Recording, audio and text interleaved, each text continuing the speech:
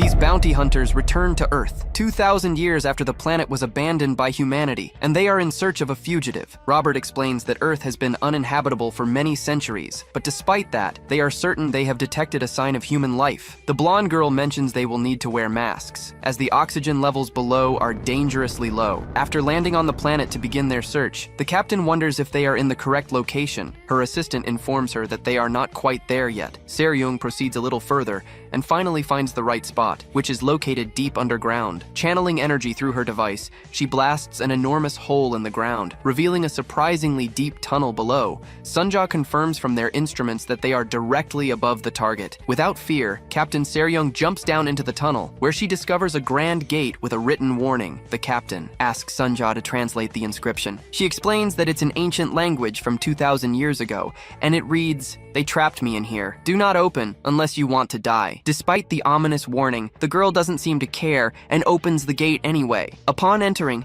they are all shocked to find Karibu, a furry Pokemon sitting atop a structure. Driven by curiosity, the girl approaches him for a closer look and then pokes him right on the tip of his nose. As soon as she makes contact, she feels a strange sensation, and then suddenly, he awakens from his long slumber, releasing an immense quantity of energy. She attempts to contain the power, but her own strength is not enough. The energy erupts with such force that it fills the entire cavern and expands beyond it, reaching all the way to their ship orbiting in space. The resulting blast is so powerful, it nearly destroys the vessel. Captain Se-ryung is thrown backwards by the force of the blast. Unsure if her partner Robert is even okay, the furry man rises and approaches her, demanding to know who dared to wake him, but she remains silent. He declares his intention to kill them all. Frightened, Se-ryung sees his arm begin to rise and decides to attack first. She uses all of her power to create a massive explosion that illuminates the entire cavern. Her energy is completely drained from the effort, but unfortunately for her, the man emerges from the smoke without a single scratch. He tells her it is his turn and begins to float with an incredible purple aura surrounding him. Se-ryung was certain she was about to personally discover what it feels like to die. Trembling with fear, she falls onto her back, only to be stunned when the man suddenly collapses and faints. Her partner Robert was alive. He had only been pretending to be dead. He speculates that the man must have fainted after so many years without food. Over the radio, Sunja confirms that he is still alive. After some time, they return to the ship, bringing the mysterious Pokemon with them. All the members of her team are vehemently against this idea, but the captain defends her decision, arguing that such a creature must be worth a lot of money, that its value could be inestimable. They begin to discuss who they could possibly sell him to, and for how much. Their attention then shifts back to his unconscious body, as they wonder what to do when he eventually wakes up. Se-ryung was confident that the celestial silk thread they used to bind him was indestructible. Suddenly, they hear a strange sound. The man is waking up and trying to attack them, but Sunja simply offers him some food, remarking that sausages are a much better option than fighting. Filled with a happiness he hasn't felt in centuries, the man begins to eat. As they observe the starving creature, Se-ryung asks Sunja how she knew that would work. The girl replies that it was obvious.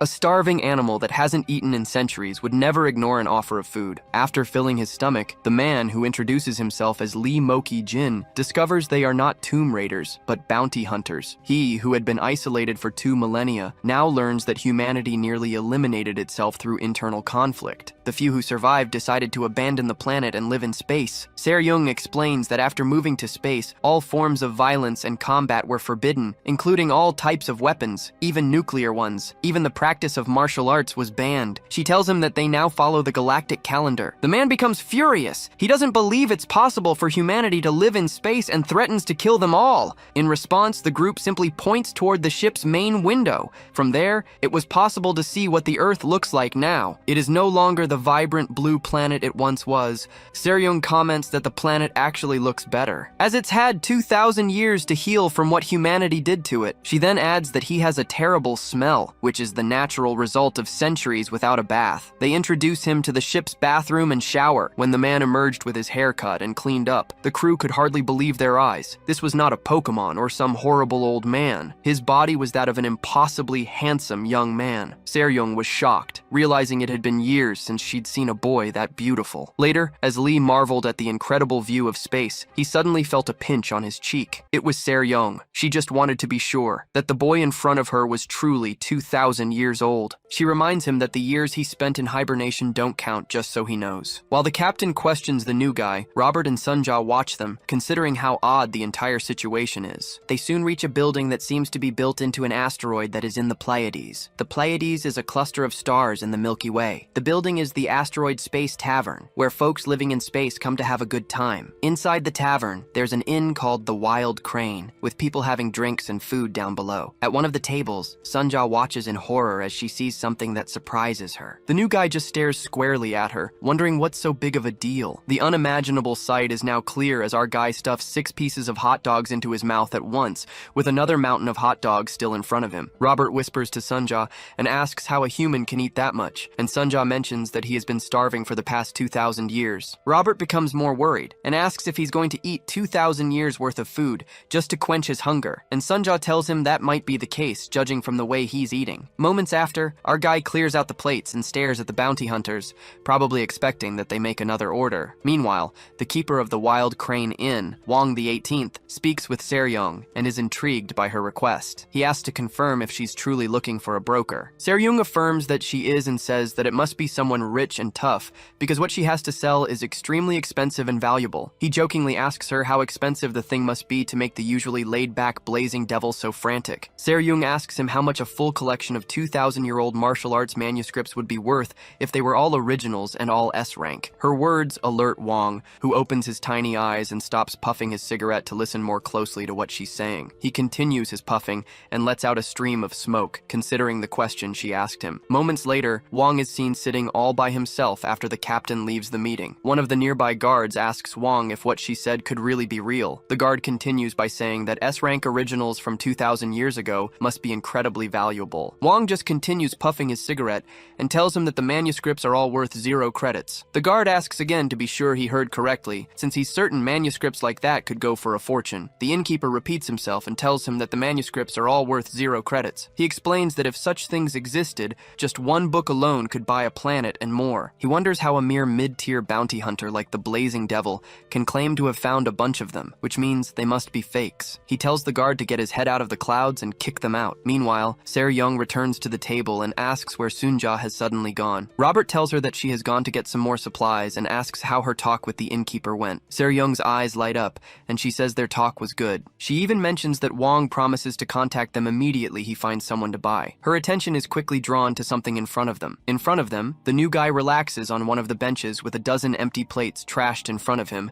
as it seems he must have eaten all the food. The captain asks Robert that it's not possible that he ate all that food and hopes her eyes are deceiving her. Robert just tells her that they're lucky he just stopped eating. The captain puts her hands on her head in regret and tells Robert that she would have done something else if it wasn't for the money they could make out of this. While she's talking, the tavern's door burst open. The sound draws the attention of everyone in the tavern, who look back to see who their guests are. Some men dressed in walk into the tavern, and they look like they're trouble. Seryung is alerted by their presence, as it seems she recognizes them. She recognizes the serious-looking men as men from a group called the Heavenly Demon Sect. How odd, demon and heaven in the same word. The leader of the squad that came into the tavern starts to scan the surroundings, and it seems like he's looking for someone. He looks at the profiles of the people who are seated in the tavern through a futuristic lens. Meanwhile, Seryung affirms that the person scanning the tavern is none other than the leader of the Red Wolf squad of the Heavenly Demon Sect, named Sanjen Wu Yue. Robert affirms that and mentions that the Red Wolf platoon are the inspectors of the Demon Sect. He asks why they're here, so Seryung tells him that they specialize in tracking,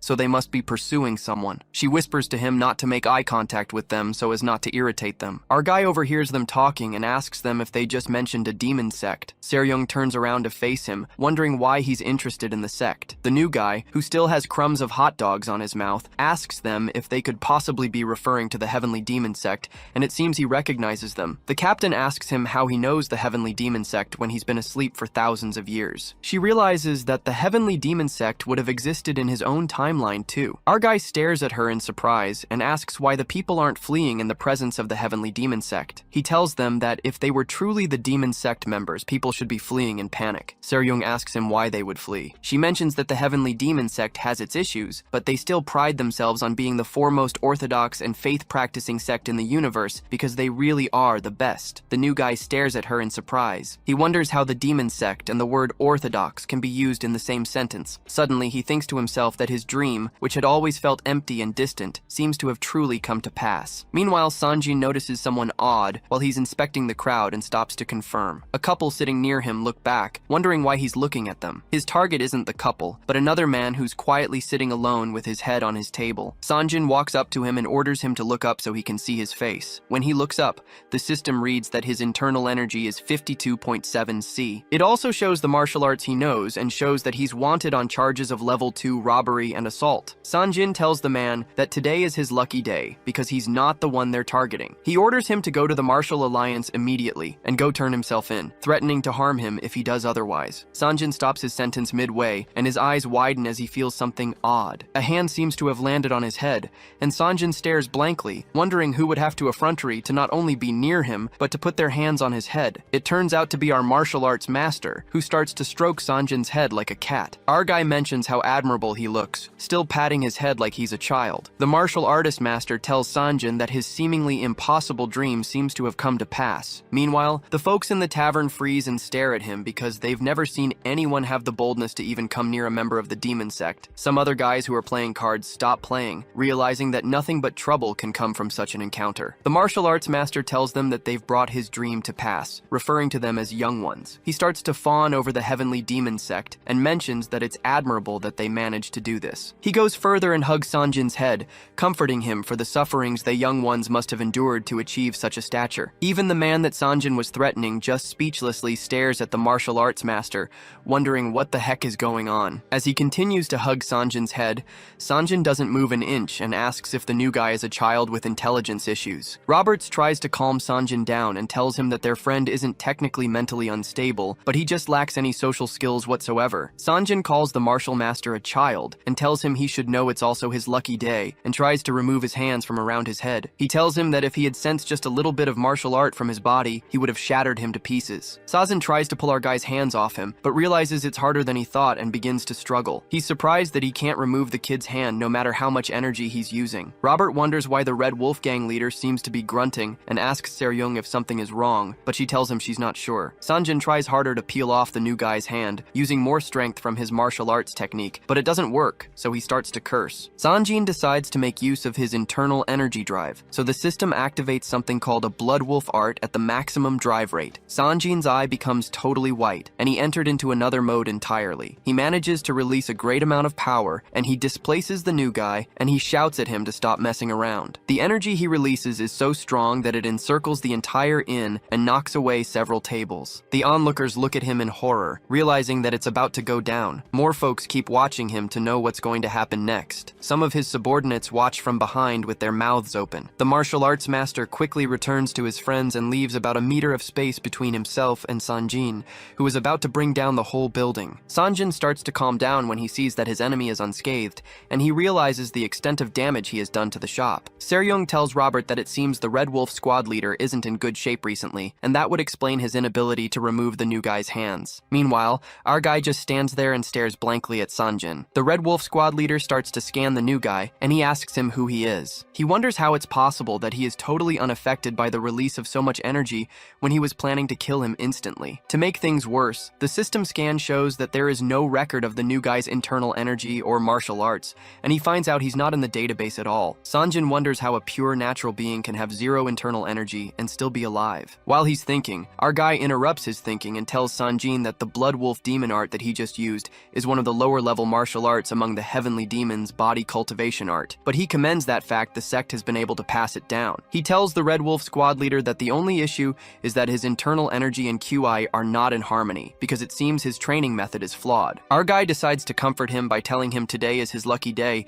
since he gets to meet him to help him personally correct it, which is an opportunity of a lifetime. Sanjin just gets more irritated by his words and calls him a lunatic. He summons a stream of liquid-looking fire and tries to kill the martial arts master on the spot. He summons a fiery hand, which he refers to as the Red Wolf Demon Claw's first form. He quickly strikes our guy with the demon claw, but he simply dodges it by bending backward and doesn't leave where he's standing. Behind the martial master, there's a stream of fire that destroys the inn and causes people to run around in panic. Sanjin continues his rampage and summons another power called the Red Wolf Explosion, but our guy just dodges that one too, with his hand still in his pockets. The Red Wolf squad leader starts to get really exasperated now, and he starts to summon several powers at once. He activates one Red Wolf tremor wave and a Red Wolf Ghost Claw at the same time, but the martial art master just dodges it like it's child play. The veins in Sanjin's head start to bulge now as he summons all his strength and intellect to try to take the new guy down. He even transforms one of his hands into a demonic claw and surrounds himself with a whirlwind of demonic fire, hell-bent on killing this dude. In the meantime, our guy keeps watching his display. He gauges that Sanjin has enough internal energy, and his forms are precise, and he keeps on watching each of his moves as he angrily tries to kill him. Eventually, he decides that there seems to be a problem somewhere with the way he's doing it. Sanjin just goes all out, and now his eyes are red, as it seems he's maxing out all the attacks he knows. Our guy soon gets angry and smashes a hand over Sanjin's head, telling him it's enough. The impact of his hand presses the Red Wolf Squad's head like a marshmallow, and it seems his brain and skull have been disfigured. As Sanjin breaks the floor with the impact of his fall, our guy tells him his martial arts skills are crude. A large hole develops around where Sanjin hits his head, and it looks like a comet has hit the floor of the inn, cracking the stony floor. The rest of the squad are shocked to see their boss have a mouthful of stone, and they open their mouths at the horrific scene. The onlookers in the tavern are more surprised as they stare wide-eyed, not expecting the odd turn of events. Se-ryung and Robert are also equally surprised, since this is the first time they would witness members of the prestigious heavenly demon sect get it handed to them. Sanjin just remains in the ground, with his head comfortably resting in the space he bulldozed with his impact. Our guy stands in front of him, with his hands still in his pockets. He tells him he learned the skills, but he learned it like a parrot. He explains that true martial arts are not just about imitating skills, but adapting them and making them your own. After he issues the correction, he tells Sanjin to get up and try to hit him again if he understands the correction. Sanjin just remains in the hole, probably in need of brain surgery, and the martial art master angrily tells him to get up. The rest of the Red Wolf Squad just stares at him speechlessly, wondering what the heck just happened. They eventually get agitated and ask him where he got the effrontery to attack their platoon leader. They call him a brat and run towards him with the intent to kill. They jump at him with several weapons and martial arts skills activated, but MC just stands there with his hand still in his pocket. Moments later, we end up in the 32nd district of the Heavenly Demon Sect. All the members of the Demon Sect who had been at the bar are seen injured still inside the tavern, also bearing hand marks that are pressed into their skulls. The commander of the district watches from a screen in disbelief, and it seems he can't believe his eyes. Meanwhile, a robot scans Sanjin, who seems to be unconscious, and tries to open his eyelids to confirm if he's still alive. He seems to be bleeding from his nose and mouth and missing a few teeth. Sanjin and the rest of the crew are loaded up on stretchers, while other members of the Heavenly Demon Sect put a do not cross line around them to stop the onlookers from crossing the crime scene. The commander, Jong Retak, continues to watch the whole conundrum, and he remarks that this is unbelievable. A senior elder of the district, Jo Chunrok, tells him that it's fortunate that they only suffered severe bruising, and their lives are not in danger. Young wonders what he means by fortunately, when all he sees are badly beaten men that look like they'll need surgeries. He mentions that the worst part is that they were beaten by a mere unknown stranger as he looks at the new guy's picture. He looks pretty innocent in the shot, but little do they know that he's carrying 2,000 years worth of knowledge and power. Young asks Joe again if their sex Red Wolf platoon was really put in such a state by a mere stranger. He asks him if this unknown stranger is truly not registered in the Martial Alliance database,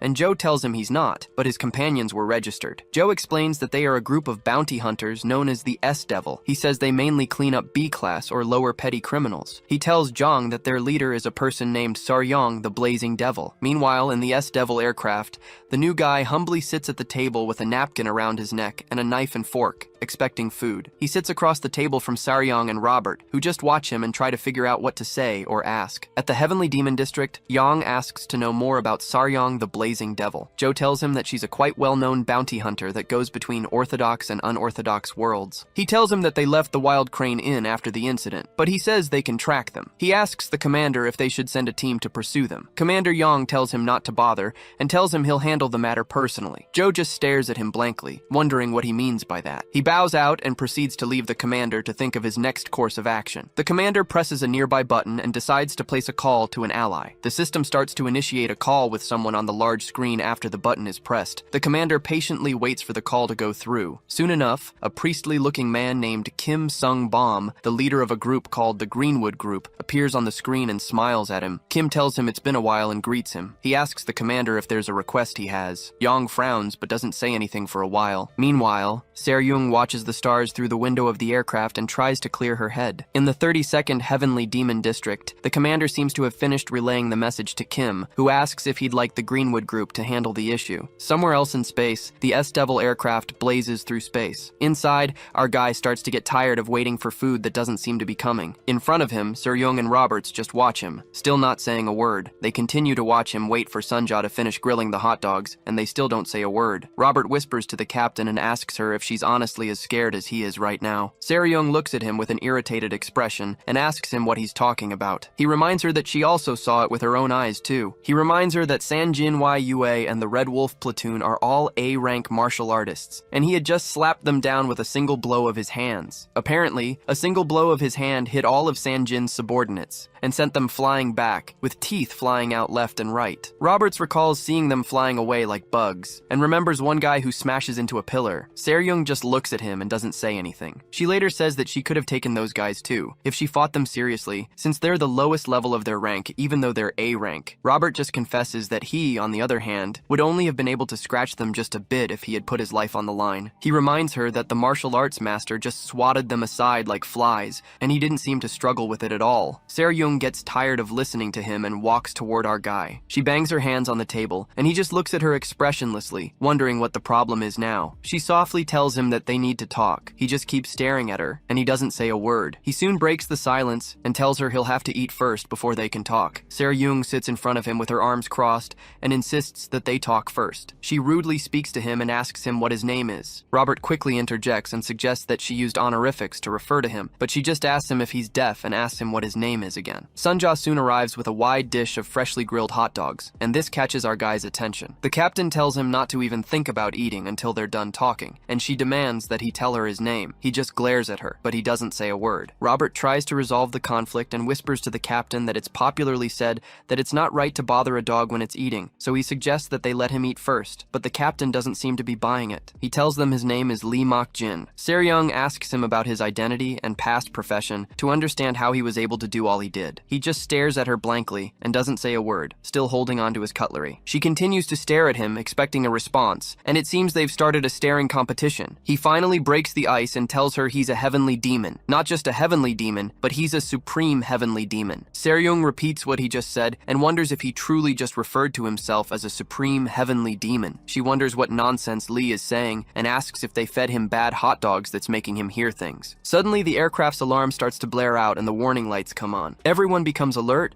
and they wonder what's happening. Nearby, another aircraft announces that its target has been detected. Sunja quickly goes to the system and explains that someone who's close to them is targeting them. Seo-young rises up to check it out, and she says she knew the heavenly demon would be coming after them and wouldn't leave them alone after Lee beat up the Red Wolf platoon. She exclaims in frustration, realizing they're in big trouble. Sunja continues monitoring things on the system and tells her it's not the heavenly demon sect. A giant ship with a skull painted across its body appears, and Sunja tells them the group targeting them is Greenwood. Meanwhile, outside the ship, several aircraft that belong to the Greenwood group are seen surrounding the S-Devil aircraft. From inside one of the ships, Kim is told that the S-Devil ship has been confirmed, and they're the targets they were paid bounty to deal with. Kim, the leader of the Galaxy Division of the 72 Strongholds of Greenwood, also known as the Black Tiger of the Crescent Moon, just watches and doesn't say a word. The Greenwood military captain asks Kim if they should go ahead to fire the EMP capture round. Kim asks the captain if it's confirmed that these guys are bounty hunters. The captain tells him that they are,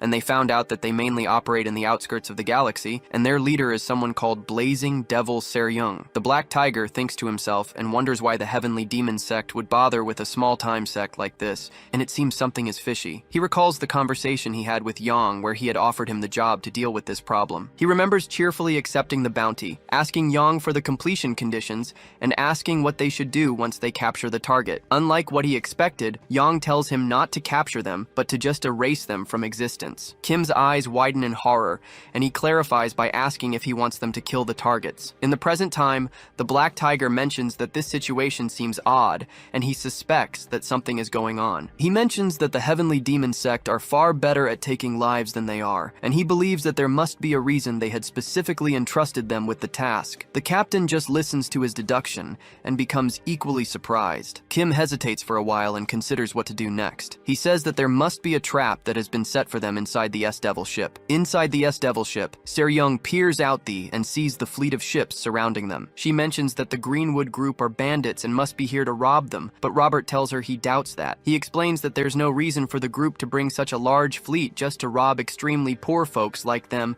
since there's little profit they can make. Seo-young winces at him for calling them extremely poor folks and tells him she gets it, but it's odd when he puts it like that. She tells him it doesn't matter anyway and calls the Greenwood group scumbag robbers. She threatens to beat them and toss them if they get in their way. Robert just looks at her making big-mouthed claims while Lee watches the beautiful fleets of ships surrounding them. Sunja finally speaks some sense into her and tells her it's not that simple since they are just a part of the Galaxy division of the 72 strongholds of Greenwood, and it appears that they had mobilized an entire division to come capture them. Seo-young is surprised to hear that the whole division was mobilized, and she asks if that means that their leader Kim is here too. Meanwhile, Lee keeps watching the Greenwood ships scan them, and he exclaims about how cool it looks. Seo-young thinks about the Black Tiger Kim Sung bomb and says that even she cannot beat that guy easily. Robert tells her she can't beat him at all because she'd be dead in 3 moves if she stood against him. Seo-young becomes annoyed and tells him it's not that bad, and she says she may be able to do something if she really puts her mind to it. Robert doesn't let her finish her sentence and tells her to forget it and suggests that they surrender quickly and tells her not to panic since they have nothing to lose. The captain just frowns since he had just burst her bubbles. She soon rises to the occasion and commands everyone to follow her command from now on. She explains that they'll first fire the EMP capture round to cut off the ship's energy and incapacitate them, which she'll permit. She says that they'll board the ship armed, and she'll permit that too. Lastly, she says they'll allow them to search the ship, and they'll also donate any unnecessary items to them for survival if they want them. Robert just asks her how that is any different from surrendering, but she shouts at him to comply as instructed. She goes to Pat Lee, who is still stargazing, and tells him not to panic when the EMP hits because the ship will shake a little bit. Seo-young tells him that the EMP has no destructive power because they're not allowed to use ship weapons because of the space laws. She gloats that it seems Lee didn't understand that, but just tells him not to interfere since they'll leave when they take whatever they want. She mentions that the only time she won't be able to guarantee anything is if a fight breaks out and things escalate. Seo-young asks Sunja if she's locked on and asks her to brace for the impact of the EMP round. Sunja suddenly exclaims and tells them it's not an EMP round, but a photon cannon, and the system starts to give a danger alert. Now this shocks Seo-young, who just turns around in surprise. Sunja tells her that they're using a ship-destroying photon cannon, which means they're trying to kill them. Seo-young goes on high alert and says that this is crazy. Meanwhile, on the Greenwood ship, the captain tells Kim that what they're doing violates space regulations, and it may cause them trouble later on. He suggests that it would be better for them to capture the target and quietly dispose of them. The division leader tells him they can't do that because he has a bad feeling. He tells them to just blow the ship to dust and complicate matters, since they can just shift all the responsibility to the client, who is the heavenly demon sect. Kim orders that the cannons be fired when ready. Meanwhile, tension increases inside the S-Devil ship. Seo-young asks Sunja if they can warp the ship to another location, but Sunja tells her they can't because they are surrounded on all sides. Seo-young asks if they can use the shields, but Sunja tells her they won't work since they've sold some of the ship's parts to cater for their living expenses. A look of horror develops on the captain's face as she becomes confused about what to do. A few moments ago, she had it all figured out. Now they're about to be blown to bits. In the Greenwood ship, the captain tells the division leader that the photon cannon has been fully charged. Kim orders that they fire the photon cannon. The cannon is activated, and they fire at the S-Devil bounty hunters, who are just waiting to be wiped out of existence. Seo-young, Sunja, and just watch as their death arrives. Robert screams at the top of his lungs, and Lee just watches, still looking clueless about all that's going on. An explosion occurs after the photon cannot hit the target, and it seems that the end of our beloved bounty hunters. Kim watches from his ship as the explosion rips through the space around them. The explosion is so bright that the light from it reaches the ship he's in. Suddenly his eyes widen when something strange catches his attention. After the fire from the explosion goes out, the S-Devil ship looks to be completely intact and unscathed. The ship flies despite the onslaught of dangerous fire, and it looks like the attack didn't hit them at all. In front of the S-Devil ship, a larger round ship appears, who seems to have taken the impact of the photon cannon. The larger ship moved in front of the S-Devil ship just in time to block the attack, and it completely shielded it from the Greenwoods. A woman wearing white armor and holding a white spear appears on top of the new ship. Seo-young, who had been holding on to Sunja for dear life, asks what that is. A look of horror develops on Kim's face as he recognizes the woman as the 8-foot fighting ghost, Elena. Elena just stands there with her spear behind her and stares right at the Greenwood fleet. Inside the S-Devil ship, Lee stares outside, shocked to see all that's going on. By his side, Robert and Seo-young are glued to the window, also curious to know how they're still alive. Meanwhile, Elna still turns her back to them and faces the Greenwood fleet, looking to deflect any more attacks from them. It's one woman and her ship against about a dozen ships, but no one seems to be doing anything to attack her. Kim becomes strained, and he wonders why Elna showed up here. Elna just looks right at him and waits for him to make his next move. Inside the Greenwood ship, the captain tells Kim that Elna is using a terraformation-grade shield, and they can penetrate it if they max out the photon cannot output, and asks if they should recharge. Kim tells him there's no need to start a space war just to deal with a cockroach. He tells him that their adversary isn't a person so easily to handle, so he orders that they set up the teleportation so he can go speak with her. As they prepare the teleportation device, he wonders why this monster suddenly showed up here. Meanwhile, Robert tells the other that the 8-foot fighting ghost Elena is a S-class bounty hunter who's so unpredictable that even the leaders of most sects avoid her. He wonders why she's here, and Seryung agrees that she doesn't know, but it seems she saved their lives. She mentions that if Elna hadn't blocked the photon cannon, they'd be atomized by now. Soon after, Kim teleports to Elena's ship to have a civilized discussion with her. He calls her sister Elena and tells her it's been a while since they've seen each other, but Elena doesn't even say a word. She blankly looks at him and keeps quiet, probably wondering where they've met before. Kim continues by asking if she hasn't forgotten him. He decides to introduce himself as her 55th younger brother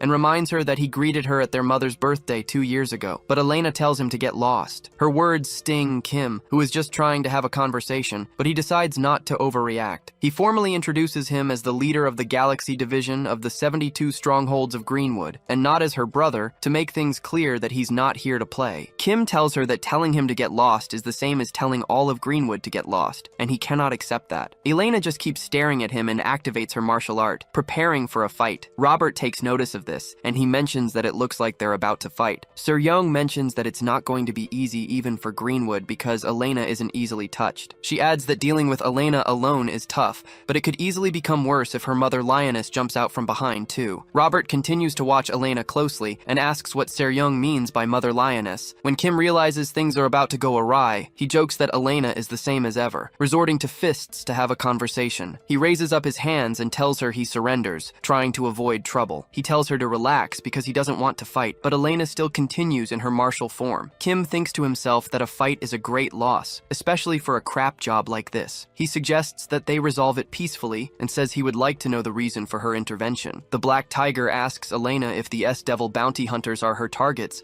and says they will yield if it overlaps with theirs. Elena just turns around and walks toward the S-Devil ship, telling Kim to get lost one more time. Kim frowns, realizing it's pointless to try to reason with Elena. He continues to wonder why she suddenly showed up for such useless things. Meanwhile, the S-Devil bounty hunters continue to eagerly watch the entire show from their window. Elena walks towards them and connects to their comms. She tells them to hand what they have over or die. Her words resound through the ship's speaker, and those on the ship hear her. Seryung looks puzzled and wonders what's going on now. Robert starts to freak out and wonders why Elena wants to rob them too since they don't have anything valuable. He asks the captain if she stashed something valuable in the ship without telling them, and even answers himself due to his panic. He repeats that there's nothing here that could attract an S-rank bounty hunter, and it seems Lee figures out something because his eyes widen. Robert and Seryung immediately turn their attention to Lee, because he's the only thing that Elena could be worth anything to Elena. Lee just keeps watching the whole thing through the window. Seryung asks him if he knows Elena, and questions whether he had a fling with her in the past, and they had a bad breakup before he ran away. Lee tells them Elena is not here because of him. Seryung becomes confused and asks what he means. He turns back and tells them Elena is probably here because of the child behind them. When they turn around, there's no one there, which confuses them. The captain asks him what he means, since there's no one standing there. Lee tells the child to show herself and tells her there's nothing to fear. For a minute, nothing happens, and the space remains empty. Suddenly, a young girl starts to materialize out of thin air, and her head appears first. Her appearance shocks the bounty hunters, who turn around to take a good look at her. Shortly after, she completely materializes in the ship. Seryung is surprised to see the random girl, and Robert is completely freaked out. The girl just looks at them and doesn't say a word. Seryung becomes alerted and grabs Lee, asking him what's with the little girl and where she came from. Lee tells them that she followed them from the inn. He says she had presence but no form, so he let her be. He says she did a great job to conceal her breathing too, which is such advanced stealth technique, and it seems martial arts secrets has developed in the current timeline. The girl just remains silent and doesn't say a word to any of them. Sunja tells him that the girl isn't using a stealth technique, but is wearing a stealth ring, which allowed her to cloak herself. Sunja mentions that the stealth ring is quantum technology and is really expensive stuff. The captain says she doesn't care if it's expensive or not and walks up to the girl, demanding to know who she is and what her intentions are. Seryung towers over her while the girl looks up at her, and she demands to know why she snuck into their ship. The young girl introduces herself as Hwa Rin and looks quite scared. The captain interjects that she didn't ask for her name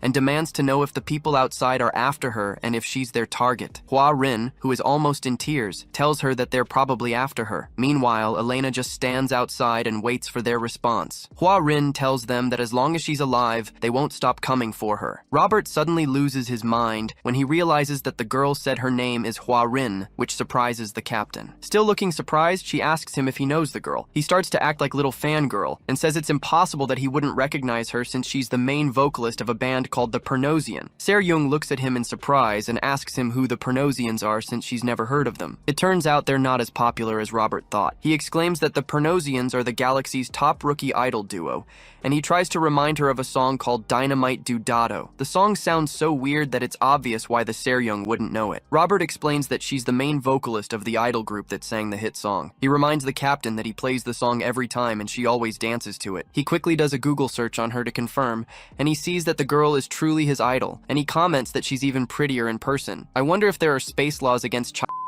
Robert needs to be locked up. He checks out a beautiful picture of Hwa Rin on his phone and says she's from a place called Manhua, which is where he's from. He starts to list out her profile like a creep and says that she's 166 cm 47, 4 kilos, has blood type AB, EFSP, and she's allergic to cats. Elena becomes impatient, and she tells them through the comms that this is their last warning, and they have 10 minutes to hand over what's with them. Elena repeats to them that they can either hand her over or she'll kill them all. Her voice gets everyone's attention, and they stop all they're doing and remember they're literally at gunpoint. Robert asks Miss Hwa Rin, as he calls her, why all these people are after her, and it looks like he's going to cry because they're about to take his idol away. Seryung just keeps quiet as she realizes the uncomfortable decision they have to make. She tells Robert it doesn't matter since they're going to have to surrender the girl regardless. Seryung tells the girl that, to be clear, she's an uninvited guest who has nothing to do with them since she snuck into their ship. The captain hesitantly tells her that she needs to leave to avoid causing them any trouble. Robert exclaims at what the captain said, obviously not cool with the idea of giving the girl away. Seryung turns her back to him and insists that she's made her decision as the captain of the ship. Hwa Rin just stares at her silently, realizing she's about to be given over to her captors. When they lock Hwa Rin in the release chute,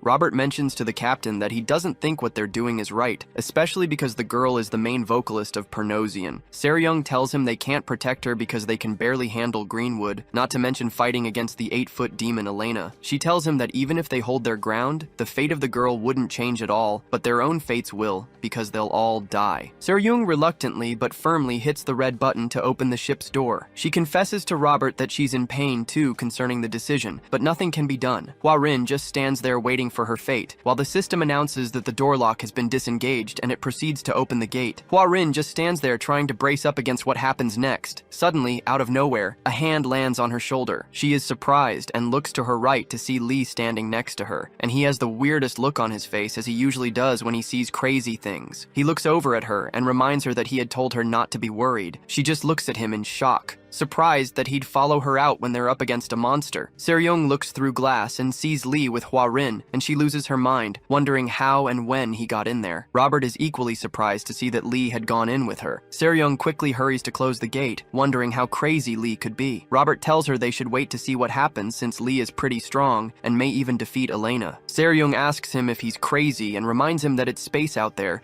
and Lee doesn't have a space shield on and won't be able to breathe. As the gates open, tensions rise as Lee follows the girl out, and it looks like he's about to get himself killed by space even before Elena gets to him. The captain orders Sunja to quickly close the gate. Sunja looks surprised, but tells her it's too late to close the gate. Seryung is shocked to hear that it's too late to do that, so she goes to look through the window. Through the window, she notices Lee and Hwa Rin have stepped out of the ship and have gone into space. A look of horror develops on Seryung's face as she thinks about how much of an insane nutcase Lee is. As she looks through the window, she remains surprised that he actually went out. Meanwhile, Lee and Hua Rin float right outside the ship and head towards Elena's ship. Hua Rin tightens her grip and tries to brace for what happens next when they get to Elena's ship, and Lee still keeps a hand on her shoulder. She looks back at Lee and thanks him for following her. She tells him their opponents are really strong martial artists, and he needs to be careful. When she turns around, she is surprised to see Lee's bloodshot eyes and expressionless gaze, which means he's unable to breathe. He starts to choke as he tries to contain the little oxygen he has left, and Hua Rin just stares at him. She becomes alarmed and wonders what's wrong with him. She asks him why he's like that, and tells him not to tell her he doesn't have a shield. Lee starts to cough, and he starts to throw his arms around, trying to get back to the ship, but it doesn't work. Hua Rin watches him in surprise as she realizes he really doesn't have a shield, and it looks like her savior is about to die. Lee keeps struggling to go back to the ship, but it doesn't work, and Hua Rin just stands there unsure of what to do to help him. Meanwhile, Elena watches the both of them from her ship. Kim and Elena watch in shock, wondering what's going on. Someone suddenly screams out at Lee that it's 300 degrees outside,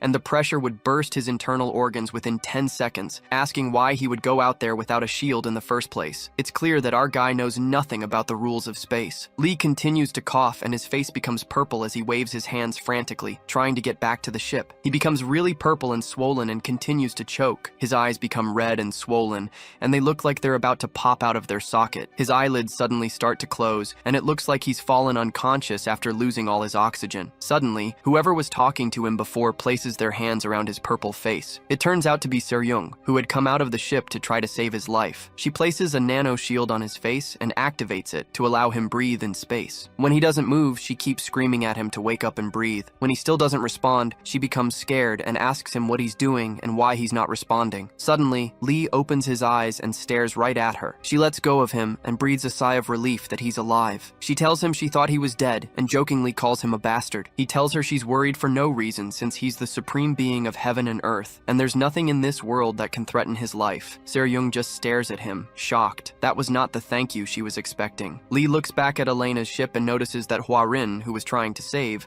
had reached the ship and is walking towards Elena. He asks Se-ryung how he can get to the ship. Inside the ship, Robert also breathes a sigh of relief when he sees that Lee is alive, and he's happy that Se-ryung wasn't too late. Sunja starkly tells him that she was actually very late, and even the greatest master can't withstand space without a shield for less than a minute. She tells him that Lee endured all that for 6 minutes and 13 seconds, and the odd part is that all his organs are still normal. Meanwhile, Se-ryung helps Lee reach the ship, and Hua Rin is surprised to see him behind her. Sunja tells Robert that Lee has by far surpassed every human limit. On the ship, Elena waits for Hua Rin and other accomplices to walk towards her, with Kim still standing behind her even though she told him to get lost. Lee stands in front of them, with Hua Rin a little bit behind him and Se-ryung farther back. Elena just stares at them blankly and doesn't say a word. Se-ryung watches Elena closely and notices that the 8-foot fighting demon's aura is no joke, and it suits her reputation as a fighting maniac. She also notices Kim standing behind Elena and realizes it's even worse for them that Kim from Greenwood is also here. She tells Lee not to cause trouble and walks toward Elena. She tells him she'll handle it and orders that he doesn't intervene. She cooks up the best smile she can and waves at Elena. She tells her it's nice to see her and asks her if she's as healthy as ever. That's so cringe. She continues to babble that she's heard a lot about them and says seeing them in person is even better. She introduces herself as Se-ryung, the leader of the S-Devils, also known as the Blazing Devils. Elena just stares at her blankly, and it's clear she's never heard of her. Greenwood does the same and doesn't say a word. Meanwhile, Hua Rin grabs a hold of Lee's hand out of fear. He notices her hands touch him, so he looks at her over his shoulder. Hua Rin obviously looks petrified, and it looks like she's holding her breath. He tells her that there's no need to be nervous, and reminds her that he's here with her. Hua Rin tells him that Elena is not human, obviously petrified at what she can do to her. She continues that Elena is a fighting ghost who has been traveling around the world ever since she was young to look for worthy opponents. Apparently no one has survived meeting her so far, so much so that she even built a spaceship as a fighting arena just to travel and fight. Lee is impressed by her qualifications and calls Elena a remarkable child. He says she's a young one who is dedicating her heart and soul to martial training, which makes her a rare talent indeed. Hua Rin tells him that's not really what she meant, trying to make it clear that Elena is dangerous. Meanwhile, Se-ryung still continues her cheerful introduction and tells them that whatever the case may be, as fellow Central Plain people, they should talk peacefully. Suddenly, Elena sends a deadly power wave towards her and tells her that she talks with her sword. The impact is so strong that the wave sweeps past Se-ryung's location up until the end of the ship and causes a big explosion. Elena seems to have waved her spear at Se-ryung to eliminate her from the way, since she has no time for cheap talk. Her eyes shine with a bright blue as she waits for the smoke smoke to clear out and finds Se-ryung's dead body. She maintains her stand, still waiting for the smoke from the large explosion to clear out. The smoke doesn't clear out for a minute because the move wasn't a threat, but was supposed to kill everyone it crosses. Suddenly, Se-ryung lands back on the ground, as it seems she was quick and smart enough to avoid standing in the way of the energy wave. Se-ryung asks her what she's doing when she had just proposed that they talk. She asks her why she's just swinging her weapon out nowhere. Kim watches the whole thing from behind and thinks to himself that Se-ryung isn't that bad, because even though the attack wasn't full power, it wasn't still an attack easy to dodge. Se-ryung just glares at her, waiting for a response to her question. Elena asks what her name is again, and tells her it would have been better for her not to dodge at all. The 8-foot fighting demon starts to transform and activate her martial arts skill. Kim reasons that Se-ryung should know that her opponent is a mad scorpion that gets more poisonous the more you provoke it, which means she'll just die more painfully. Suddenly, they all hear the sound of a hiccup from inside the smoke that's still behind them, which surprises Se-ryung. The hiccup sound continues, and Kim looks closely to know where it's coming from. It turns out to be Hwa Rin who can't handle all the smoke, so Lee tries to pat her in the back to make her better. He tells her she's getting scared over trivial matters, and tells her Elena's attacks are just childish pranks. Meanwhile, Kim is shocked by what he's seeing and wonders how that's possible. Lee keeps patting Hwa Rin's back, and he tells her the attack may be grand, but it's just a noisy firecracker. He tells her not to get frightened by an empty tin can. Kim considers that Lee must have been standing in the way of the attack, judging by his position, and wonders how he's perfectly fine. While Elena is increasing her strength, Lee just helps Hwa Rin regulate her breathing and completely ignores the fight going on in front of him. Elena stares at them and continues to increase her internal energy level. She suddenly reaches a higher level, and streaks of bright pink lighting emanate from her body. Our hero still ignores her and tries to help Hwa Rin stop her hiccup. Elena just gets confused at why he's ignoring her and stares at him blankly. When Hwa Rin calms down, Lee steps forward and addresses Elena as a child. Se-ryung gets angry that he interrupted her and reminds him that she told him not to get involved. Lee just continues and asks Elena what business she has here. He tells her to speak to him if he has any business with the child,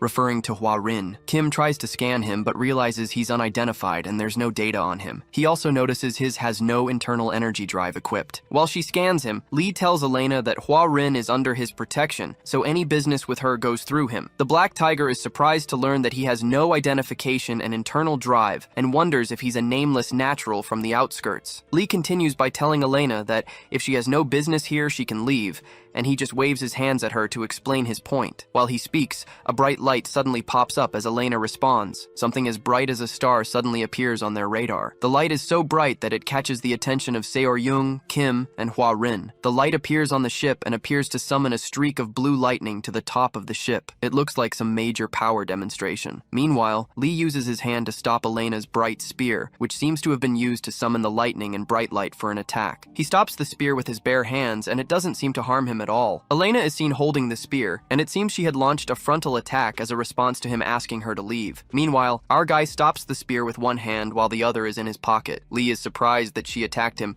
and asks her if her interest here is to fight with him. Kim's eyes almost pop out of his socket as he can't believe his eyes. He wonders how a person can deflect the fighting ghost Elena's strike with just a palm, especially since he doesn't have any internal energy. Meanwhile, Lee starts to analyze Elena's martial arts skills like he always does. He tells her something is odd about utilizing the radiant sword technique of Dian Kang's sect with a staff and channeling the Shaolin's great Brahma divine art for internal energy. He stares at her expressionlessly and asks how she already has internal energy surpassing 3 cycles when she's so young. He wonders if she had a fortunate encounter. By the way, cycles is what often shows up in Mura martial arts stories where they count their internal energy strength with 60-year cycles. That means that 1 cycle is equal to 60 years worth of energy. While he's talking, Elena starts to increase the rate her internal energy drive is working to 90%, and more lightning starts to come out of her body. Lee stares at her in shock, surprised that she was able to attain 3 cycles, and she's now able to switch her internal energy to Wudong's red sun art. He finally takes his hands out of his pocket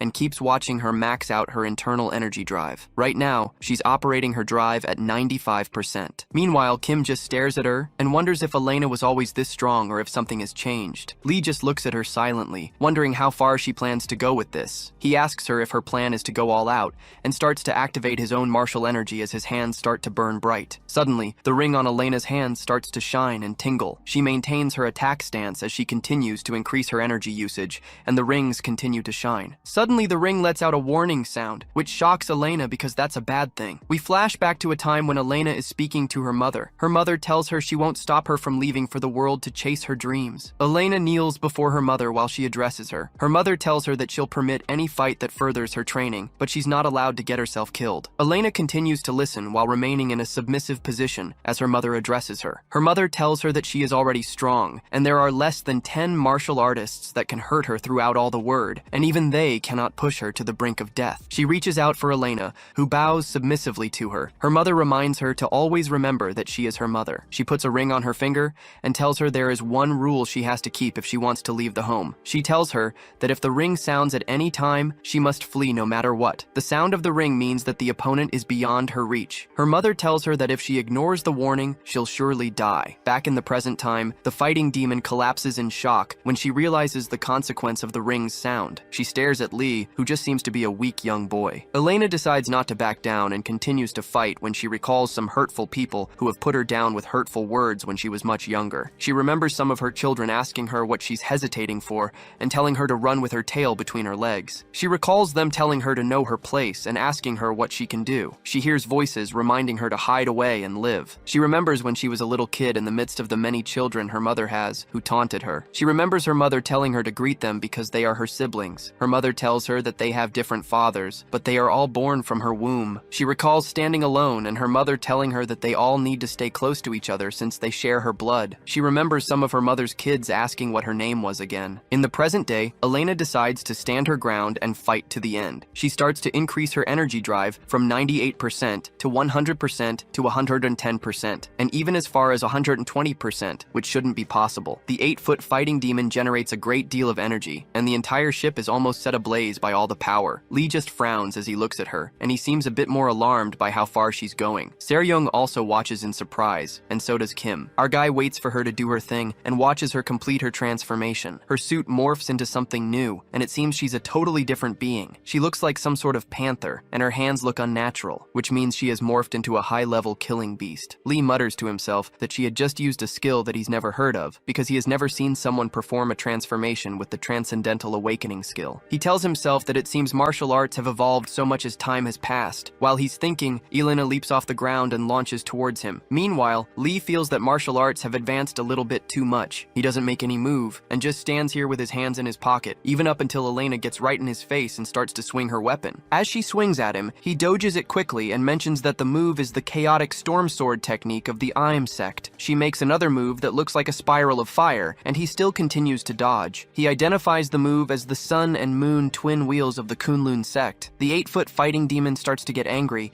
and increases her energy level to 125%. She lands several attacks at once, which our guy still dodges and identifies as the sun-piercing spear technique and the falling sunblade technique of the Dian Kang sect. Elena decides to amp things up a bit and goes to 140%. She creates a swirling fire tornado attack, but Lee just bends backwards and easily dodges that too, recognizing it as the dog-beating stick technique and the drunken 8 immortal steps of the beggar's sect. While still crouched, Lee frowns as he wonders how she's also able to add the 4,000 red needles of the esoteric sect. Elena is on fire today, so she goes up to 170% since she never loses a fight. She now comes at him with 2 iron claws and explosive energy in her hands, and our guy just jumps backward to dodge her attacks because he's on the defensive. He shouts at her it's enough already, and waves his hand in front of him. The weight of his attack lets out a stream of fire that goes right towards Elena, who is jumping towards him. The attack is so strong that a massive explosion that covers the entire area of the ship is triggered, and it looks like everybody's going to die from this one. The weight of the smoke is so heavy this time, and Lee just stands to see what happened to Elena. Suddenly, something comes out of the smoke that catches his eye. Even Kim is freaked out by what they see, and it looks like he's not seen something this freaky in all his years at the job. Warren and Se-ryung equally watch in astonishment. It turns out to be Elena, who now has about 8 arms, each wielding a weapon. She's gone freaky with this stuff all right. She looks like one of those Indian gods and just levitates right in the air, armed with 8 bright swords. Suddenly, she rushes toward Lee,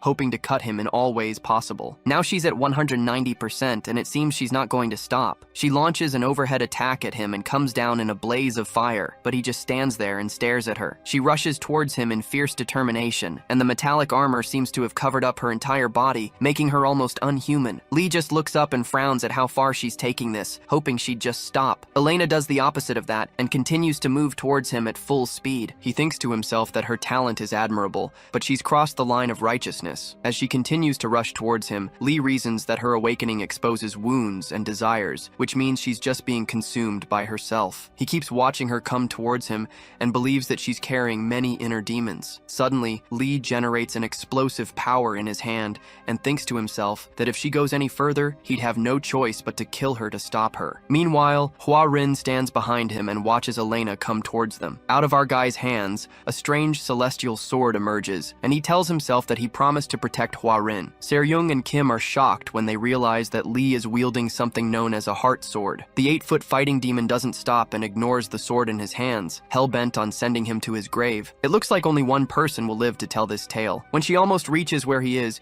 he angrily strikes her with the sword and tells her to stop. The energy released is so massive that it almost blinds those who are watching the fight, and even Robert struggles to see due to the brightness of the light. An explosion is seen over Elena's ship from Robert's point of view. The explosion from the impact of the heart sword is so powerful that it splits the entire ship into several pieces. The entire ship suddenly explodes in space in the presence of the Greenwood fleet. The explosion of the ship is so great that it looks like a bright star from afar. From the main Greenwood ship, the captain watches in horror as he sees the explosion from where his boss is. The explosion is so strong that there was no way that Kim could have survived it. Suddenly, he hears a cough close by. It turns out that Kim had teleported back just in time before the ship exploded. Kim screams out Lord Cheju's name, and he looks quite bloody, and he tells the captain that he's not dead, and Cheju tries to help him stand properly. Kim rests on a wall and looks through the window to see the remains of the ship that had just exploded. He tells Cheju that he would have torn to pieces if he had teleported just 0.1 seconds late. The fire from the ship's explosion is still seen throughout space, and bits from the ship float around. Standing on one large piece that broke away from Elena's ship, Se-ryung asks Lee if he's insane because they could have been killed. She asks him if the people in the middle of the ocean ever set their own ship on fire just because they were angry, and tells him he should have shown some restraint. Lee, who has some blood coming out of his mouth, struggles to speak and tells her restraint wasn't an option. Se-ryung rushes to his side and asks him if he's hurt when she sees the blood. Kim just continues to look up, and he tells her that he faced a much stronger power than he had anticipated. Se-ryung looks up to where his gaze is fixed and realizes what he's looking at. Floating in space, along with all the rubble from the ship, is Elena's naked body and broken weapon. The captain asks him if she's dead since she's just floating there and not moving a muscle. With his gaze still fixed on Elena's floating body, he tells her that she's not dead just yet. Suddenly, a strange woman appears and retrieves Elena's unconscious body. Lee tells her that the impact of the sword didn't kill the 8-foot ghost, because a stronger force than he expected protected her, referring to this strange woman. The strange woman looks at Elena with sympathy in her eyes and covers up her nakedness. She has an angelic beauty about her, and she continues to stare at Elena's body in gloom. Suddenly, a light from a large overhead ship appears over them, and the woman takes up the 8-foot fighting ghost. Se-ryung immediately recognizes the woman as the West Heaven Sword Matron, and Kim recognizes her as his mother. It appears that this must be the mother who had given Elena the ring that she refused to pay attention to. The West Heaven Sword Matron carries the body into her ship and doesn't say anything to any of the onlookers. Lee just stares at her in surprise, still wielding the heart sword. Inside the West Heaven Sword Matron's ship, we see a pool of green chemicals. Inside this liquid, Elena's unconscious body floats, and it appears that the liquid is supposed to help her recuperate from her injuries. Her mother stands in front of the tube, staring at her, hoping that she becomes conscious soon enough. Her mother has a very distraught look on her face as she continues staring at Elena, who is inside the tube. Shortly after, Kim, Se-ryung, Hua Rin, and Lee appear right behind her, and it seems she had summoned them to have a chat. Kim bows down before his mother as a show of submission. Meanwhile, Se-ryung holds Hua Rin's hand to comfort her, because she appears to be very afraid. Kim tells his mother that he didn't know she was coming, and asks her to punish him for his lack of loyalty and filial piety. She doesn't even let him conclude his speech and tells him this is not his place to intervene, making it clear that this isn't the room for little children like him to talk. She tells him to act as if he isn't here, which really hurts Kim, who remains submissive to his mother. She walks up to Lee and makes a sign of respect with her hands, introducing herself as the West Heaven Sword Matron. Kim is terribly shocked to see his mother showing respect, and Se-ryung is equally shocked to see her showing an ounce of courtesy. The West Heaven Sword Matron apologizes to Lee for violating the dueling code of martial arts by rudely intervening in their duel because she was driven by familial affections. She tells him she can cut off her arm as an apology if he so wishes, but Lee tells her there'll be no need for that. He asks her if Elena is her daughter and notices Elena is in a tube. Se-ryung walks up to Lee and whispers to him that he is talking to the West Heaven Sword Matron and tells him to speak more respectfully. The West Heaven Sword Matron responds to him that Elena is indeed her daughter. Lee responds to her that it's settled it in that case because family takes precedence over the dueling code. Meanwhile, in the room, there seem to be many other tubes, like the one Elena is in, that are empty. Se-ryung whispers to him again and begs him to speak politely to the woman because she is one of the 5 immortals. Se-ryung continues by telling him that the West Heaven Sword Matron's temper is so bad that she can split you in 2 just by glaring at you. While she's talking, something that shocks her happens, and she shuts her mouth. Suddenly, the West Heaven Sword Matron goes on her knees to make obeisance to Lee, and this really shocks Se-ryung. Outside the ship, several ships from the 72 strongholds of Greenwood are still seen outside waiting for Kim. Later on, the West Heaven Sword Matron has a private discussion with our guy at the top of her ship. She tells him that her daughter's consciousness has not yet recovered, so she doesn't know the exact reason she attacked their ship, or Hua Rin. She tells him that she was only able to confirm that Elena passed through Mount Hua before she came there, so she was most likely commissioned to find Hua Rin by a client while she was in Mount Hua. Lee just stares at the space around them absently and doesn't say a thing. She tells him that she noticed that the martial art that he had just demonstrated is the Demon Heart Sura sword technique and refers to him as a revered master. She asks him if he has any relation to the Heavenly Demon sect. Lee doesn't give her a direct answer, and he tells her he doesn't know. He says there was a deep connection in the past, but time has passed, and that's not certain anymore. He continues by saying that time corrodes even the strongest bonds as if they were iron. Meanwhile, Hua Rin and Se-ryung wait nearby in another part of the ship. Our guy continues by saying that time also dissolves connections that are dearer than life itself, and Kim eavesdrops on the conversation from inside the ship. The West Heaven Sword Matron just stares at him blankly, not knowing what to make of him. She says within herself that he is indeed an extraordinary figure. His chi, internal energy, and martial arts are all perfectly refined and have no trace of artificiality. She wonders how that's possible since such a state was only achievable during the peak period of martial arts. Kim doesn't pay her any attention, but keeps staring deep into space. The West Heaven Sword Matron keeps looking at him and considers that he appears to be in his early 20s and wonders if this is some sort of rejuvenation. She breaks the ice and asks Lee if she can make a request, still referring to him as the revered master. Lee speaks out her mind and asks if she's proposing a serious fight, and it surprises her that he was able to detect what she was thinking. He continues by telling her that she may be very polite,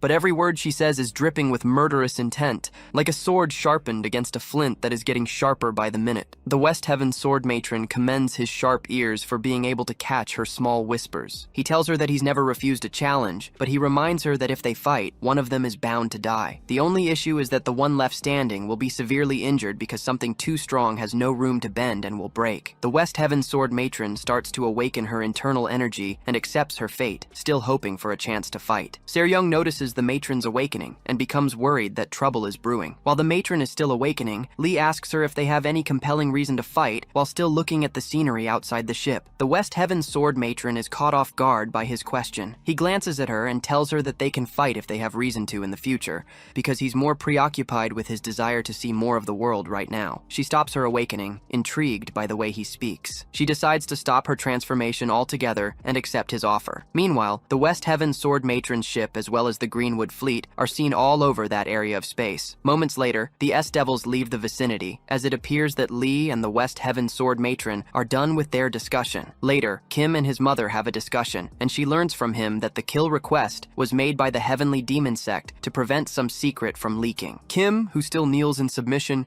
reaffirms what he had just told her about the Heavenly Demon sect. She tells him she can't seem to wrap her head around why the Heavenly Demon sect would want to kill those in the S-Devil ship and what secret they wouldn't want to be leaked out. She mentions that Lee clearly possessed the supreme martial arts of the Heavenly Demon sect, and it doesn't make any sense that they would want him dead since he is one of them. Furthermore, she reasons that it doesn't make any sense that they would hire Greenwood to do their dirty bidding. Kim informs her that there's been recent information that the Heavenly Demon's Red Wolf Squad was annihilated by an unknown entity, and suggests that they could be related to these people. His mother tells him that there's no no need to overthink. She explains that whatever the situation may be, his imagination won't be able to deduce it, and this stings Kim. She orders him to thoroughly track their movements and report to her, since that should be enough for him to handle. Kim boasts that they from Greenwood pride themselves on being the best in the world at tracking, and he informs her that he belongs to Greenwood's command. His mother just looks at him and doesn't say a word. Kim also remains on his knees, expecting her response. She tells him that she will trust him to track them, and tells him not to interfere in their business. She adds that she wouldn't want her child to get hurt, and the black tiger's eyes widen as he hears her words of maternal care. He looks behind him and mutters the word mother, and it's clear that all of the West Heaven Sword Matron's kids seem to have some abandonment issues from their mother's end since she has so many children. Before she leaves the room, she asks him one last question. He eagerly turns back to hear the question, and she asks him what his name is, and Kim just stares at her in shock. Meanwhile, in the S-Devil ship, Hua Ren hides behind Lee when Se-ryung shouts at her and demands to know what mess she has gotten herself into this time. Se-ryung looks really angry, and you can almost see fumes coming out of her nostrils as she speaks. She asks Hua Ren what she did to get involved with Greenwood, the 8-foot fighting ghost Elena, and worse of all, the Heaven Sword Matron. She asks to know if Hua Ren had flipped the world upside down before coming here. Outside the ship, the vast expanse of space seems calm, as there are no ships or seasoned martial artists trying to kill each other. Hua Ren looks gloomy and sincerely apologizes for all the trouble and confesses that she also doesn't know why they're all after her. She tells them that after she finished her tour, she returned to Mount Hua, her hometown, and everything was suddenly different. They sit on the table to talk, and Sunja prepares a mountain of hot dogs for Lee to devour. Hua Ren tells them that when she got back to her hometown,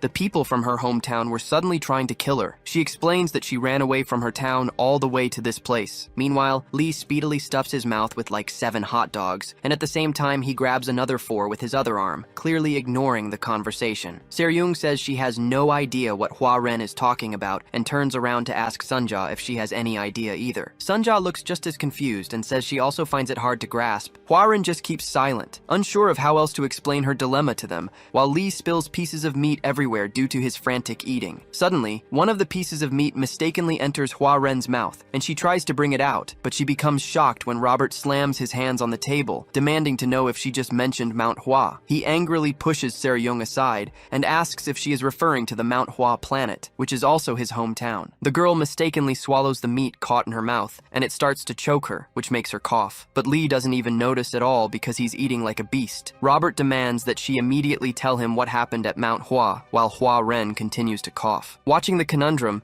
Sunja just frowns and mentions that humans are utterly abnormal. Meanwhile, in the West Heaven Sword Matron's ship, we see that one of her big tubes seems to have been shattered. Out of the shattered tube, Elena's now conscious body falls to the ground, and she begins to cough in the presence of the West Heaven Sword Matron. Her mother just looks at her worriedly and leaves her to cough and come to her senses. She immediately asks her what happened to her on Mount Hua, but Elena continues to cough profusely. Elena, who is still struggling to catch her breath, finally bears herself up and glances at her mother. Next up, we return to the Wild Crane Inn where Lee had met with the Red Wolf squad. Inside the inn, the keeper of the inn, Wang the 18th, watches footage of Lee's encounter with Elena. He watches on screen as she makes her moves, and he dodges them. He also watches Lee use the heart sword when he gets tired of dodging her attacks, which causes the explosion that ripped through space. Wang watches with excitement with his guards behind him, who also watch in great surprise. He recalls his conversation with Se-ryung, and recalls when she asked him how much a full collection of 2,000-year-old martial arts manuscripts is worth. He recalls that she had said they were all originals and were S-rank. In the present, he is shocked to learn she was telling the truth, and he had passed on a deal that could be potentially worth a fortune. We return to the Heavenly Demon Sect, District 32. The footage of Elena launching towards Lee, who just stands there,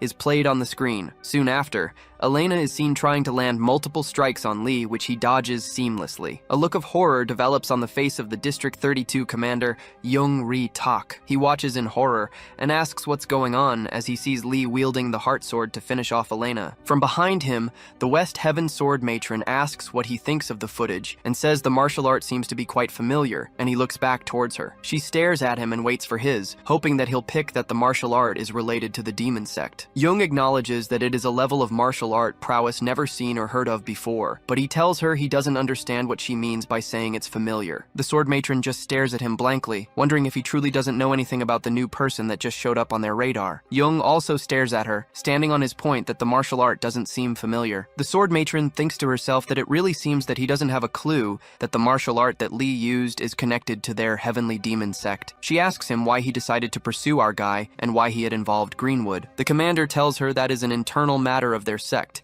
and it's not something that she should concern herself with, even though she is the sword matron who rules over the West Heaven Cosmic Zone. He frowns sternly and stands on his point, but the left side of his neck is suddenly cut. Jung suffers a cut to his neck, and it starts to bleed. Meanwhile, the sword matron wields her sword, and it's clear that she had managed to cut him from where she's standing in the twinkle of an eye. She suddenly develops an evil aura around her and continues to hold out her sword, implying that she'd get the information whether he wants to give it or not. Jung, on the other hand, has the fabric around his neck area cut and only suffers surface damage to his skin, which means that she could have gone deeper if she wanted to, but had decided to spare his life. The commander places a hand over his neck to stop the bleeding and asks her if she's declaring war against their demon sect. She playfully asks him if he thinks that she of all people would fear bloodshed. He looks at her, still holding his neck to stop the blood from coming out. He reasons that she's a woman who, driven by obsession with martial arts, even devoured her own children. Jung decides that she's not one who considers profit or loss to herself when she pursues her obsession for martial arts. It's clear where Elena got her passion from. The sword matron's sword starts to burn with a bright red fire, and it looks like it's about to go down. She begins to awaken, and a purple flame covers the entire room, and she asks him if he will answer or choose to die. He tells her that the choice is obvious,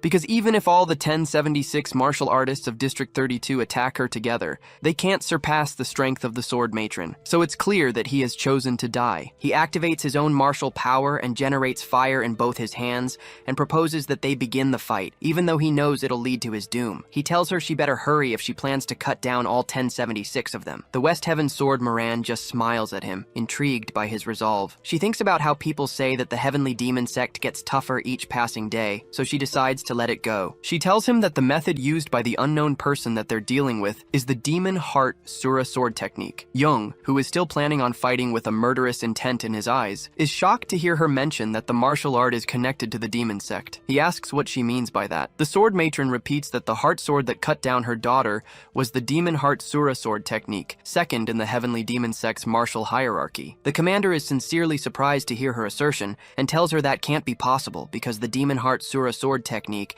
has been a lost martial art for thousands of years. He says that it exists only in legends, and no one in their sect has ever practiced it. The sword matron responds to that by saying that it's not her problem that his knowledge is lacking. She tells him that she's told him what she knows, so she asks him Aegon why he chose to pursue the fellow they're talking about. She refers to the image of Lee on the screen and asks why he chose to pursue him. Jung keeps quiet and stares at her for a while, contemplating whether he should divulge the information. He tells her that they weren't after Lee. He points to Hua Ren and says she was the one they were chasing after. Meanwhile, in a place called the Talaviatra orbiting star system, the S-Devils come to Robert and Hua Ren's home planet, the Mount Hua planet. They fly into its atmosphere and proceed to land on its surface. They reach Hua Ren's county, called Hua Hum County, and the place looks like ancient Japan and looks pretty peaceful. The county looks pretty much deserted because all the shops are abandoned, and not a single person is seen everywhere. No matter where you look, all the lights are on and the homes look clean, but no one can be seen. When they enter the planet, Seryung asks Hua Ren what's wrong and why the land is completely empty. She asks why no one is there, wondering if there's some sort of holiday. Robert looks around in horror and says he doesn't think so because all the store doors are open. They soon touch down and look through the camera and see all the stores open with several market utensils on the ground unattended to. Sunja tells them that the town has over 10,000 inhabitants, but she can't seem to detect any signs of life at all. Robert becomes frantic again and starts to shake the captain. He insists that something must have surely happened and says they should go down quickly. He says something terrifying must have happened and everyone surely died or fled. Seryung tries to calm him down and asks why he's so agitated all of a sudden. He tells her that Mount Hua is his hometown and screams that they have to save Mount Hua. Seryung tries to get out of his grip and starts to cough. She tells him to let go because she can't breathe. While she tries to make him let go of her clothes, tears drop from Hua Rin's eyes as she looks through her deserted homeland. Hua Rin cries deeply while Lee just stares at the scenery of the planet. He asks her what's going on and tells her to speak up if she knows anything about why the place is deserted. She hesitates before she talks, and it seems she knows quite a bit about it. Before she can talk, Sunja tells them that she has detected a life signal. Sunja's words catch their attention attention, and they quickly turn to hear what she has to say. The android tells them that the life signal is coming from the Jiaha Pavilion, inside Manhua's main headquarters, judging from its location. Robert stops struggling with Seryung when he recognizes the Jiaha Pavilion, and mentions that the Jiaha Pavilion is where the leader of the Manhua sect resides. Sunja affirms what he said, but tells him that the life signal is strong, but seems to be coming from just one person. Hua Rin doesn't say anything and just keeps quiet, and it seems she knows who the person is. Later on, they successfully reach the Jiaha Pavilion at night. The building looks grand, but currently seems eerie and covered in smoke. They all stand at the entrance and wonder what the eerie-looking building could possibly hold. Seryung looks back when she hears a loud sound. It turns out to be Robert, who is wearing some sort of Iron Man suit, and she asks him what he's doing. He tells her that whoever is in the Jiaha Pavilion is part of those who touched his homeland, and he doesn't plan to forgive any of them. Seryung just asks him if his combat suit is still functional. She mentions that she thought he stashed it away in the warehouse as soon as he got discharged and later sold it off. Robert insists that once a special force soldier, always a special force soldier, and boasts that he always oil and polishes the suit every day. When they get closer to a tunnel opening in front of the pavilion, the captain asks Sunja if he is still there through the comms. She asks her if she's still detecting a response just to be sure they aren't chasing after the wind. Sunja responds that the life signal is getting stronger and tells them to be careful because it doesn't seem to be human. Seryung takes note of the information and suggests that they deploy a reconnaissance drone first to help them identify what it is before they go in. Nearby, Robert exclaims when he hears that what they're after might not be human. Before the captain can finish her statement, Robert rushes into the tunnel screaming out that he'll kill whatever it is and threatens the monster to come out because the special forces are here. Seryung and Lee just watch him in surprise, not sure what to say. The captain mentions how odd it is that he's causing a ruckus just because they're in his hometown. She decides that there's no need to send a drone since Mr. Patriot must have alerted the target with all his noise, so they proceed to the opening, and she tells the rest of them to stay alert. Just before they step into the tunnel, a pool of fire comes out of the tunnel and heads right for them. Seryung notices the bright light and is shocked, wondering what it could be. The stream of fire issues from the tunnel and burns all that's in its path. Hopefully they're not going against a dragon. The fire is so strong that it runs past the tunnel in front of the Aha Pavilion and reaches across to the houses that were built in front of it. Soon after, the stream of fire retracts back into the tunnel and everything calms down again. Seryung is shocked by what had just happened and remains speechless. Hua Rin is also shocked that such a great inferno has just brushed past them, and they're alive. How they're alive is the funny part. Both ladies are seen pressed towards each other to avoid the fire, and the position is quite embarrassing. It turns out Lee had quickly carried both of them on his legs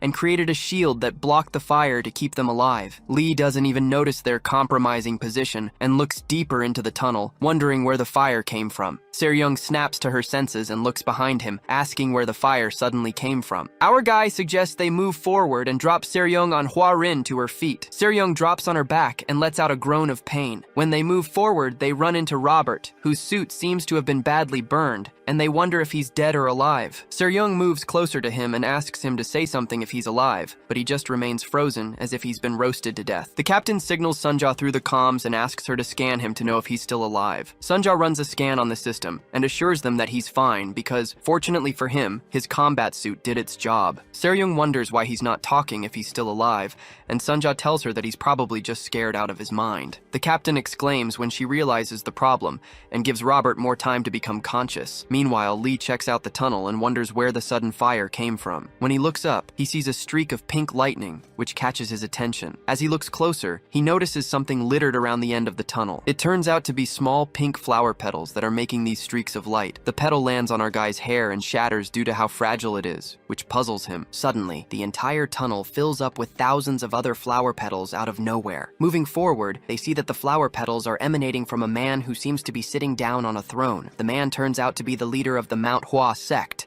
and he just sits on his throne with his eyes closed, enveloped with strong energy, and he seems unaware of their presence. Lee frowns as he looks at him, still wondering what's going on. Seryung also sees him and asks Sunja if the man they're looking at is the source of the life form signal. Sunja tells her that he is the source, and he must be the leader of Mount Hua. Sunja introduces him as Flourishing Blossom Sword Sovereign Yongjok San, and this shocks Seryung. She looks at him more closely and is shocked to learn that the man is the sword sovereign of Mount Hua. Manhua. Lee reaches out and catches one of the plum blossom flowers and looks at it closely. He says that the fact that the plum blossoms open from the heat means that he's achieved the peak of the plum blossom heavenly fragrance heart technique. As the plum blossom shatters in his hands and gives out a purple color, he wonders why they have bloomed in purple. He reasons that this means that the plum blossom heavenly fragrance technique has mixed with another technique called the purple mist divine heart. Meanwhile, Yang just sits there and ignores their presence, with streaks of pink and purple light coming out of his body. Meanwhile, Hua Ren stares at him with tears rolling down from her eyes. Oddly enough, she calls him Dad. It appears that the Sword Sovereign, who seems to be completely unaware of his surroundings, is Hua Ren's father. Lee just stands there staring at Yang, and he thinks to himself that this situation doesn't look good at all. Yang sits on his throne, oblivious to their presence, and it seems he's in his own zone. Se-ryung walks up to Lee and asks what the problem is. He tells her that the plum blossom heavenly fragrance heart technique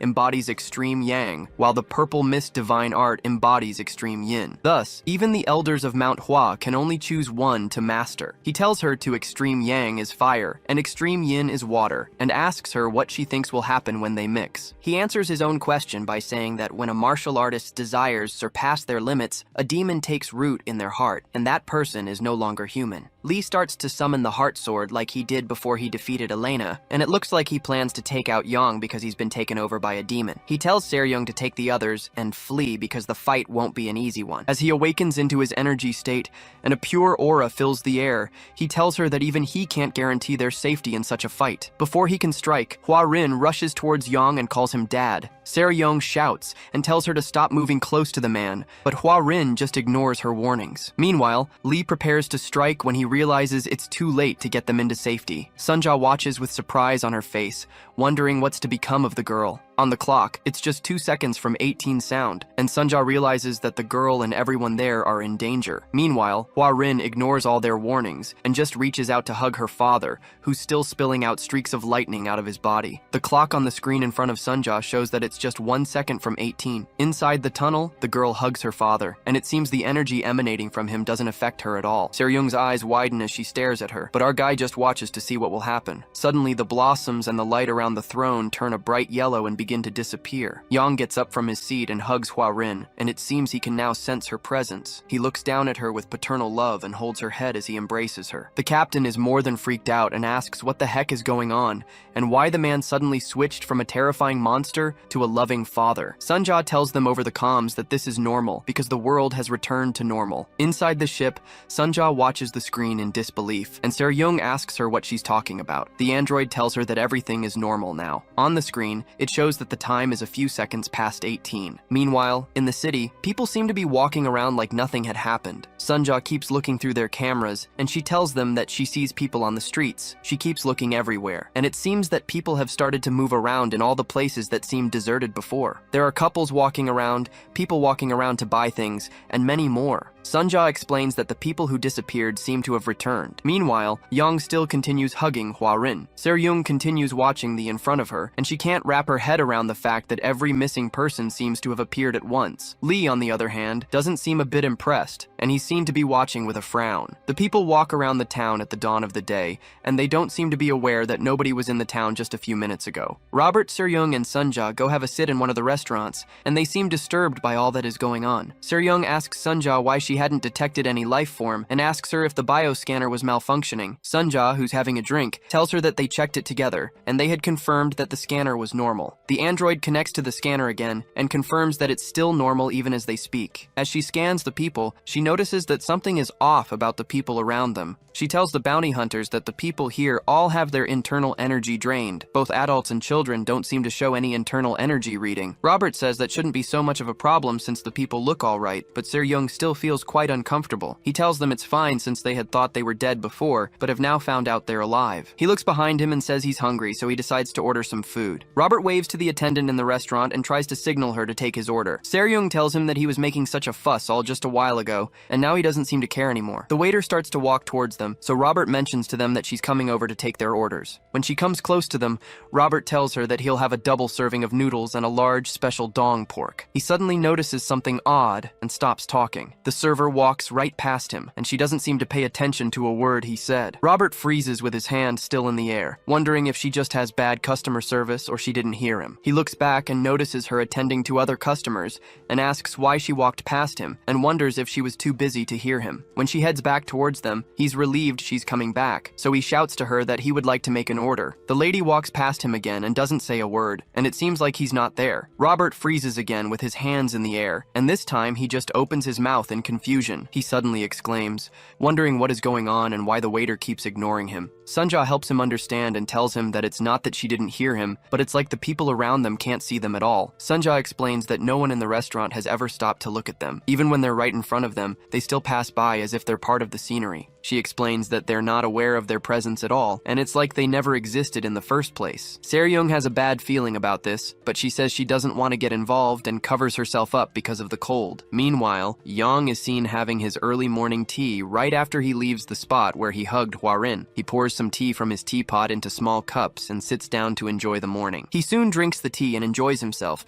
even while there are guests in front of him. Nearby, Hwarin explains to Lee that he's not someone who would rudely drink his tea alone while guests are in front of him. She calls out to him in fear, but he doesn't seem to be aware of their presence at all. She tells him that he can't see them, and that's why he's acting this way. She also informs him that he's been like this since she got back from her tour. Meanwhile, Yang continues to sip and enjoy his tea quietly. Hwarin tells Lee that the strange thing is that he does all his work and tasks normally. She says he goes for inspections, eats his meals, and tends to his gardens like he always does. She says that he does these things at exactly the same times every day, like a wind-up doll. Lee walks up to him and he looks freaked out. He waves in front of Yang's face, but he doesn't respond, so Hwarin tells him it's no use because he can't see them. She tells him he must be careful because something can go wrong if you prevent him from doing his repetitive routine. Lee, who didn't hear that part, drags Yang's cup out of his hands. Hwarin panics and screams out that what he did was a really bad idea and tells him to get out of the way. Lee, who was surprised to see her reaction, does not notice the Sword Sovereign swinging his sword towards his neck for interrupting him. Before the Sword Sovereign makes a full swing,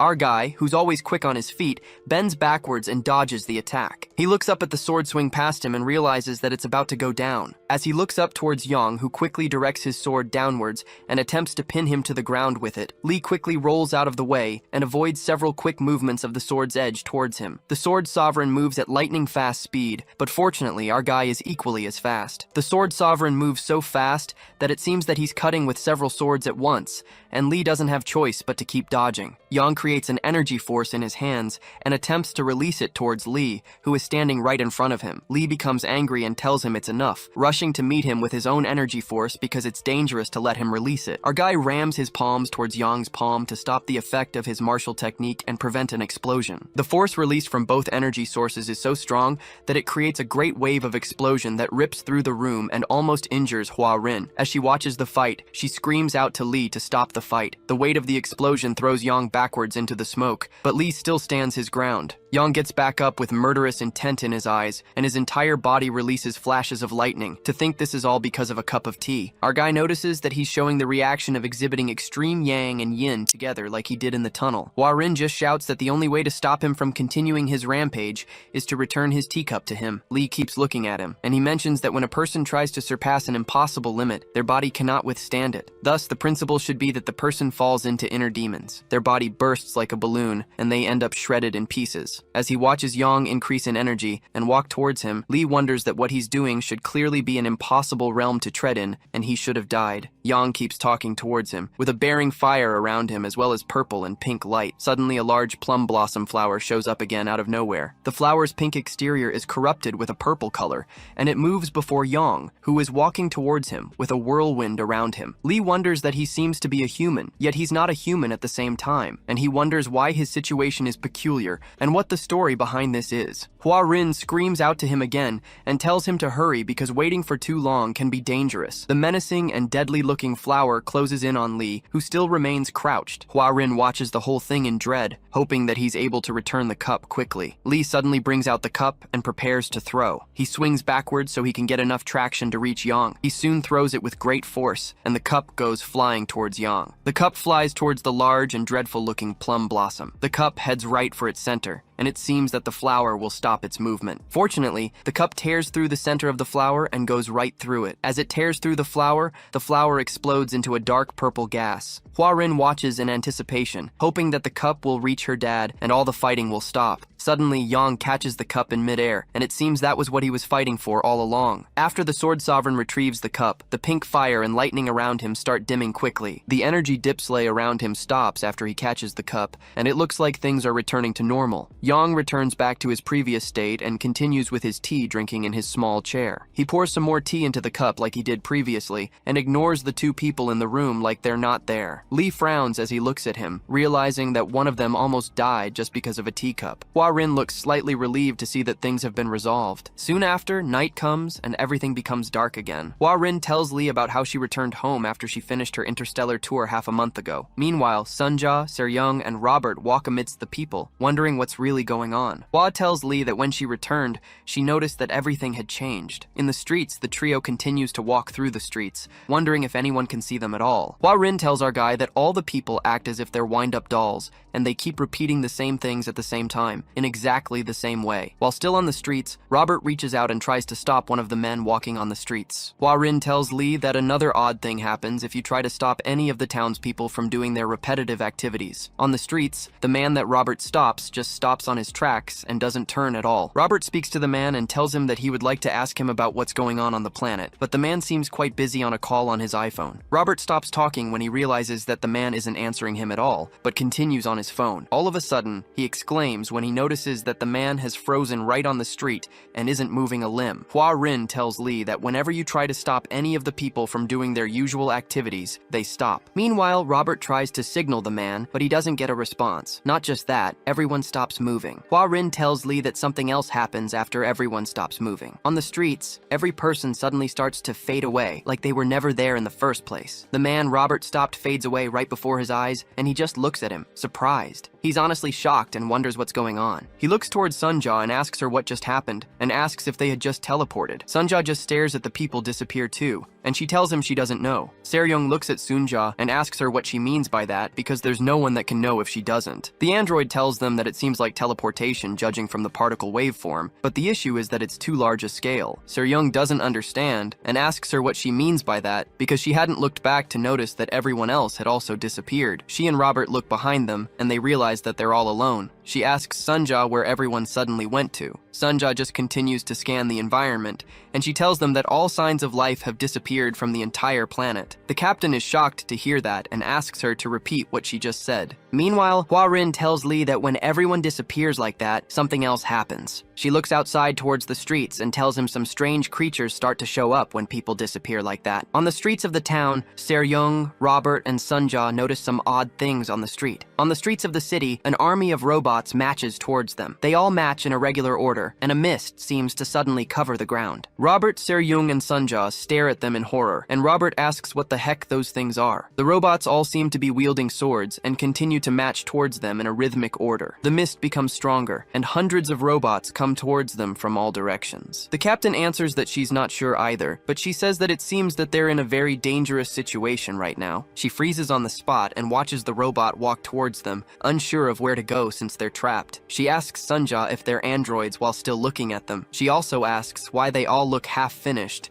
since their abdominal region basically contains nothing but a connecting iron rod. Sunja scans them with her scanner and tells her that they're not androids, but construction droids. She explains that they are models created for simple labor like planetary development. Also, since they are early models, they're equipped with low-capacity AI, so their cognitive abilities are limited. Se-ryung slightly breathes a sigh of relief and says she freaked out for nothing, since they're just construction droids. Se-ryung tells them that according to the 3 laws of robotics, droids can never harm a human, but Robert doesn't seem so sure. He notices they're holding swords and asks what construction droids would want to use them for. Se-ryung tells him they're probably using them in place of tools and walks towards the droids to signal them. She tells them there are people here, and orders them to move aside and find another path so as not to crowd around and scare people. One of the droids runs towards her and tries to cut her nasty lips off. Before she can say protege, Jack Robinson, it swings its swords towards her and tries to divide her in half, but she quickly releases an energy blast towards it. I always knew AI would take over the world. Fortunately, the blast gives her enough of a push to move out of the way and avoid the cut. She angrily looks at the droid and asks it what the heck it's doing, and wonders if it's malfunctioning. Their response to her question shocks her, as several of them leap towards her with swords in her hands. They jump around like ninjas and proceed to cut her in pieces with her long, pointy swords. To stop them all at once, Seryung releases a large energy explosion towards them, using her martial arts skill. From the Jaha Pavilion, Hua Rin and Lee see the large explosion rip through the city. She tells Lee that these are the things that she was talking about, and they always show up when the people disappear. In the streets, Seryung keeps releasing fire at the robots while Sunja clings to her waist to save her dear life, and Robert runs away like a wuss. Hua Rin tells Lee that the robots always attack every living thing they see. Meanwhile, the trio jumps on a roof and the robots follow them, hell-bent on tearing them to pieces. A swarm of robots are seen on the roof and on the ground, and it looks like there's nowhere to run. Hua Rin tells Lee that she was attacked when she came back home after finishing her tour. She looks towards the left to look at her father's T-spot when she hears him leaving. She finds the spot empty and tells Lee that she wouldn't have survived if it were not for her father. Yang goes back to his throne and continues his meditation. Hua Rin tells Lee that for some reason, the robots never come to where her father is. Meanwhile, Yang returns back to his throne and rests his arm on it. He sits down, and the place starts to burn with a pinkish fire once more, like it did when they had just arrived. He soon closes his eyes,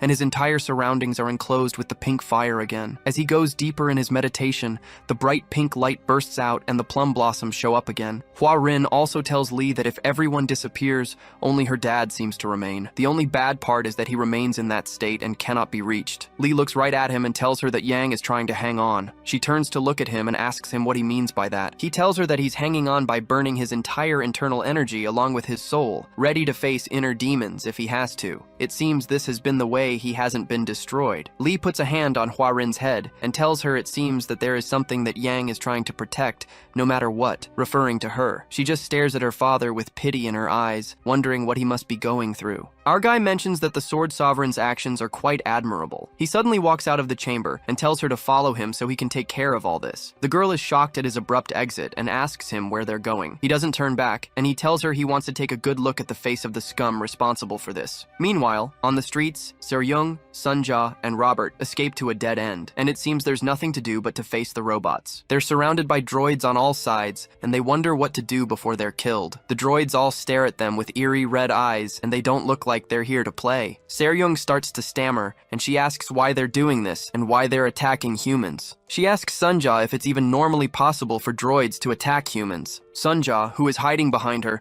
says that it's impossible because the intelligent systems of androids still cannot violate the 3 laws of robotics. Sunja continues that attacking humans isn't even an option for them, but it sure looks like it is. The captain asks her why these robots are acting like this, and wonders if they're malfunctioning or can't see them as humans. Robert starts to crunch the numbers from his knowledge while in the special forces and reasons that since androids can't attack humans, this may be the combat androids that he used to hear about. The robots suddenly leap towards them and proceed to impale them on every side since they're tired of their babbling, and the men brace for impact. Seryung brings out her sword and tells Sunja to hold on tight and to hide well to avoid being hit by their swords. Suddenly, several beams of light hit the flying robots right in midair. The beats hit them so hard that it splits some of them in pieces and disarms them of their swords. The impact releases a massive explosion in the sky as many of the robots explode. Seryung and Sunja stare in surprise, wondering who had suddenly come to save them. Right behind them, Robert shows up with his combat suit again and comes in guns blazing. He suddenly announces that they're not droids. He tells them that there's something called Iron Gangshi. PS Gangshi are reanimated corpses or zombies. The Iron Gangshi don't seem to give up because they've been found out and arranged themselves again to strike. Meanwhile, in a faraway place, someone named Count Richel watches the entire tussle on a screen. Another person introduces to him that the people on the screen are called Blazing Devil Tang Seryung, and next to her is PL0316KBT intelligent android Suna, while looking at an image of them freaking out. She explains that the third person is the former First Sergeant Sergeant of the Northern Galaxy Combat Unit, Special Tactical Division, Robert Carlyle. The person making the presentation appears to be another Iron Gangshi, and she explains to her boss that the S-Devils are a group of bounty hunters mostly operating in the outskirts of the galaxy. She mentions that they're not a threat and they can be eliminated within 10 seconds. Her boss asks her if she had just said that Robert was from the Northern Galaxy Combat Unit. While he looks at the image of Robert going in guns blazing and whooping Gangshi behind, he confirms if he's also from the Special Tactical Division. The Gangshi asks him if she should issue the order to eliminate them. He looks at the screen with his half-metallic face and considers the next course of action. Meanwhile, Lee reaches the spot where the guys are fighting the Gangshi. He notices several broken robotic parts on the ground and asks what seems to be going on. The fight seems to have ended, so he asks them how the fight is already over when they were just fighting a moment ago. Several robotic parts are seen littered on the ground and even on the roof. Robert responds to him and gloats that he went all out on the robots this time. He mentions that he's been waiting every day for a day like this, and that explains why he hasn't thrown away his suit. He flexes his suit for a bit,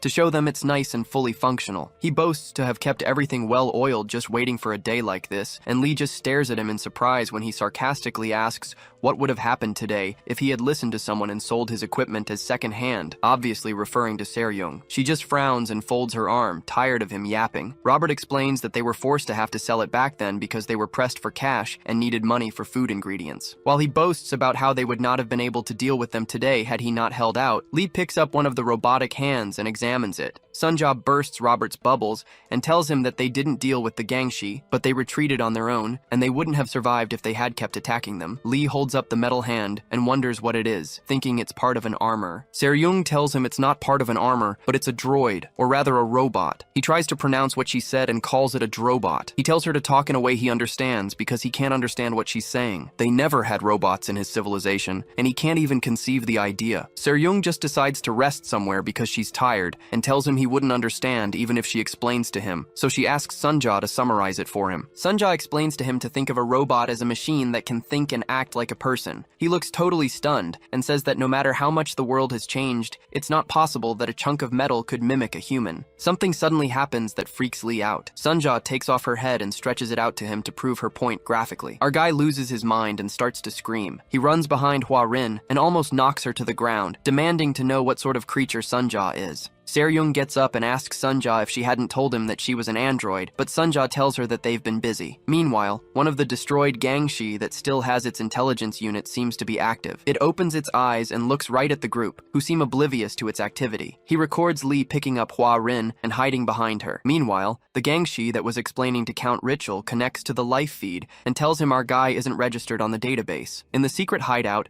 they watch the footage on the screen, and the Gangshi adds that Lee doesn't seem to be mounted with an internal energy drive, and this indicates that he's a pure natural. Count Ritual gets up to leave and tells them that, judging from our guy's foolish actions, he's not someone to worry about. He tells them that the person they need to be worried about is Robert. He says that he must be an elite soldier if he's from the Special Tactical Division of the Galaxy Combat Unit. The Count also believes that he must be the best of the best if he's a first sergeant. He reasons to himself that someone like Robert wouldn't have come to this place by coincidence without a definite purpose, so he orders them to be thoroughly vigilant and investigate him. Meanwhile, somewhere else in the vast expanse of the galaxy, a bright star appears. It turns out it's not a star, but a transport ship that's traveling through space. The location seems to be no other place than the 32nd district of the Heavenly Demon Sect. Inside the district commander, Zhang, and the district's elder, Zhou, await the entrance of their special guest. Moments later, their guest's transport ship enters their district, and the doors open for him to come out. He comes out wearing some flip-flops, and he looks rather chill. He walks towards the commander and elder, who bow their heads as they receive him as a sign of respect, since he's higher up in the chain of command. The commander thanks him for coming such a long way to see them and refers to him as an officer. He yawns tiredly and agrees that it was quite a long journey. The officer seems to be a boss baby, and he tells them his long journey better be worth all the effort. He is Zhou Dan, the first-class officer of the Disaster Safety Headquarters Central Committee of the Heavenly Demon Sect. They get straight to business, and Zhou inspects the bulging red mark on Zhang's head where Lee had slapped him. Zhang is seen in a wheelchair, and it's clear he's still recovering from the physical and mental impact of the experience. Commander Yang asks Officer Joe if there's anything he notices. The officer looks freaked out, and he looks closely at the weird hand mark on Zhang's head. He stands on a stool because he's not so tall, and he continues to stare at the mark without uttering a word. Finally, Joe lays a hand on the mark and asks Zhang if it hurts. Zhang answers that the pain has greatly subsided, but he mentions that his head still feels a persistent heat. Joe asks him to repeat what he said so he can clarify, and he wonders how there's still heat and no pain. Zhang looks down, still dejected from the experience, and affirms that this is what has been happening to him. Suddenly, Zhang experiences a great deal of pain when something happens. The officer presses his head again and does the same move that Lee had done to him, causing him to groan out in pain. Once beaten, twice shy, the loudness of the squad leader's screams fills the entire medical lab. Over the larger mark that Lee had made,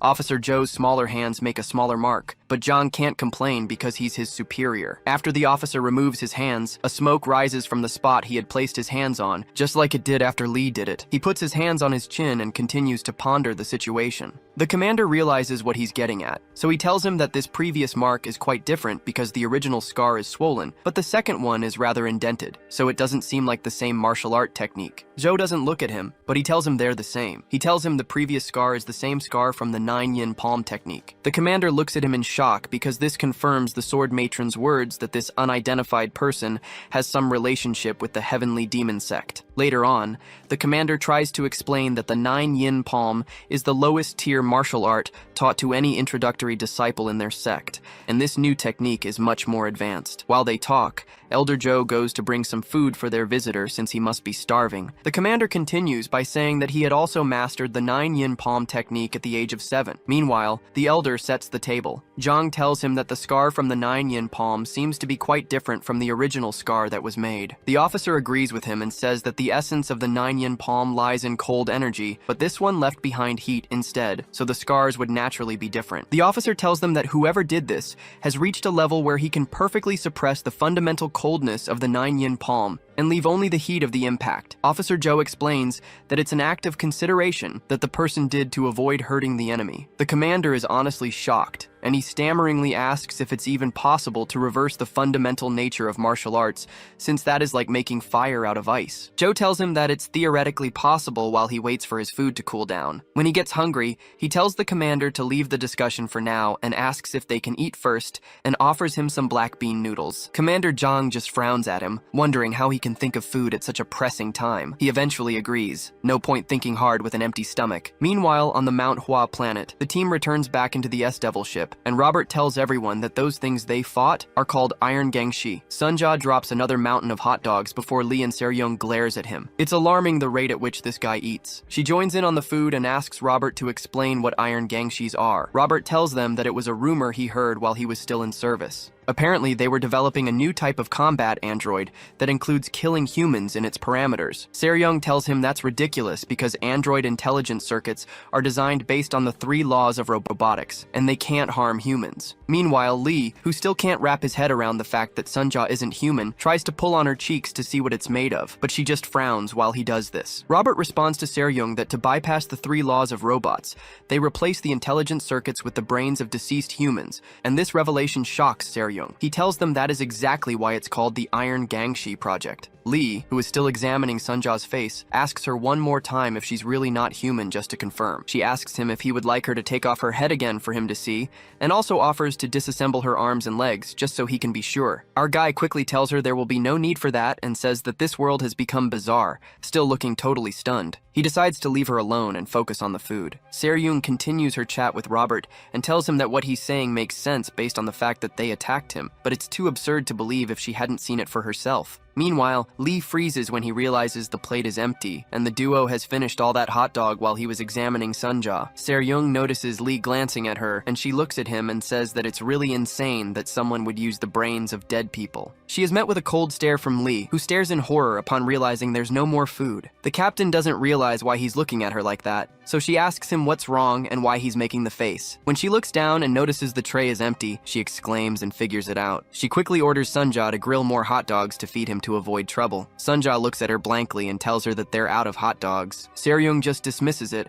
and says then there's nothing they can do, so she returns to the discussion about getting a clear grasp of what is going on the planet. She turns away from the table and says that it feels to her that they're caught in a rather unlucky situation. Behind her, Lee suddenly exclaims about how they're disrespectful beings and suddenly starts to light up, which makes Seryung turn back. He angrily says that even if the era of the martial world's etiquette is gone, it's alarming that she had the guts to steal his food. Seryung is alarmed and asks Robert what the heck Lee is saying, but he just tells her he has no clue. Our guy starts to awaken, and he says that she doesn't have the excuse of not knowing his true identity because he had declared himself to be the supreme heavenly demon, and asks what gave her the guts once more. She puts a hand on her waist and recalls that he did say he was the supreme heavenly demon, and Robert also remembers. Such disrespect. She mulls over it and can't make any sense of what that would even mean. The captain just ignores him and turns around, saying it's confusing, but they'll deal with that later since they have bigger priorities right now. Meanwhile, Lee is still burning hot with anger. Robert gets uncomfortable sitting down with him at the dinner table and stops Seryung so they can leave together. Sunja also hastens out of the ship, trying to avoid Lee's trouble. Eventually, Lee is left alone, and he has no choice but to stow away his anger. His awakening soon stops since there's no one to be angry at. He looks at the tray once more and sees the oil used to grill the hot dogs, and some bits of hot dog still left in the tray. He looks closer at the small bits of hot dog that they had left in the tray, and he gets an idea. Eventually, he reaches out and grabs it, since that's all that's available. Can't afford to starve to death because he's the supreme heavenly demon. He puts it in his mouth, still with a frown on his face, but it seems he's come to terms with living with such lowly mortals. Meanwhile, the parts from the iron gangshes are still seen outside. Sunja proceeds to pick one of the robot's heads to inspect it more closely, in hopes that they'd be able to figure something out. Seryung just stands there and looks at the whole mess, wondering where to start from. Their ship is still in the sky in case they need to escape soon, and the entire place is littered with robot parts like a mechanic lab. Robert picks up one robot arm and notices the joints are too weak. He wonders why they're so poorly made and why the alloy is so weak. Sunja examines the head she's holding and tells him it's poorly made because it's not a finished product, and these are just prototypes. She looks closely at the head she's holding and scans it using the scanners in her eyes. Sunja scans it for a while and doesn't continue what she was saying. Seryung notices her rapt attention and asks her if she's trying to see something in the robot's head. Sunja responds affirmatively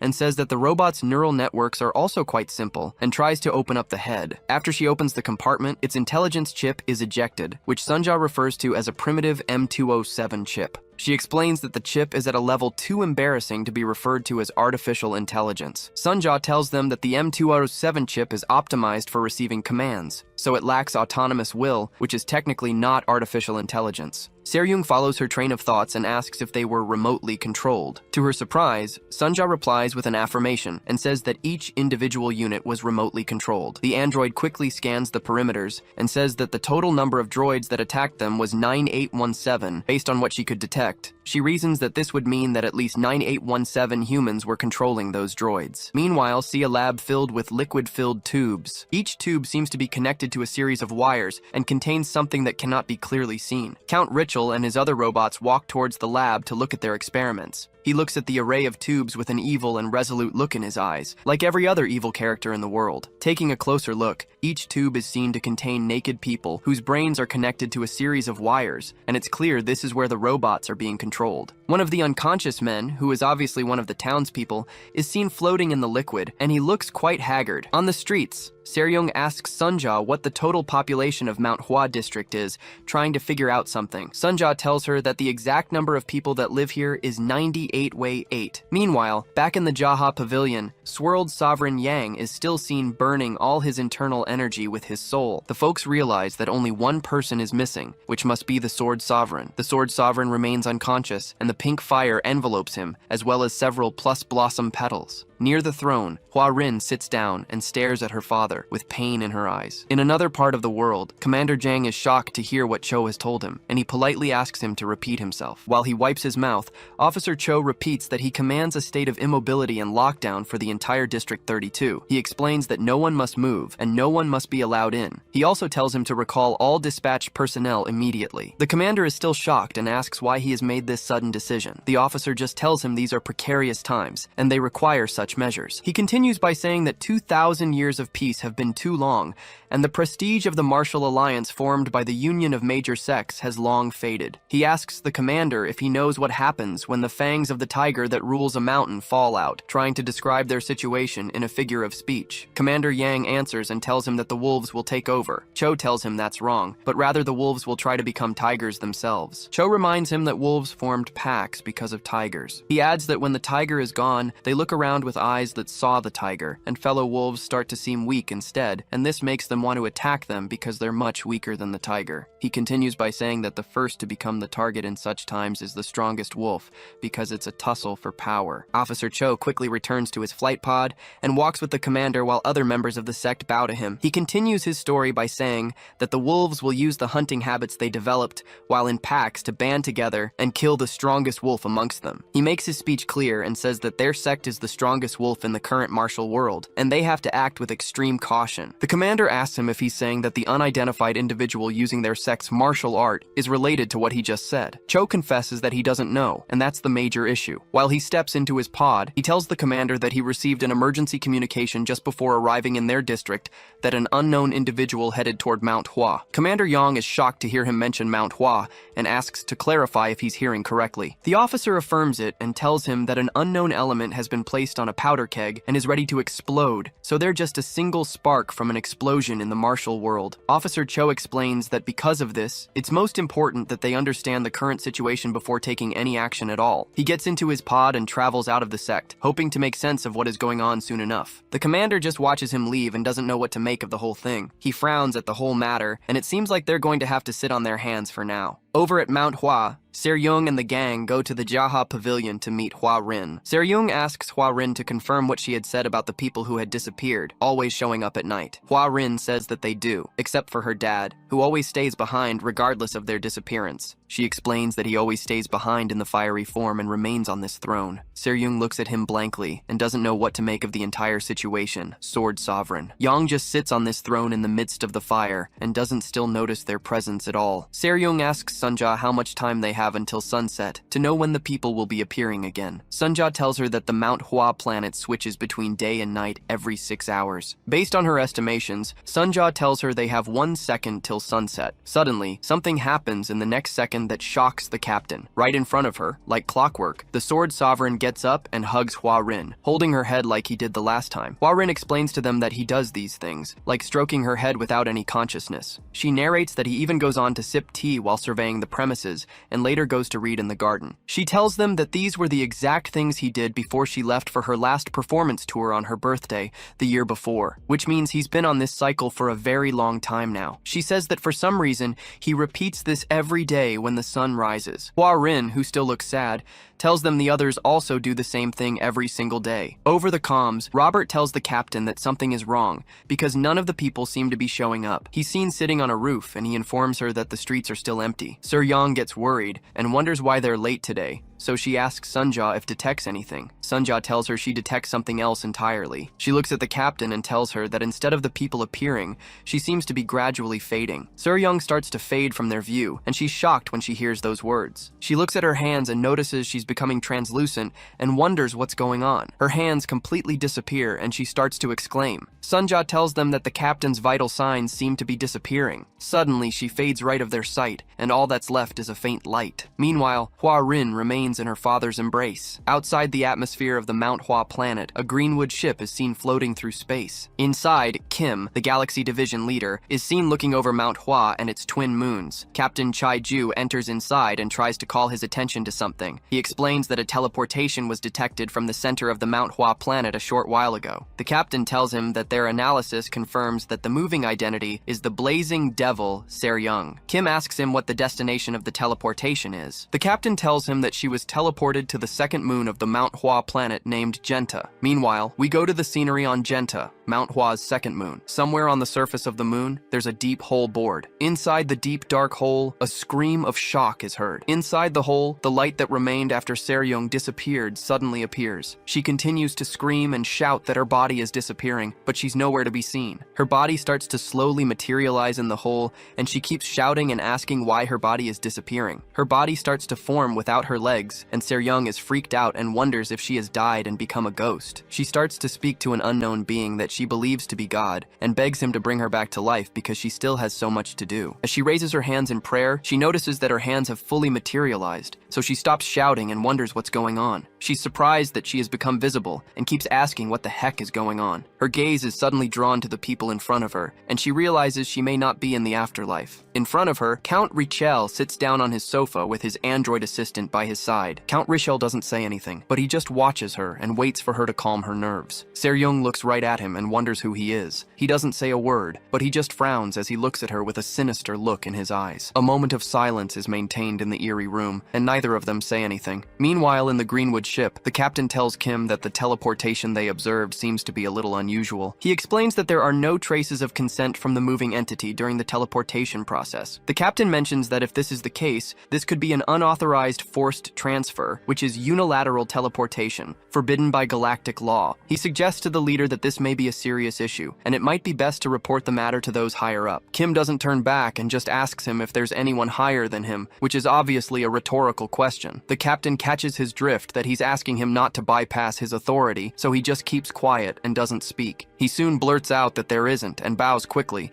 declaring the Black Tiger as his sole commanding authority. Kim commends his attitude and tells him to keep monitoring the situation of things for now. He also mentions that they can't say anything just yet because the use of forbidden technologies by the galactic law on the moon could imply significant backing from a higher authority. He tells the captain not to intervene recklessly and ensure he investigates thoroughly before they can take any action, because they need to assess whether knowing about all this brings them more harm or benefit. The captain just responds with a loud affirmation to his boss's commands. Kim keeps staring at the twin moons and privately wonders what can be made of the whole thing. Soon after, some intelligence reaches the West Heaven Sword matron, and she asks again to clarify that she heard it correctly. It appears that Elena had just told her about the man she met in Manhua, and she asks her to repeat herself. Elena, who is on her knees, explains that the man she met claimed to be her father. She clarifies what she said and says that the man told her he was the one who fathered her. She continues her story and talks about how she lost against him in a duel. Hearing that surprises the sword matron because of how hard it is for any martial artist to beat Elena. She thinks about Manhua and considers that the person who defeated her daughter and who claimed to be her father is now at Manhua. Meanwhile, on Manhua, Robert slams his hand on the table to make a point. He screams out that they have to save the captain, and he's overreacting a bit like he always does. He angrily curses that some bastard had the guts to kidnap their captain, and Lee just listens to him quietly. When he starts to curse some more, Lee doesn't understand any of the words he's saying, so he asks Sunja what Robert is talking about. Sunja tells him she wouldn't like to translate any of it because it's majorly cursing, so she focuses on her work. Hwarin says that the place where Se-ryung was kidnapped might have something to do with the incident on this planet. She guesses that it might be that the other people were taken away in the same way. She tells them it's possible, but they just don't have any proof. Sunja interrupts and tells her they actually have evidence. She explains that the phenomenon when the people from the Manhua planet disappeared is the same. It's called a forced teleportation, which takes a person without her consent. She adds that such unilateral teleportation is forbidden by the galactic law. Robert shouts again that this means that everyone is trapped somewhere. He tells them they can't sit idly and they need to go rescue them, and he grabs Lee by his shirt this time. Lee turns to Sunja and asks her what's wrong with Robert, but she just walks away and ignores them. She tells Lee that it seems that Robert has post-traumatic stress disorder from his time in the military, so this means that he struggles to control his anger when he gets stressed. Meanwhile, Robert continues to use the F word and cuss in Lee's face, still grabbing him by his shirt. Lee looks at him and tells him to let go of his shirt. Sunja tells him it's no use because once he starts, he doesn't listen to anyone. Our guy starts to awaken, and he speaks to him in his martial form, which catches Sunja's attention,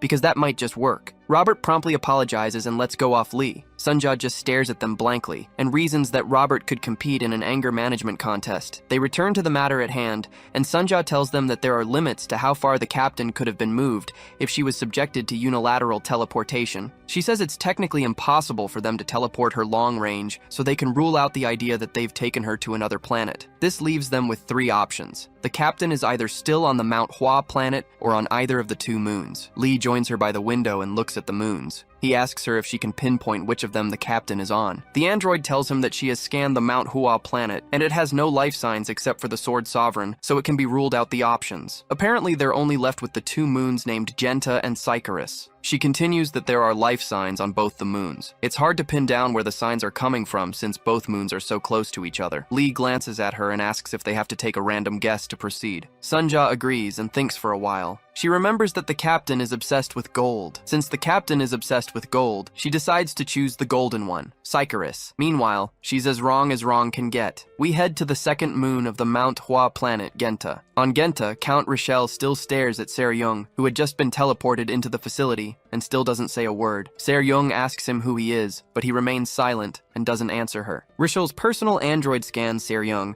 and detects that she has an externally mounted 1.4 giga internal energy drive. It also detects that she has a 3.3 giga ultra-high density, high-capacity internal energy drive embedded in her body. The android continues by telling the Count that the only external weapon that Seryung has is the electronic soft sword attached to her waist. Count Rochelle finally speaks and talks about her 3.3 giga internal energy drive while he enjoys some sparkling water. He remarks that a backwater bounty hunter is carrying around something she can't even use. Seryung asks him who he is again and asks him if he's deaf. In another part of the universe, a bright ray of light shines on a seedling. The seedling seems to be planted in something that looks like sand, and it survives due to the direct sunlight it's getting. A very old man crouches next to it and watches it bud, enjoying the beauties of life. Nearby, Officer Cho approaches the old man and refers to him as Master. Cho comes in with a solemn look on his face and declares that there's an issue he would like to discuss. The old man immediately tells him that he knows about the issue related to the events at Mount Hua and mentions that he knows he's been tasked with resolving it. Master tells him not to act impulsively, but to rather wait until the bud fully blooms. He says that only then will he be able to tell what type of tree it is, whether it's a poplar or a willow tree. He says that they must wait until the entities backing Count Richel are completely exposed, and that's when they can strike decisively. The Master reminds him that he raised him to understand that much, so he asks him if he's not mature enough or if there is another problem. Cho doesn't say anything and just remains silent. The Master senses that there's another issue on his mind and asks him what it is and what could have brought out his childishness. Cho explains that a mysterious person appeared during his investigation into the matter. He says that the person performed their martial arts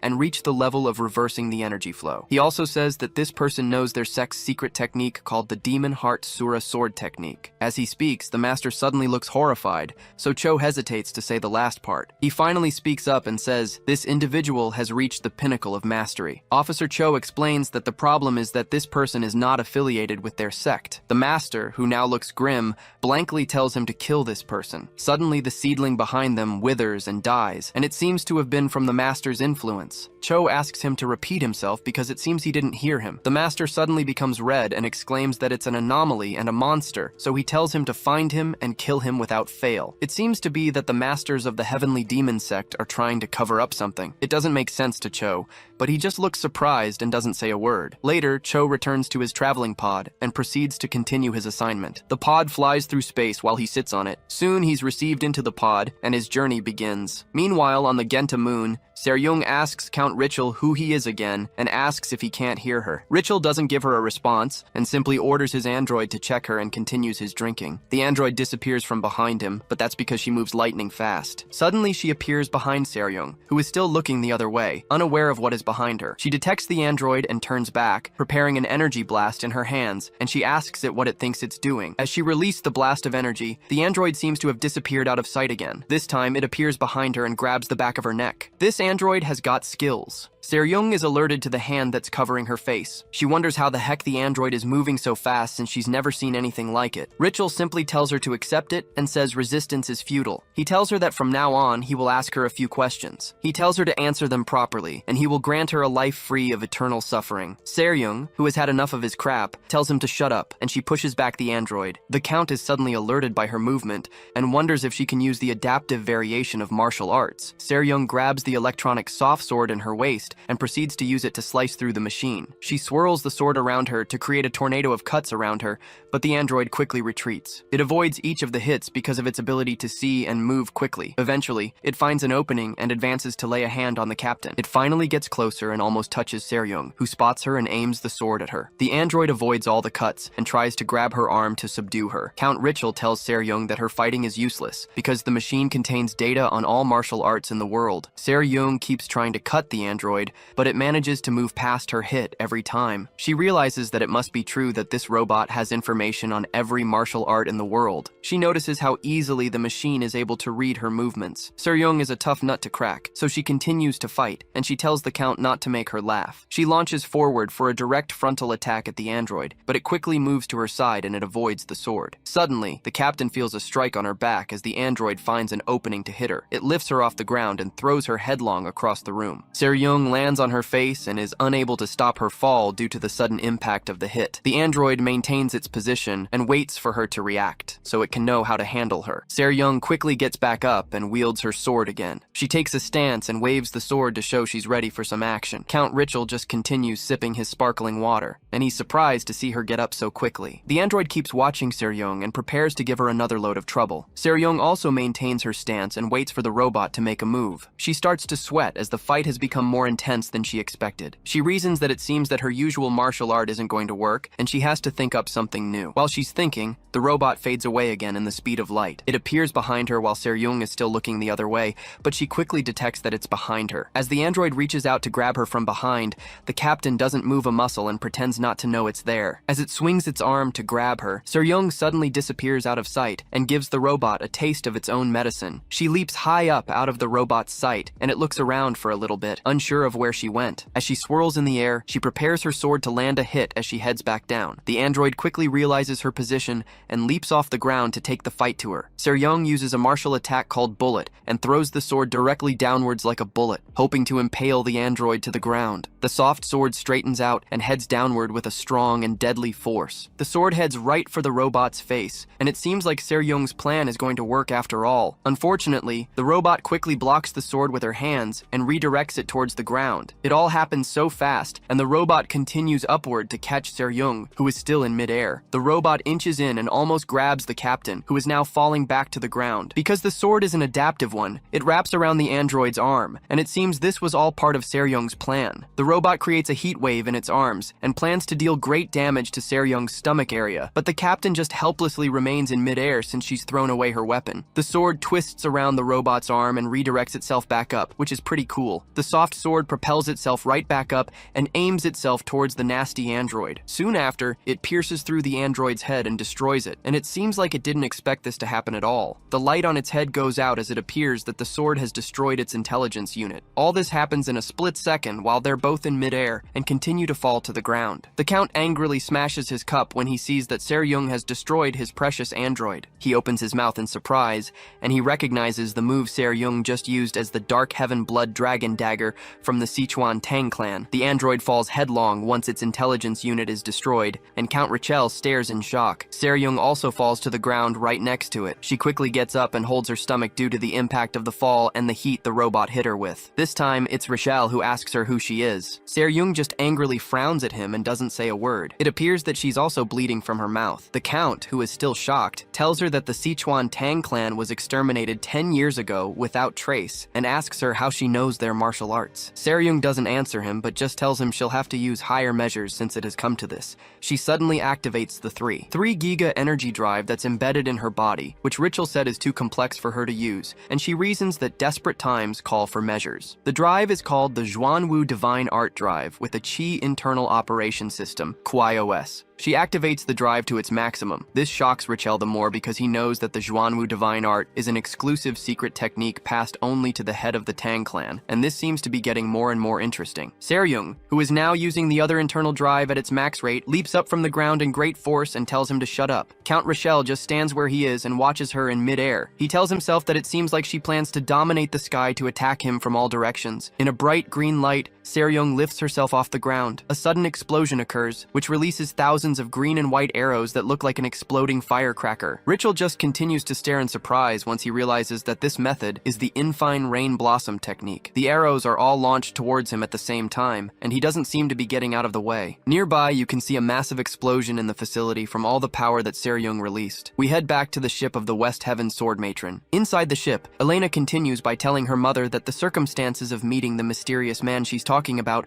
were also strange. She tells her that she had arrived at Manhua to receive a bounty request. She remembers that when she got there, she suddenly lost consciousness, and she suddenly woke up in front of him. Like he always does, Count Richel just sits on his couch and watches her in silence with a sour look on his face. Elena recounts the incident and says she doesn't still understand why she had to meet him that way. She remembers just staring at him and him doing the same thing for a short period, with neither of them saying a word. Her words catch the sword matron's attention, and she realizes that what Elena is describing is unilateral teleportation. In the flashback, Count Richel tells Elena there's no need to be surprised. He tells her that he called her here to grant her her wish. Elena looks at him in surprise, unsure of what he's talking about. He asks her if she doesn't want to become stronger and to see the world beneath her feet. He tells her this dream is the reason why, after earning the infamous title of 8-foot fighting ghost, she even turned her spaceship into a dueling arena in pursuit of nothing but battles. He explains that the closer she got, the more distant the path became, leading her into despair and crying every night in hopelessness. He tells her he has called her to give her strength, the strength to look down upon the world. Elena admits that the man seemed to know a lot about her. In the flashback, she asks him who he is and what the heck he's talking about. She mentions that his accuracy of knowledge was infuriatingly unpleasant. Richel simply gets up and tells her it seems she'd only understand if they have a fight. In the present, Elena tells her mother that they decided to fight. There was only one issue. Meanwhile, Count Richel seems to have overpowered Seryung despite her grand appearance,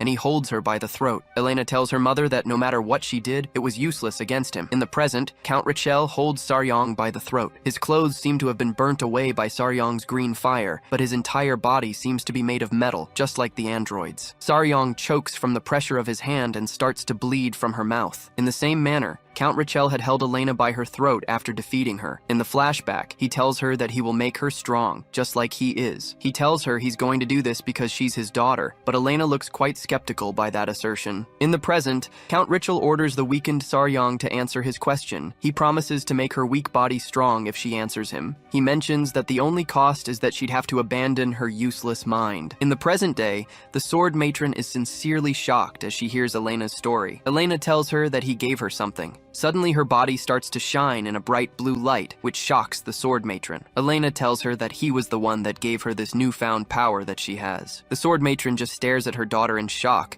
and realizes that the power he gave her is called steel fortification. Meanwhile, Sunja continues her research to detect where the captain is as they prepare for takeoff. Robert starts shouting again and asks her why they aren't leaving, and he asks her to hurry up and move the ship. Sunja looks at the radar once more and notices that something has suddenly appeared on the scanner. On the scanner, a red dot shows that someone is approaching them and is nearby. Sunja stops their journey to the Cicerus moon upon noticing the new ship. Right in front of them, a pod that looks like it belongs to a member of the heavenly demon sect shows up. Both aircraft stop in midair, and neither of them steps out or tries to make contact. In the S-Devil ship, Robert asks Sunja what the heck is in front of them, and asks her to tell them to move so he doesn't crush them. Sunja tells him she can't do that, and he asks her why. She says the ship is a Celestial-class battleship, even though it looks small, and their ship can't even match it. She adds that the worst part is that it belongs to the heavenly demon sect. Robert is shocked to hear that, as he wonders what the heavenly demon sect wants with them. Moments later, Officer Cho teleports into their aircraft, shocking Robert and Sunja. He looks towards where Lee is sitting and completely ignores the other bounty hunters. Lee doesn't even notice him because he's busy trying to use a knife and a fork on a single piece of hot dog. Poor guy. He should have just used his hands. Cho stares right at him, although you can barely call it a stare since he has such small eyes. He immediately recognizes Lee as the person he saw on the screen at the district. Robert approaches the officer and politely asks him what brings someone from the heavenly demon sect to their ship. Cho doesn't turn back to answer him, but continues towards the place Lee is sitting. He tells our guy that he's the first-class officer of the Disaster Safety Headquarters Central Committee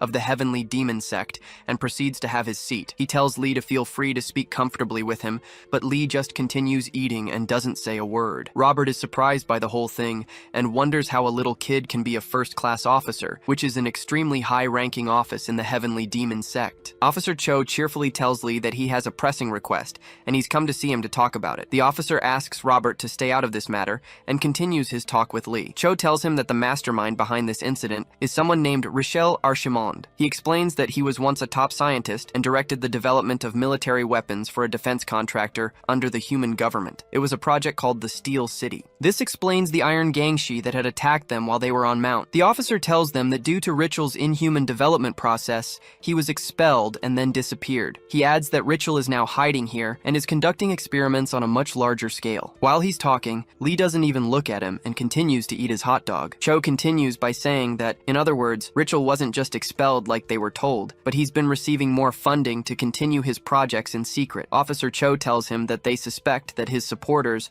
are some factions within the human government's military. When Lee finishes the hot dog, he asks Sunja for some water and completely ignores all that he heard. Officer Cho stares at him, surprised that he doesn't give any response even after hearing all the information he just gave. He wonders who the heck Lee even is. Robert asks him if he just mentioned the military faction and asks if he's saying that this is the work of the human government's military. Cho affirms that and tells him to stay out of this because this is beyond what civilians can handle. Meanwhile, Sunja gives our guy some water and he still doesn't say a word. Robert asks Cho about their captain and tells him that their captain was just kidnapped. He tells him that there's nothing they can do about it and says all they can do is pray for her. Robert becomes triggered again and he smashes his hands on the table. He asks Cho what sort of nonsense that is and tells him to shut up and get out of here because they're going to rescue their captain. He tells him he doesn't care who he is and they won't let it slide if he tries to stop them. Lee finally speaks for the first time and tells Cho to listen to him. He tells him that he's not trying to intervene, but he's not going to do what he tells them to do about the matter either. Lee tells him that he keeps thinking about it, and he wonders why he would give such valuable information to them in detail. Our guy says that would only be because he wants to use them as tools to get out of the responsibility of dealing with the issue. Lee hisses and says a kid who barely has even a single hair on his head is trying to manipulate him. Cho just replies by asking him who he is, and refers to him as Noble One. Lee doesn't answer, but asks him if that's the real reason that he came here. The officer doesn't answer either, but just remains quiet. Lee suddenly leaves the table and tells him that if that's not the reason he came, then they both have nothing to do with each other, and they never will. Cho finally addresses the elephant in the room and asks him if he has any connection with the Heavenly Demon sect. Lee blankly replies that he has no connection with them. The officer tells him that he'll believe him for now, but he asks him once again if he has no connection whatsoever with the Heavenly Demon sect,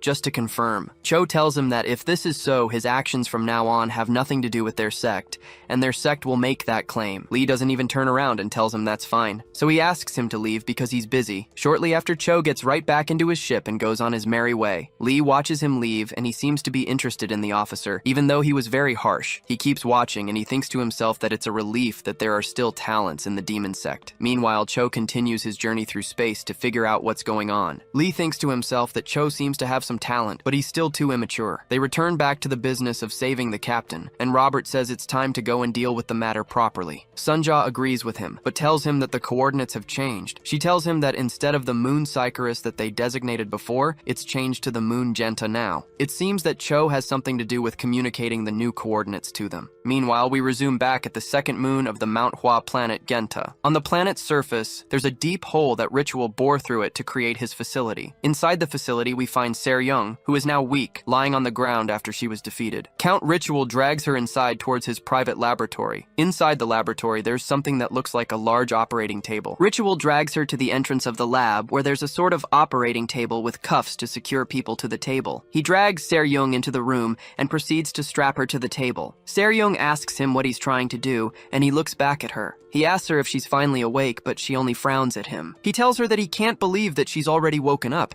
and he mentions that it seems there's something special about the noble bloodlines, referring to her as the lady of the Sinchuan Tang clan. Seryung asks him where they are, and asks him what he's planning to do to her. Ritual tells her not to worry because he intends to free her from pain. He adds that he will erase her memories, and even the darkest parts of her past. It seems that he plans to add her to his collection of people that he stored in the tubes. He tells her that he'll turn her into an iron gangshi, which gives her a simple and useful life, where she'll know nothing but obedience. Upon hearing this, Seryong groans as she closes her palm in an attempt to generate an energy blast, but nothing happens. Ritual tells her that it's no use because he's blocked all the meridians in her body and has paralyzed her nervous system. He prepares the table by opening the cuffs and tells her that her body will no longer listen to her anymore because he's paralyzed her brain and spinal cord, which are responsible for processing and integrating information. Seryong tries much harder to move her body, but it doesn't seem to be working. He tells her it's no use, so there's no need to stress herself. Suddenly something shocking happens. Seryong suddenly gets up, even though he had blocked her central nervous system. She tells him not to dream foolish dreams,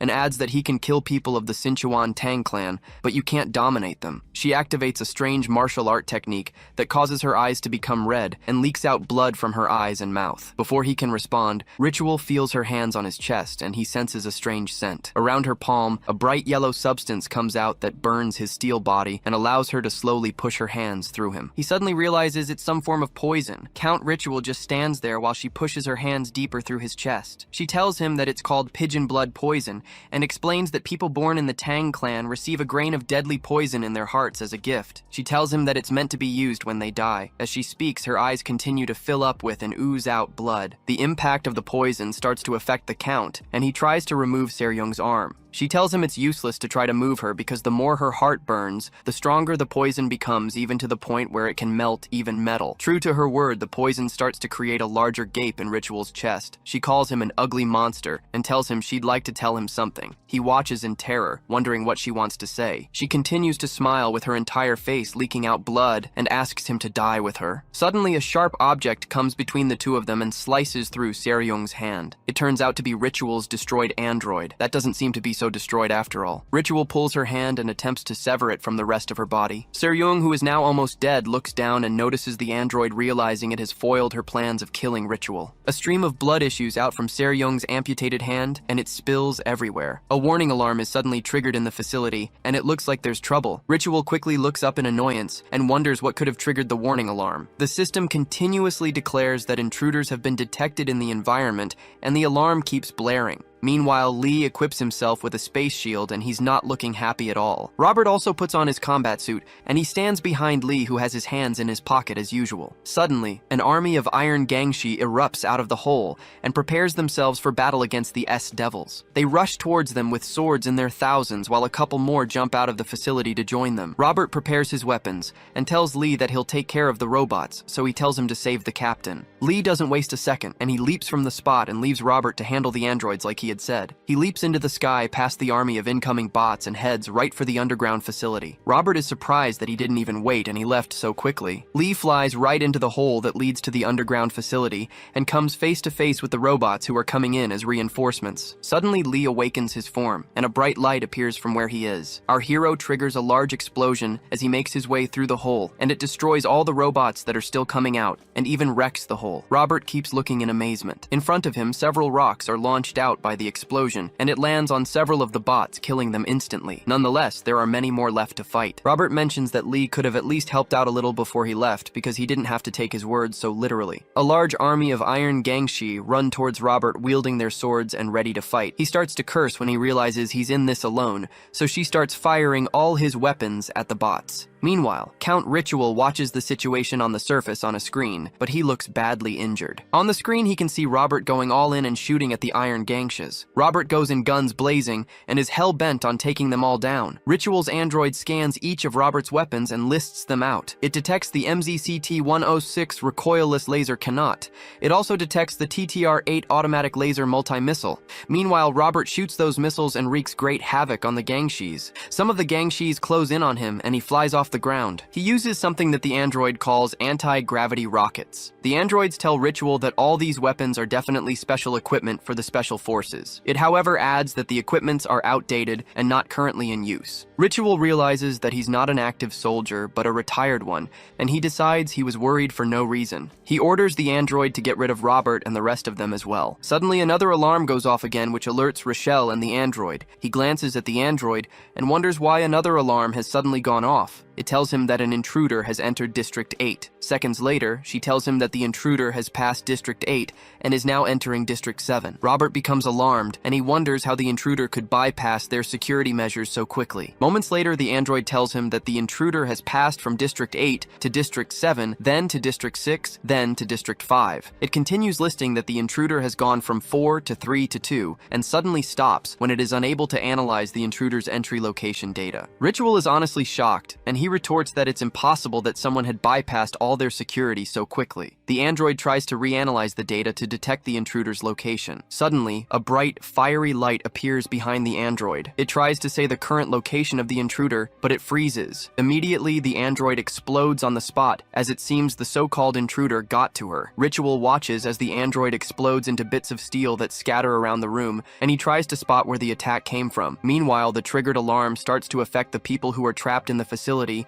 and their tubes start to fill up with gas. The entire tube almost fills up with gas, as it seems like it's a response to the emergency. Suddenly, the alarms stop blaring and the tubes return back to normal. All the tubes return to normal, and they return to normal oxygenation. The entire room fills up with smoke from the explosion, and Ritual stands there surprised, still trying to figure out who the intruder is. He notices a large gape in the wall, where it seems that someone has broken through it. Through the opening, Ritual spots Lee, who walks into the facility with his hands still in his pockets. He realizes that he is the intruder that broke through all the facility's defenses and just stares at him. Lee stares back at him with a curious look on his face, and he looks completely harmless. Shortly after, our guy steps through the opening and walks towards the Count. Lee just looks at him and doesn't say a word. Ritual also stares in shock, still wondering who heck he is, or how he was able to get past through all those bots and get here. While the Count still fixes his gaze on him, Lee moves faster than light and appears behind him. He walks towards Seryung, who is now on the table, and Count Richelle turns back to look at him. Seryung is strapped to the table with one arm because her other arm has been cut off and she is stained all over with blood. Count Ritual finally breaks the silence, and he loudly demands to know who he is. Lee doesn't pay him any attention, but continues looking at Seryung's blood-stained face and body. He finally speaks and tells the Count that he has ruined a child who's just entered into her youth. He adds that on top of that, he's not treating people with respect either, referring to the thousands of people he trapped in the tubes. Lee looks right at him and tells him that he's nothing but a monster. The Count looks surprised and just keeps staring at him, unsure of how to react since he doesn't know who he is. Lee frowns at him, and his gaze shocks the Count, who is still shocked by his sudden emergence. He rudely asks Lee who he is one more time and asks him what he's up to. Lee just reaches out his hands towards him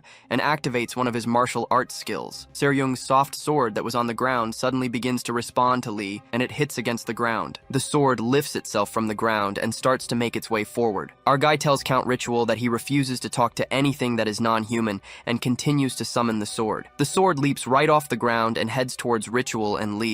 Instead of piercing through Ritual's head, Lee draws the sword right past his ear, probably to show him what he's capable of doing. The sword moves towards Lee and he catches it. The Count is shocked to see him use such a martial art technique and recognizes it as a technique known as void manipulation. He quickly scans Lee, but he realizes that he's not fitted with any internal drive. This realization disturbs him more, and he becomes worried that his opponent doesn't have an internal drive installed. He wonders how he's able to use a skill like void manipulation, which can only be performed by those who have reached the transcendent level. He continues the scan with a scanner that is equipped into his eyes. He's dumbfounded and wonders if Lee is using ancient martial arts. Ritual stands his ground, but he realizes he's in a bad spot and wonders why this new opponent has to come at him at such an important time. The Count looks down at his malfunctioning body from when Seryung had wounded him, and he starts to wish he hadn't been hurt by a crazy woman. Lee moves closer towards him and keeps on staring at him. He stretches the shoulder towards Ritual's neck, and the Count looks surprised. Lee tells him that he's not only non-human, but he's not even a martial warrior. Our hero asks him how he can even think about useless things during a fight. All his talk gets to Ritual, who angrily tells him to shut up and rushes towards him to attack. The Count runs towards him and proceeds to land a deadening blow. Suddenly, Ritual notices blood spilling out from his hands. Apparently, Lee had moved right past him and had cut off his left arm. Ritual looks backward and spots his strong arm on the ground. Lee tells him that he cut him up to him for what he did to Seryung. Meanwhile, Seryung lays unconscious on the operating table. Lee continues by telling Ritual that the only thing left is for him to pay the price of pissing him off. He starts to awaken his form, and he tells the Count to brace himself because the price of pissing him off can be quite expensive. Our guy starts to release a great deal of energy into the lab, and it looks like the Count is in big trouble. Count Ritual thinks to himself that he must be quite unlucky. Not only does he have to deal with the woman from the Sichuan Tang clan,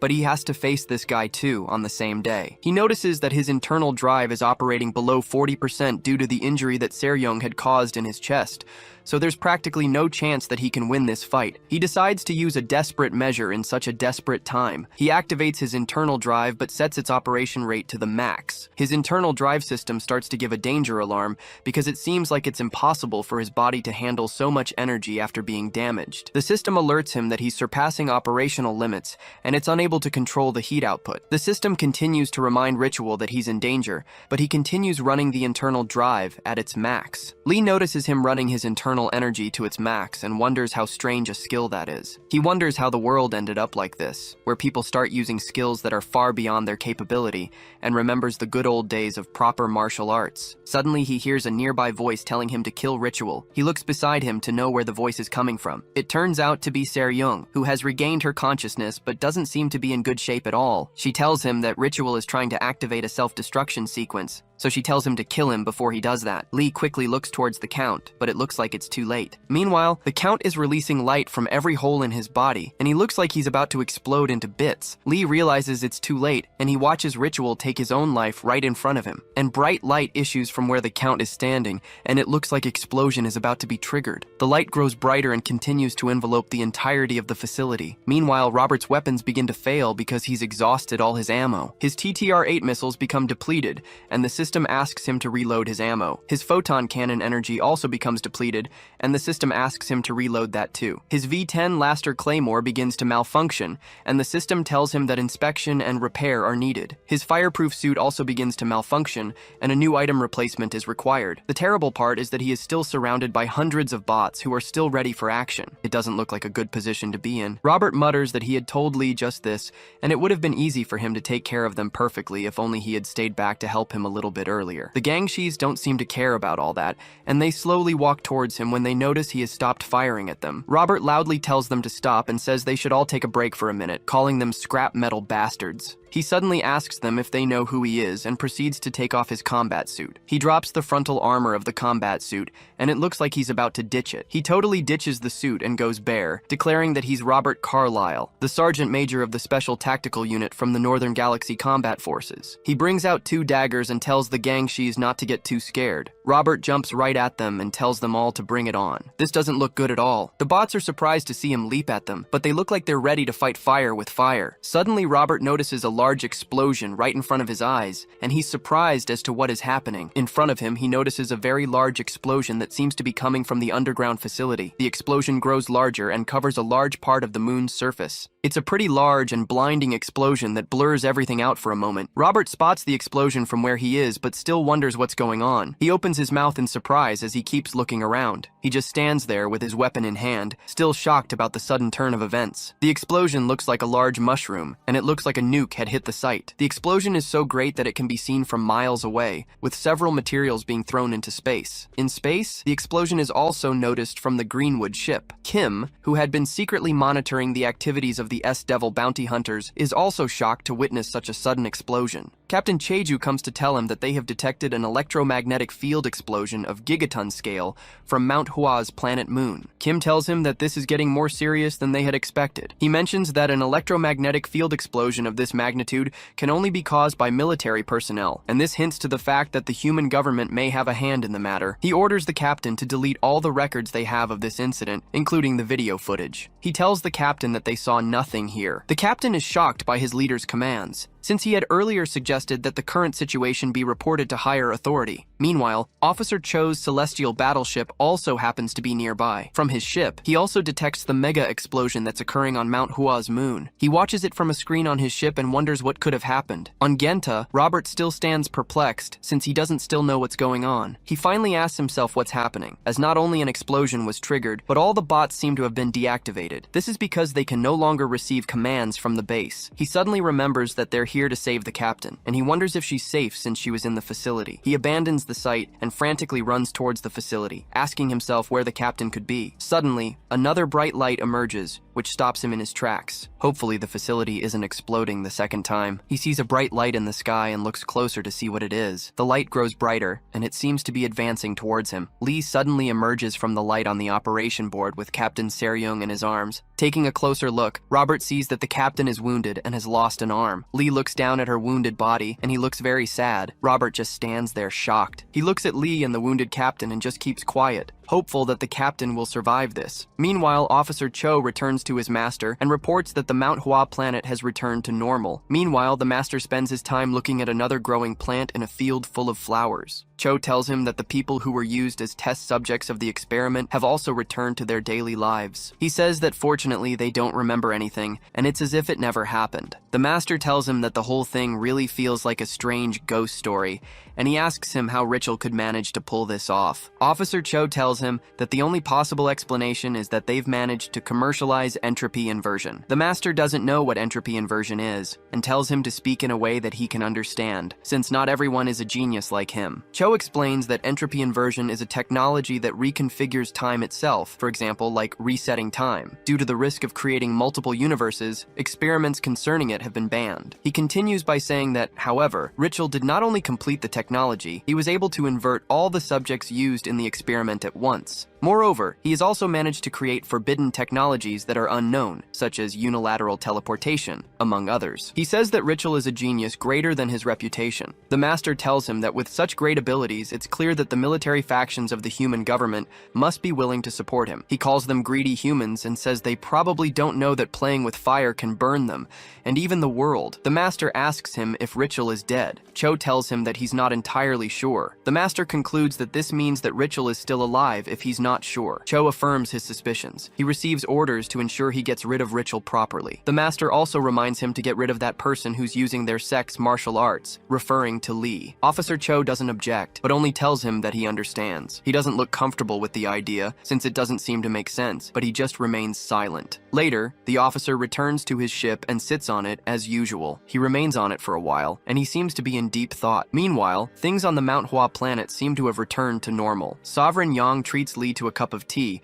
and tells him that his daughter has told him all that happened. He tells Lee that he doesn't know how to thank him for saving his daughter and those who acted as rebels. Lee just tells him they didn't act rebelliously, but they were controlled as puppets by someone else. Lee tells him that there are more evildoers behind this incident, according to what a little kid told him, referring to Officer Cho. Sovereign Yang agrees and tells him that this is certain, even though Mount Hua has been weakened. He says that even though they have been weakened, it's impossible for just any random person to act against the martial laws of the planet, except they also have strong support from great people. Lee continues drinking his tea and tells the Sovereign that it seems that he will close his eyes to this, as if it never happened. Sovereign Yang's eyes suddenly widen as Lee's comment catches him off guard. He wonders how our hero can see right through him. Lee doesn't even look up and continues drinking his tea. The Sovereign also notices that he's so calm when they're talking about this incident, even though he's so young. He wonders who Lee actually is. He finally responds by saying that the most important thing for him is to ensure the survival of nearly 10,000 Mount Hua clan members, and he doesn't care if he has to throw away his pride to achieve that. It would seem that fighting back suddenly is not wise for his people's welfare. Sovereign Yang also mentions that Lee doesn't seem nervous when he's talking to him. He mentions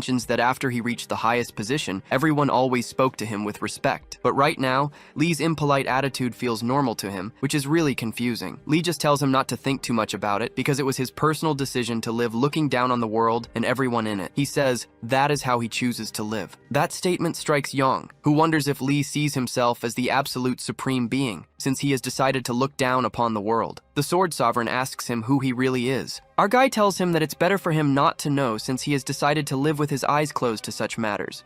He tells him to keep them closed because opening them just adds to the trouble. Sovereign Yang just looks at him, perplexed. This must be the oddest person he's met. Lee leaves the table and heads outside. Before he leaves, he tells the sovereign that he would like to ask something because he doesn't know much about the world in this era. He asks him if there is some sort of technology that can reconnect severed limbs. He confesses that the questioner sounds ridiculous, but he's been experiencing absurd things lately. Meanwhile, Hua Rin stands outside the room and looks at the scenery. The S-Devil ship is also seen to have left the Manhua planet and is now in space. Inside the ship, Seryung is seen unconscious and naked. She is seen inside some sort of life support system that helps her breathe and keeps her alive. Sunja stands nearby and monitors her vitals on the system. She continues to check her vitals, and it looks like it doesn't look good at all. Sunja steps out of the medical facility and returns to the other part of the ship. She is ambushed by Robert, who promptly asks her how the captain is doing. She bluntly tells him that the captain is not doing well. Robert asks her why, and says all that she lost was an arm which can be quickly stitched. The android tells her that the captain's blood is full of poison that her own body produced. The worst part is that the poison is unique and has no antidote. She says that she has tried to neutralize the poison as much as possible, but it's only further spreading into the internal organs. Robert starts to panic and lifts her up. He tells her that in that case, they need to go to the big hospital, and he asks her why they haven't left yet. Sunja tells him again that there's no antidote. Moreover, if they want to go to the big hospital, they have to go far away, like Kina and Nebula, and she's not sure the captain will survive the trip. Arbord unhands her and solemnly asks what can be done. Sunja just walks away and tells him that they need to prepare to say goodbye. She reminds him that the captain always said that they should attach a shield to her and throw her into space after her death because she wants to explore space forever. She says she'll gather some money so they can buy high-quality armor for the procession. Robert just stands there dejected, realizing what Sunja is implying. The usually vibrant ship looks quite dark and lonely. Sunja goes to the dispenser to get some water. She just looks into the cup, but it's not likely that she can drink it. She pours the cup of water on herself. The water streams down her head and onto her eyes. It seems to be the only way she can cry. Her eyes suddenly widen as she sees something out of the ordinary. Outside the ship, she sees a large ship that belongs to the West Heaven Sword Matron. She's alarmed because she doesn't know why the Sword Matron wants with them again. On the ship, the Sword Matron looks at the S-Devil ship. She looks pretty worried as she looks down at the ship, and it seems she's aware of the recent happenings. She continues to look at the ship, and it seems she'd like to speak with the bounty hunters. On the Manhua planet, Sovereign Yang notices something odd in the sky. The West Heaven Sword Matron's ship has suddenly entered into their planet, and it's unclear what she wants with them. The Sword Sovereign doesn't look so happy with what he's seeing, since this was an unexpected visit. The Manhua sect security enforcer, Man Sanjin, comes to inform him that the ship belongs to the West Heaven Sword Matron. The Sword Sovereign recognizes the West Heaven Sword Matron as Kim Yanhua. Sanjin tells her that they've tried to contact her several times, but there's been no response from the ship. Sovereign Yang tells him that it seems that she didn't come here to see him, so he tells him to let her be. Sanjin becomes extremely annoyed, so he tells the Sovereign that this is the territory of their sect. He adds that her position as the West Heaven Sword Matron doesn't give her the right to disregard and disrespect their sect. Sovereign Yang just smiles at him and tells him to clam down. He tells him that the Manhua sect is currently in the process of reconstruction and growth, so they need to avoid conflict with other sects at a time like this. It seems Sanjin isn't aware of the great calamity that just befell their sect. Sanjin tries to protest, but the Sword Sovereign tells him that patience is the strongest force their sect can wield right now. As he walks away, the Sovereign tell him that they must endure it, at least until their sect is strong enough to fight back. Sanjin just stands there perplexed, but he has no choice but to obey the Sovereign's commands. He looks confused by the Sovereign's words, unsure of what he means that they're reconstructing. Meanwhile, the West Heaven Sword Matron ship remains in the planet, and she doesn't give a response to the planet's security organization. Inside the ship, the Sword Matron tells Lee that she came to seek an audience with him concerning a matter, referring to him as the revered master. She says that it seems that she'd be able to offer him unexpected assistance. Inside the ship, it seems that the Sword Matron had retrieved Seryung's unconscious body from the S-Devil ship. She tells Lee that she can fix the girl that accompanied him at his request, referring to Seryung. Lee asks if she's saying that she can reattach her severed arm, and he wonders how far technology has advanced. The Sword Matron tells him that reattaching her arm is easy and is basic medical knowledge. She says the hardest part is removing the blood poison that's in her heart that has spread throughout her body. Lee seems to be unaware of the poison in her heart prior to this time, and he mentions that it seems that Seryung is from the Sichuan Tang clan. He says it's no wonder that she's both foolish and hot-tempered. The Sword Matron commends his impressive knowledge and tells him that the blood poison in her heart is a secret technique of the Sichuan Tang clan only permitted for use by the clan's nobles. Our guy asks her how she knows about that. He eventually agrees with her and requests that she help him heal Seryung. The sword matron doesn't say anything, but just waits for him to respond to her previous statement. He adds that since he's received her requests, she can feel free to state her terms. He bluntly asks her what it is that she wants from him. The sword matron tells him that there is someone that she would like to meet, and she is sure he can open the way for her. Lee mentions that her voice is filled with killing intent,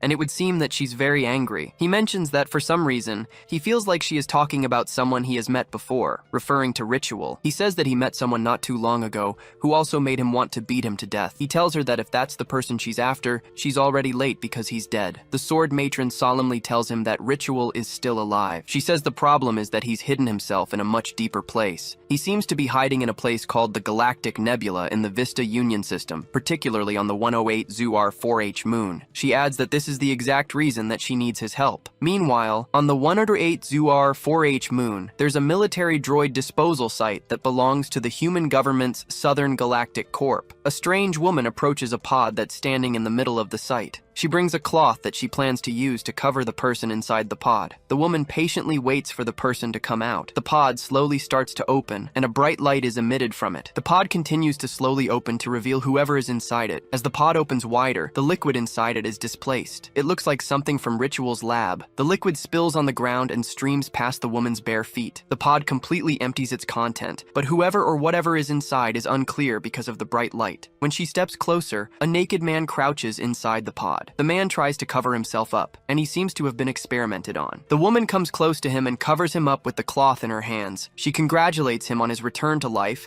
and refers to him as the Count. Count Ritual looks at her perplexed, and he doesn't seem to know what is going on at all. He asks her who she is, and it seems like he doesn't recognize her. She introduces herself as Rachel Archimond, one of his vessels. The odd thing is that Ritual's surname is also Archimond. The weirder part is that this woman seems to be a splitting image of the West Heaven Sword Matron. She tells him to wait a little longer until all of his memories return. Ritual just looks at her, still confused as to what she's talking about. Rachel also stares at him and doesn't say anything. She says within herself that he'll love her again when he regains his memories. Meanwhile, the sword matron shows Lee the moon that Ritual is hiding on. She tells him that this is the place where the military disposes of their droids, and this must be where he is hiding. She says that the issue is that it's operated by the human government, so it's under the watch of the planetary defense forces. Lee asks her if the human government is an official body. He also mentions that a child once told him the same thing, referring to Cho. The sword matron jokes that the term official body is a term that hasn't been heard in thousands of years. She mentions that he knows how to spark curiosity in people. She agrees that the human government is an official entity that has a distant but non-hostile relationship with the martial arts world. Lee remarks that this means that they don't get too close, but they don't stay too far either. He says that it looks like the habit of the elite to maintain their power hasn't changed. The sword matron glances over at him and wonders why he speaks like he's from thousands of years ago. She wonders who he is exactly. He tells her she can get straight to the point and ask what she wants him to do. Meanwhile, the planetary defense commander, Major Bernardo, looks out of his office window. The sword matron tells Lee that she would like him to help her divert the attention of the planetary defense forces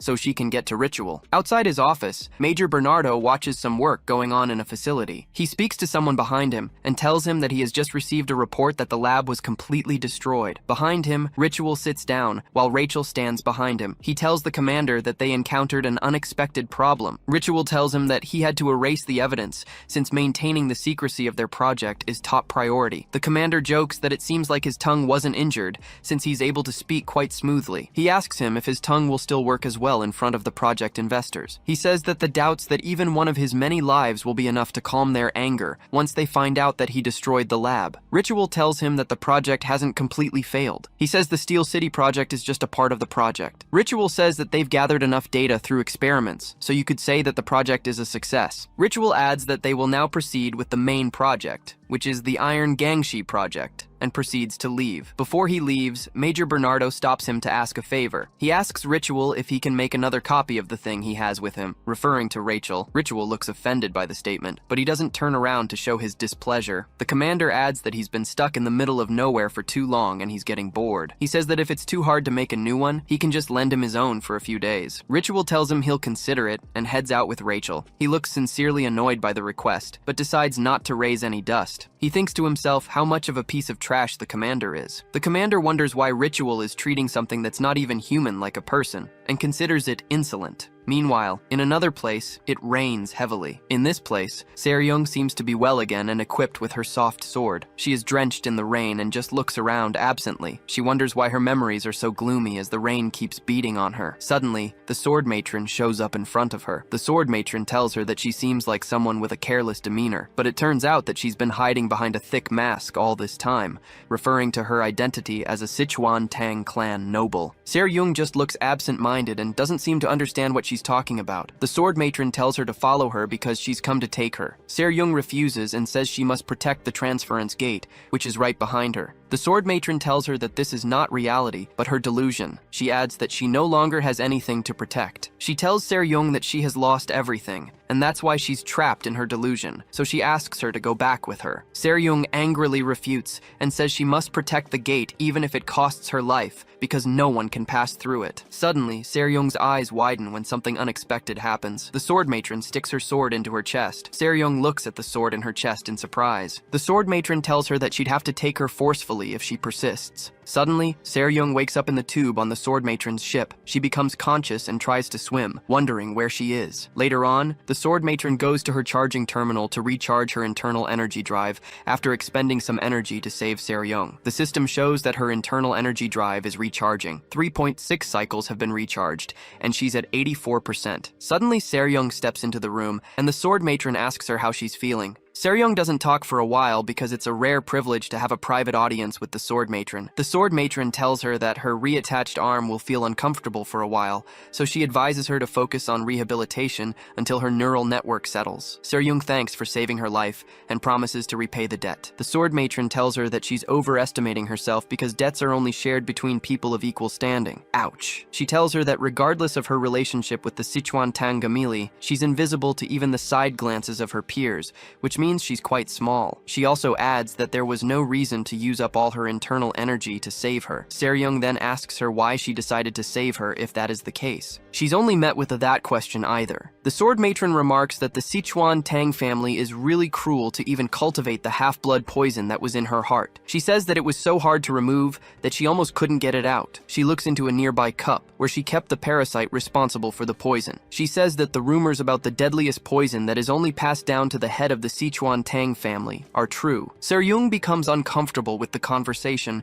concerning things that are personal to her clan and her past. She politely asks the sword matron to give her back the poison because it's her soul. Soon after, the system declares that the internal energy drive is fully charged. The sword matron removes the cables and tells her that she's already activated the half-blood poison when she chose death, which means she had abandoned the poison. She tells Seryung that it is no longer hers. Seryung just stares at her in despair, realizing she can't fight back or protest. The sword matron tells her that the poison has become hers, but much to Seryung's surprise, she tells her that she will give it to her. The sword matron says that in return, she would have to tell her everything that she knows about that man, and tells her not to miss a single detail. Seryung just stares at her and wonders who she's talking about. Her eyes suddenly flare open when she realizes she's talking about Lee. Meanwhile, Lee returns to the Manhua planet to have a discussion with Sovereign Yang. The sword sovereign tells him that he wanted to meet him again to repay the kindness that they received, referring to him as the revered master. Lee tells him to forget about it because he did it because he wanted to. He insists that a cup of tea is enough for him. The sword sovereign tells him that he understands that, but the roles of debtors and creditors are different. He also adds that the Manhua sect is not used to owing debts. Sovereign Yang says that he will repay the debt by offering sincere advice. He tells him not to get close to the West Heaven sword matron. He says that she is a venomous spider that lives in the deep, dark abyss. Meanwhile, Seryung leaves the room where she talked with the sword matron and heads out. On her way, she notices a strange figure by her side. When she glances to her side, she notices Elena, who is standing there, looking sad. The sword sovereign tells Lee that the sword matron infects everything that she comes near with darkness. Meanwhile, Seryung completely ignores Elena and walks past her, avoiding any trouble. Elena suddenly tells her not to be relieved that she survived because she'll die by her hands. This proves the sword sovereign's point that the matron infects everything she comes near,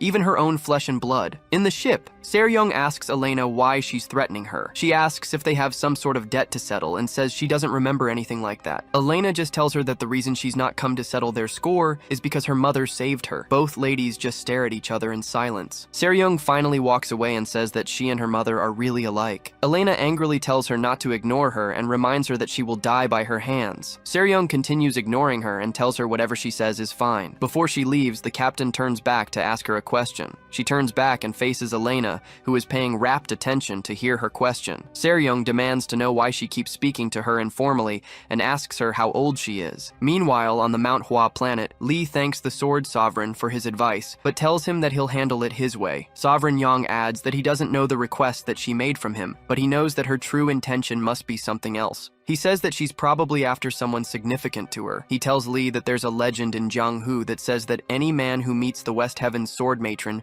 will never escape her grasp. This is because of the level of ideals she's after. He mentions that he had also come in contact with her in his younger years. She told him that she wanted to bear his child because a child born from their combined genes would be the most perfect being in this world. He says she was breathtakingly beautiful and radiant. He says that even though he was already engaged at that time, it was hard to refuse her. He confesses that even now, he still sometimes regrets rejecting her. Sovereign Yang says that rumor has it that over 100 men have succumbed to her. Meanwhile, Rachel steps into his facility on the moon in Nebula. The Sword Sovereign tells Lee that all these men provided her with their genes. In Rachel's lab, he takes a look at Rachel, who seems to be a replica of the sword matron that he created. He seems to have a sour look on his face, as the appearance of Rachel brings back some bad memories. The Sword Sovereign tells our hero that the sword matron always abandons these men after she takes their seed. He says this is why she was given the nickname Black Widow. Just like a black widow spider, she devours her mate after mating with them. Lee asks if that means that she has a lot of children. The Sword Sovereign affirms that she has over 100, probably as many as the seeds she collected. Lee is shocked and asks if it's even possible for her to give birth to so many kids since she looks so young. Sovereign Yang tells him that's not how she has the children. He explains that she uses gene cultivation to create them in test tubes. With this method, she could even make 100 at once. Our guy is intrigued by the whole thing, and he remarks that the world has really become strange. He asks the Sovereign why she decided to have so many children when raising children is not an easy task. Yang tells her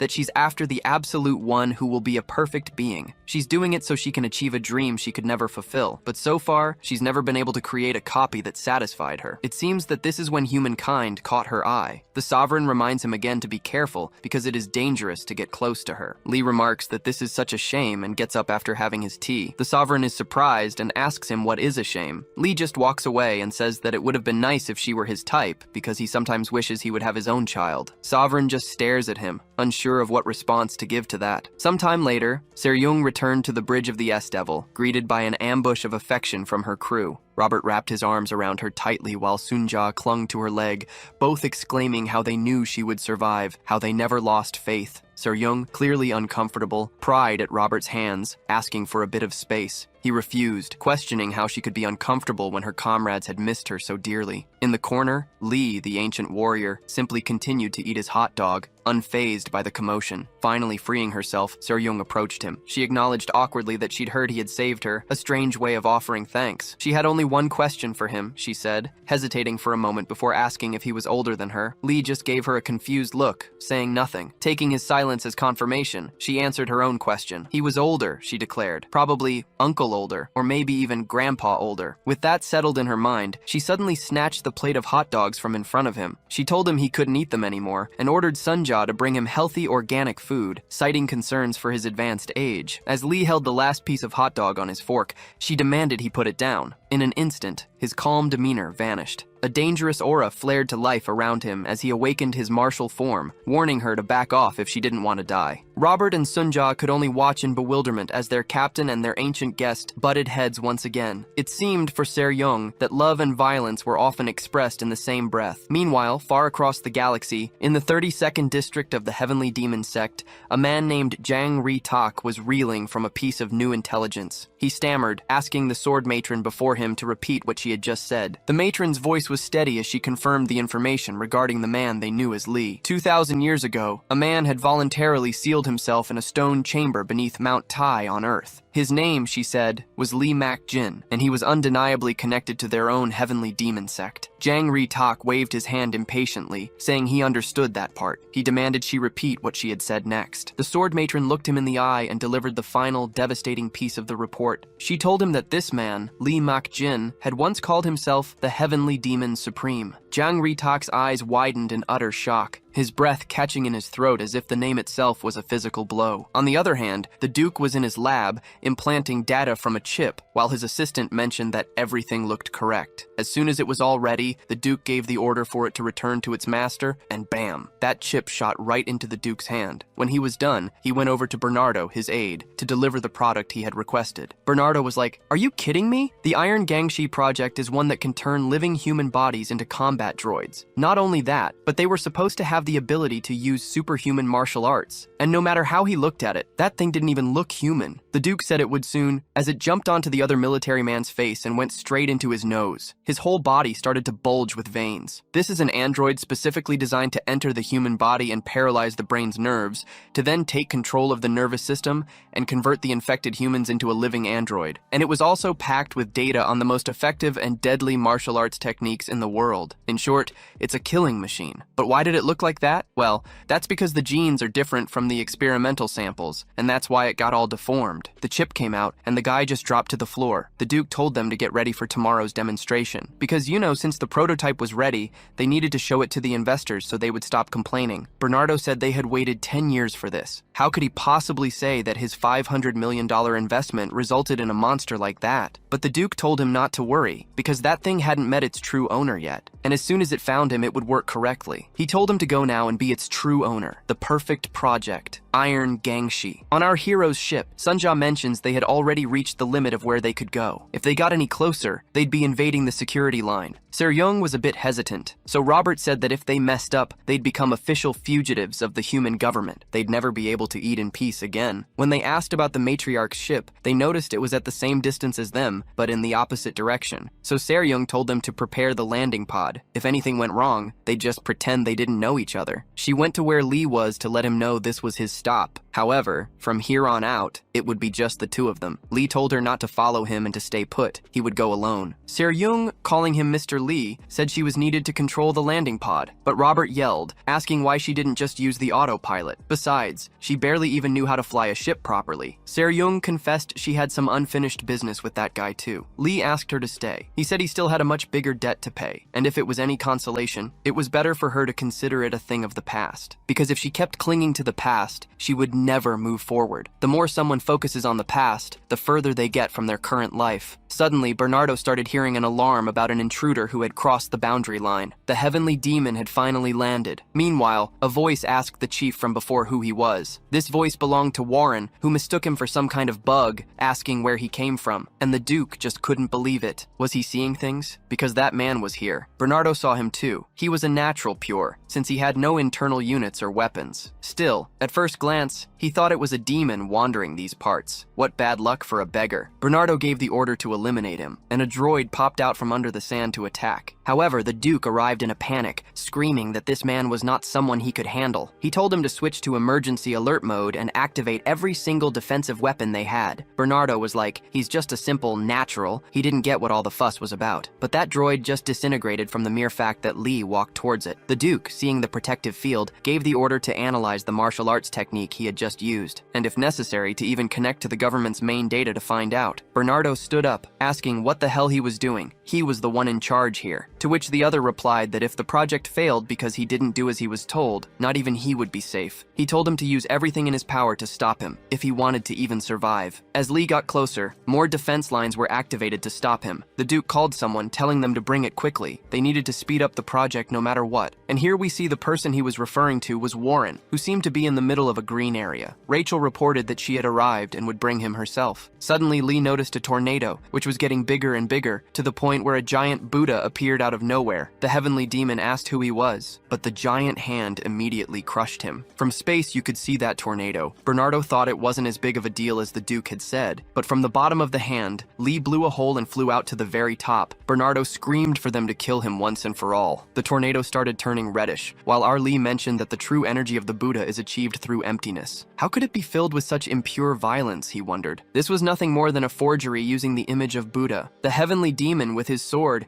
made a gigantic hole in the palm of the statue and headed at full speed to go right through its head. In that moment, Bernardo felt true terror. Back on the ground, Lee thought that all that commotion would be enough for her to infiltrate, and now thousands of droids started chasing him. On the other hand, the Duke had finally identified that martial art. It was the advanced technique of the heavenly sex demon heart sword. Immediately, he asked to be connected with Bernardo, but there was no answer. Someone told him it would be useless, that he wouldn't be able to communicate for a while. The Duke recognized that voice. It was the matriarch. He called her Yonghua, but she very seriously mentioned that if he said her name so easily, it must mean they had shared some connection once. The Duke, looking a bit down, asked if she didn't remember him. The look on the matriarch's face confirmed it, to which the Duke said it was probably because of his appearance, since he lost half his face in an experimental accident. Because 25 years ago on that night, she had gone to his laboratory in the Galactic Citadel. Yes, he remembered it very well. When he saw such a beautiful woman for the first time, the matriarch told him back then that he was very handsome, even more so than the rumors. The most talented scientist in all of history had that kind of beauty. Looks like I got pretty lucky today, said Yonghua. She held him by the face as she proposed having a child with her, because a child combined with their genes would be the most perfect being in this world. She wanted his seed. But then, why did she have that blank expression now? The Duke screamed, asking if she had really forgotten him. Her response? I don't keep memories of failures. She also drew her sword, mentioning that he forced her to remember, which made her uncomfortable. Meanwhile, Bernardo was having a really bad time. The poor guy had no idea what to do anymore. 73% of the perimeter forces were lost, and he ended up requesting backup from headquarters. Too late. Lee walked right past him like it was nothing. Bernardo asked who the hell he was. Lee Mok-jin, it's already written on your tombstone, was his reply. And now I have a question for you. Where is that half-monster guy? The Duke didn't understand why she called him a failure. Was someone like him not even worth remembering? No, you're mistaken. I can grant that wish you long for so much, to become the most perfect and absolute being. Even though you couldn't do it, I want to create one no matter what. I am not a failure. You are for leaving me. He screamed that he had already completed it, because he had dedicated his entire life, heart, and soul to it. After those words, the Duke was run through by the matriarch. She did remember him, but the more she remembered, the more uncomfortable she felt, because he always talked too much. When Lee arrived, he only found the Duke's body, noting that the cuts were clean. She really had cut his heart out without any hesitation. No matter how insignificant their connection was, she showed zero mercy. But the Duke started talking to him, mentioning that she didn't know his value, but she would soon understand and start to see him as someone valuable. Lee told him to forget it, that he was already dead anyway, because forgetting is death's greatest gift, so the sooner he accepted it, the better. But the Duke didn't see it that way. He wouldn't die, because the creation of his life represented his eternal value. Just then, Warren entered along with Rachel. Lee had a look of complete shock. Why was that girl here? Immediately, he went over to ask what she was doing, but a golden light filled the entire place. Bernardo's alarm started going off again, and he wondered what the hell was happening now. The base itself warned him to escape in the emergency ship, but he hadn't even given that order. A girl's voice said that she was the one who gave the order,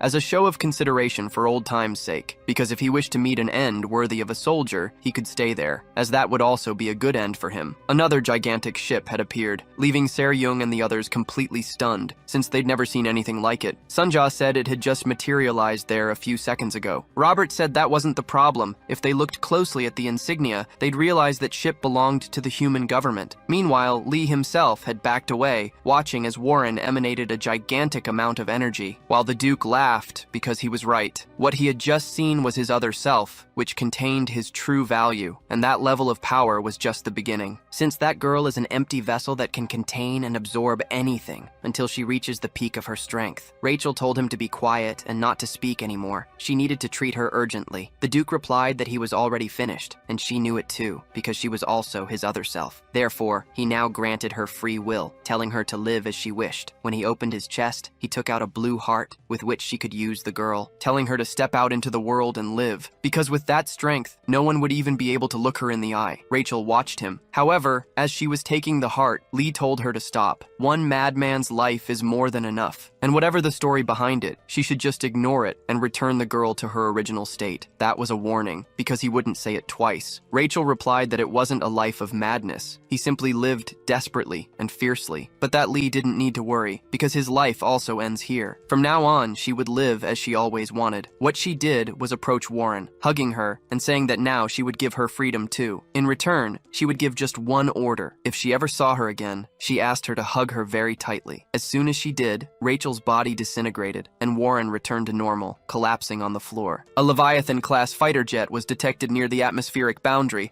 and it belonged to the human government's inspection office. If they brought a ship like that, it could only mean one thing. They were going to do an orbital bombardment. Robert screamed that they were doomed. Se-ryung asked why they weren't moving. Could it be they didn't see them? Sunja didn't think so. They had definitely seen them. And just then, the girl from before appeared right behind them. What the hell? Where did she come from? They said. Meanwhile, she looked at them with a small smile as she had recognized Se-ryung, calling her the last descendant of the Tang family of Sichuan. Se-ryung was shocked, but the redhead told her not to be scared, to just pretend she hadn't seen her, and that she would even delete the report she received on the way. Since she was a bureaucrat, she'd let someone else handle their case, so it was better to pretend they had never met. Suddenly, she began to request a plan modification, calling it Plan 6RT. Se-ryung asked Sunja what was happening down there. Sunja told her that all the droids had been shut down, and they deactivated them because they were going to do an orbital bombardment, which made Robert start to get really nervous. And with a sweet smile, the redhead ordered them to open fire. A small drill fell into the desert where the droids were, starting to spin slowly. Meanwhile, the redhead told them that bureaucrats like her really hate writing long reports, asking why they weren't moving, that they had to hurry up and leave, and that they needed to get at least half a light year away in 5 minutes to be safe. As she disappeared, she also warned them not to appear in front of her again. Se-ryung still didn't understand what an orbital bombardment was, but Robert, having been in the army, screamed that the woman was completely insane, because he had heard rumors of a weapon capable of annihilating moons or even entire planets, and that was a power only they possessed. Sunja reported that it seemed to be true. Something was starting to drill into the moon's core, and if it exploded there, the entire moon would disappear. They had only 3 minutes to escape no matter what. However, for some reason, Se-ryung didn't give any orders. She just kept watching that moon. On the redhead's ship, she couldn't hide the fact that she was having fun doing this. Little by little, the ground began to rise, and now there were only 2 minutes left until the explosion. However, her ship could withstand the shockwave by activating the shields at 100%,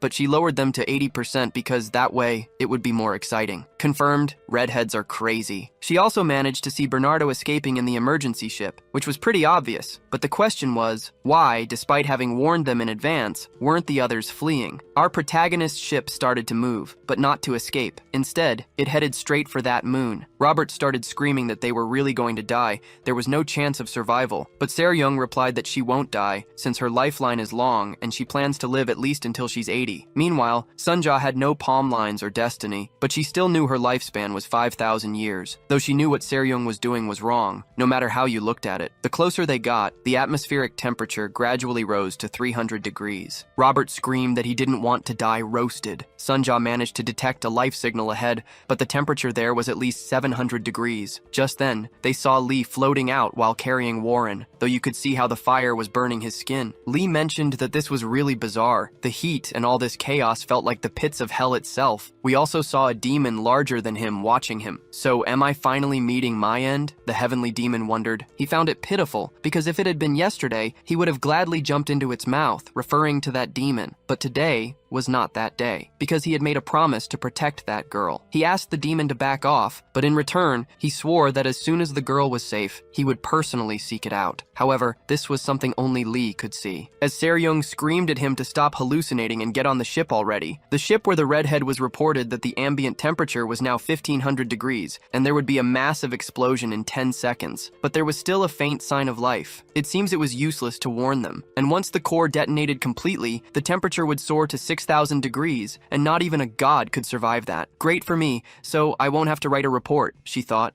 However, despite being inside the pressurized door, Lee and Warren couldn't enter where the others were because the temperature was too high. If they opened the door, everyone would turn to ash. Se-ryung said it didn't matter. They were going to die anyway. It would be better to die together. After the explosion, we see that Lee is no longer on fire, and in front of him, a kind of monk has appeared. Lee said he didn't expect to see him again. And the monk replied that they were destined to meet, even if it took 2,000 years. Now, in the past, we find ourselves in a very damp environment, and the monk asks Lee to ask him the question. Since he doesn't answer, the monk tells him not to hold back. Lee was the one who had sought him out at the border of the world of the living. The heavenly demon was sitting next to a katana, looking quite tired. He had stepped on countless corpses, but even now his knees and legs felt the cold. The heavenly demon asked if the monk knew him, and he replied that he didn't. However, even without knowing, it's possible to see things. Before he even learned to walk, he was already a demon, because they deprived him of the right to choose life, and he lived a life forced to feed on death instead of food. However, even all those deaths could not satisfy his hunger. He knew it well. He had lost his reason for existence. The heavenly demon replied that it didn't matter. He was still powerful. The monk knew it well. In terms of strength, there was no higher place he could ascend to, and even now, he could kill hundreds of thousands who dared to raise their heads before him. Again, the monk agreed. But no matter how many he killed, his hunger only grew because, after all, blood was never a proper food for someone like him. That monk mentioned that he would now answer his question, even if he wished to stop this meaningless life. There was no one in this era who could end it for him. Only his own choice could bring about his end. The idea of voluntarily choosing his death was not something that had crossed his mind, not even by mistake, because his life was his alone. If life is not mine, how can death be more mine? He asked. The monk remained silent, and since there was no answer that satisfied him, Lee planned to leave. But the monk stopped him, saying that if he could choose neither life nor death, he would send him to a place that is neither of those two things, warning him that it could be a dream from which he might never wake up. But if luck allowed, and he did manage to awaken, perhaps a new option in his life would present itself. Excellent. Here is the translation and revision of the next part of the text, following all the rules you've set. And now, we return to the present. The monk says his appearance was different from 2,000 years ago. The grim darkness on his back had dissipated, and now he had vitality in his eyes. So he asked if Lee had found a new way to live. Lee answered no, on the contrary, it had disappeared. The heavenly demon sect has been freed from the shackles of darkness, and now lives under the sunlight. The sole purpose of his existence had vanished. His life had become meaningless again. So, why are you still alive? He asked. Wasn't this a good opportunity? If you accept this heat, which can even melt you, you will become ash and fade into a perfect state of nothingness. Why was he clinging so desperately to life? Why was he being so stubborn in this situation? For a promise. Because I promised to protect that girl. The monk replied that it was useless,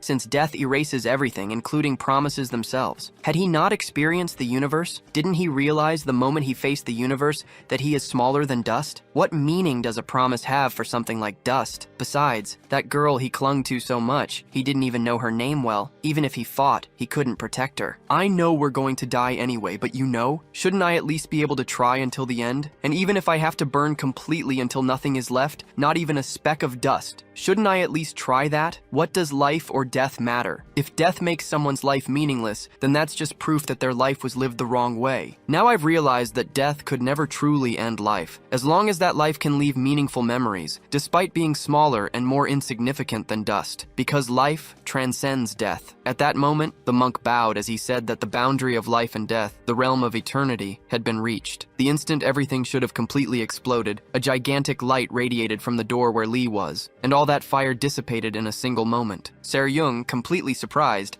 stared from a distance at the silhouette of a white-haired man, which was Lee. However, their ship had been severely damaged. Now they couldn't even move. Sunja told Se-ryung that the repair costs would be enormous, and they had no money, but Robert and Se-ryung couldn't stop looking at Lee. Just then, again, the redhead girl teleported onto their ship, asking what the hell they had done, but they didn't know either. So, everyone turned to look at Lee, who was devouring a bunch of sausages without stopping. The redhead wondered who he was. She had no records of him in any database. The first thing she did was shout, asking who the hell he was and what he had done. But suddenly, she froze. It's because Lee started staring her straight in the eyes. Now Lee asked who she was. The redhead introduced herself as Athena Sun, a 24-year-old woman who holds the position of administrative officer of the Human Government's Inspection Office. She was also single and had dated 4 men in her entire life. She broke up with 3, but one of them left her, though they never even kissed. She also showed no interest in physical contact, but deep down she liked it. She wondered why she was saying all these things, and Lee asked if she was the one who caused the explosion. Athena replied that she only executed the command following the orders she received to cover up the Ganshi project at all costs,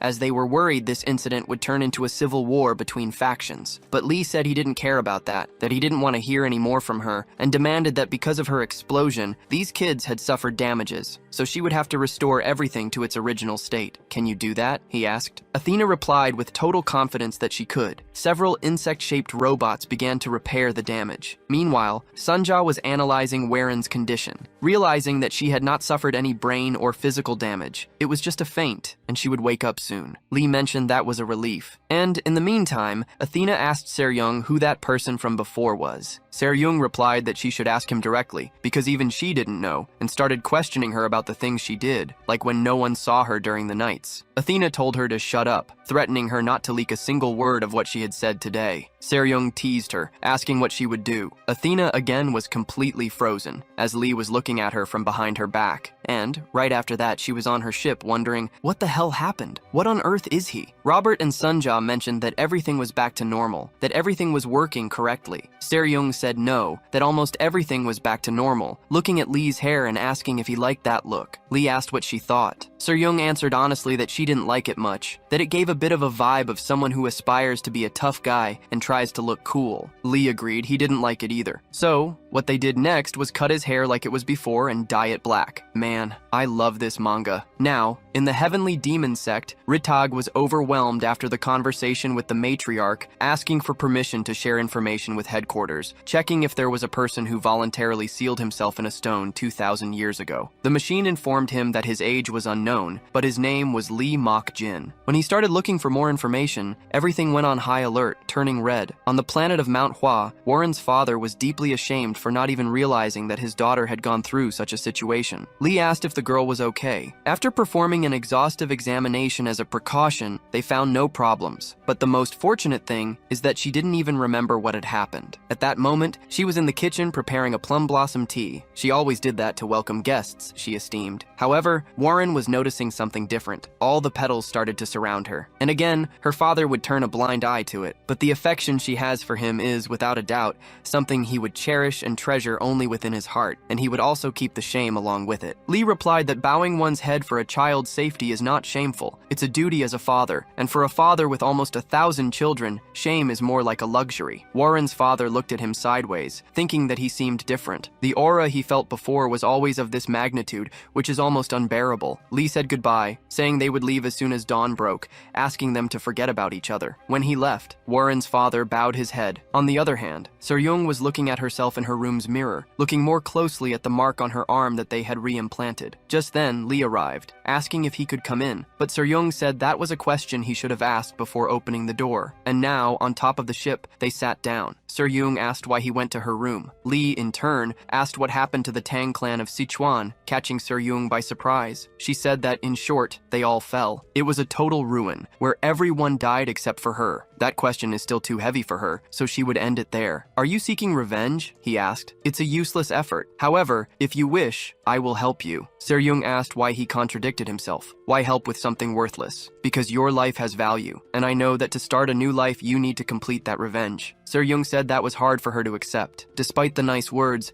she knows he is very strong, but she doesn't believe they are close enough to share a revenge like that. It's better that I take care of my own affairs. Lee replied that, at least for him, they are close. And that's because in this new world where he was reborn, they were the only ones he knew. And if that's not enough, I would even drag worthless connections from the past to have a debt with the Tang family. In the past, the only man I wanted to keep in my memory was Tang Chung-woo, because back then, although he didn't accept it, he was the only person who insisted on calling me a friend. He was the young master of the Tang clan at that time, which is why Lee owed him a debt. Seryung said that if it's from 2,000 years ago, it would be more than 100 generations. It was too old a debt to be inherited, asking him to forget it. Revenge does not choose its sword. Revenge uses any means necessary to achieve its goal, including piercing its own heart. And if I can't stop you from being a fool, at least I will become that sword for you. This is pure cinema. Lee stood up, asking her to think about it. Seryung said there was one thing she needed. Lee asked what it was, and she replied, "Help me make some money." In the Andromeda Nebula on the planet Tartaruga, Seryung took Lee to the scoundrels market. since they sell martial arts and all sorts of strange things there. Lee asked why everything seemed so deserted. She mentioned it's due to the nature of scoundrels. They rarely move during the day because they could accidentally make eye contact with someone. Lee asked what happens when they do. It's just that here, it led to conflicts, and showing weakness meant they couldn't survive. So they only come out at night, when they can pretend not to see each other, despite making eye contact. "So, why are we here during the day?" asked Lee. "It's simple. We needed to find someone capable of moving in broad daylight." 3 guys dropped down behind them, and the girl mounted on one of them recognized her immediately. "I can't believe you actually came here on your own. Looks like you finally got tired of living." She greeted her, while Seryung joked because she hadn't grown an inch. "You really seem desperate to die," replied the other, drawing a red sword. But Seryung told her not to lose her cool. It had been 7 years, and she should at least greet her, introducing her to Lee as Bayek Sahi. "Even though she's small, she's the same age as me. She used to be sweet, but she became unpleasant when she found out she couldn't grow anymore. But we were very close." Seeing how the little one wanted to tear Seryung apart, Lee thought they weren't as close as she claimed. Seryung said she got angry over a little joke. "I just borrowed a secret martial arts manual from her family, the demonic ghost sword. But it's normal for close friends to borrow things. And after borrowing it, Seryung reveals to us that she sold it. That's why she got the nickname Demon, and also that huge ship." Sahi couldn't contain her anger. How could she sell it? She was completely insane. But Seryung told her to calm down. If she came here, it was to give her back something much better, something worth tens of times more than the demonic sword manual. The other told her to stop talking nonsense. That manual was a treasure of ancient martial arts, top tier. How could she have something more valuable? And if she did, she should show it right now. Seryung hid behind Lee, saying, "This is it." "Me?" he wondered. And Seryung said, "Didn't you promise to help me make money?" After that, Sahi took Lee and Seryung to her father,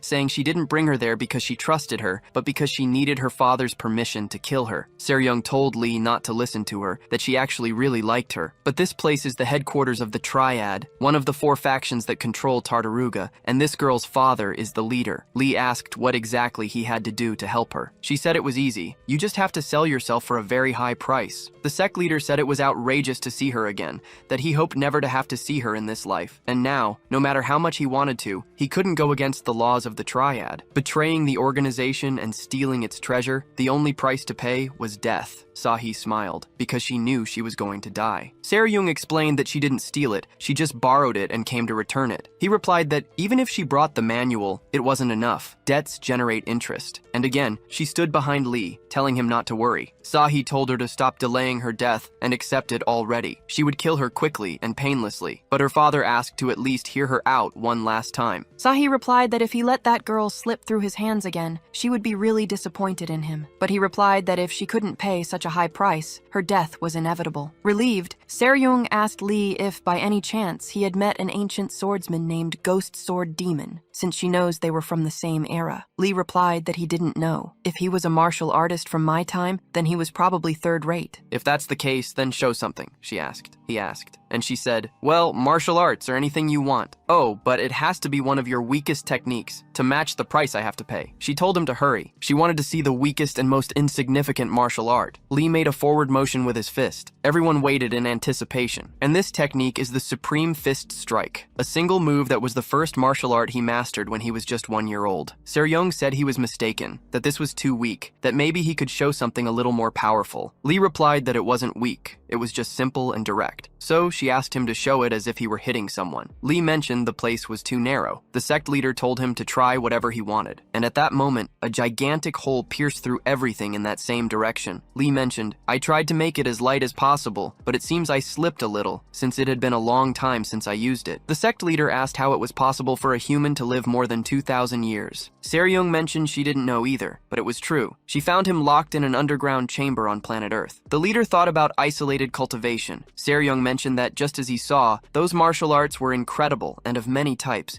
and best of all, they were all ancient. You could say that Lee is like a living library of martial arts. Since he was very close to her, she could ask him to recite some martial arts that they could use in their sect. If they turned them into secret manuals, they would sell for a fortune, much more valuable than the Ghost Sword Demon manual. At night, the scoundrels observed the gigantic hole that Lee made, not understanding how it appeared there. Another guy, who was wearing a green hood, was interrupted by Lee, who asked him him when the store would open. "Are you talking to me?" asked the man. Lee replied yes, since there was no one else there. The guy in the hood then asked if he was looking for a fight. That rascal Lee told him to relax, calling him kid and saying there was no need to fear him. "So you were looking for a fight," said the man, unleashing a great slash towards Lee, but suddenly he no longer had his sword. Our Lee told him not to worry, that he would return his sword, but he just wanted to know when the place opened. "You're dead!" shouted the man, and as he tried to attack him now with his palm, Lee created a barrier, and that scoundrel's hand shattered into pieces. Sahi, passing by, was astonished. The guy from before served a plate to Lee, while respectfully saying he did the best he could, even though it was his first time cooking. This guy made him cook. Lee was satisfied with the hard work he put into that dish, and, while healing him, he also unblocked some of his meridian points. Sahi walked up to Lee, but suddenly she was drenched in noodles. Yeah, the dish tasted absolutely horrible to Lee. He apologized, but then asked what brought her there. She replied that her father had asked her to bring him back. Lee said it was disrespectful to summon the Supreme One so casually. If her father wanted him, he should come directly himself. Sahi apologized for that, saying she misspoke. Actually, her father had asked to invite him and accompany him if he was okay with it. After hearing her out, Lee accepted the invitation. Sahi asked if it was true that he knew all martial arts, including the ancient ones. He replied that it was something like that, but if something didn't exist, he would just create it. That's barbaric, she thought. A bit nervously, she asked if maybe there was a martial art that could reopen growth plates. He answered that no such thing existed. As they walked to see her father, Sahi asked if he could create a martial art for her to reopen her growth plates. Our Lee replied that it wasn't possible, because our bodies carry history and are formed by our parents, carrying the legacy of humanity. Martial arts were about training to live out your destiny in all its glory, and going against that was forbidden. She paid close attention to his words, and seeing her like that, Lee mentioned there was a martial art that could change the body's appearance, but it was a transformation technique. And there was also another one called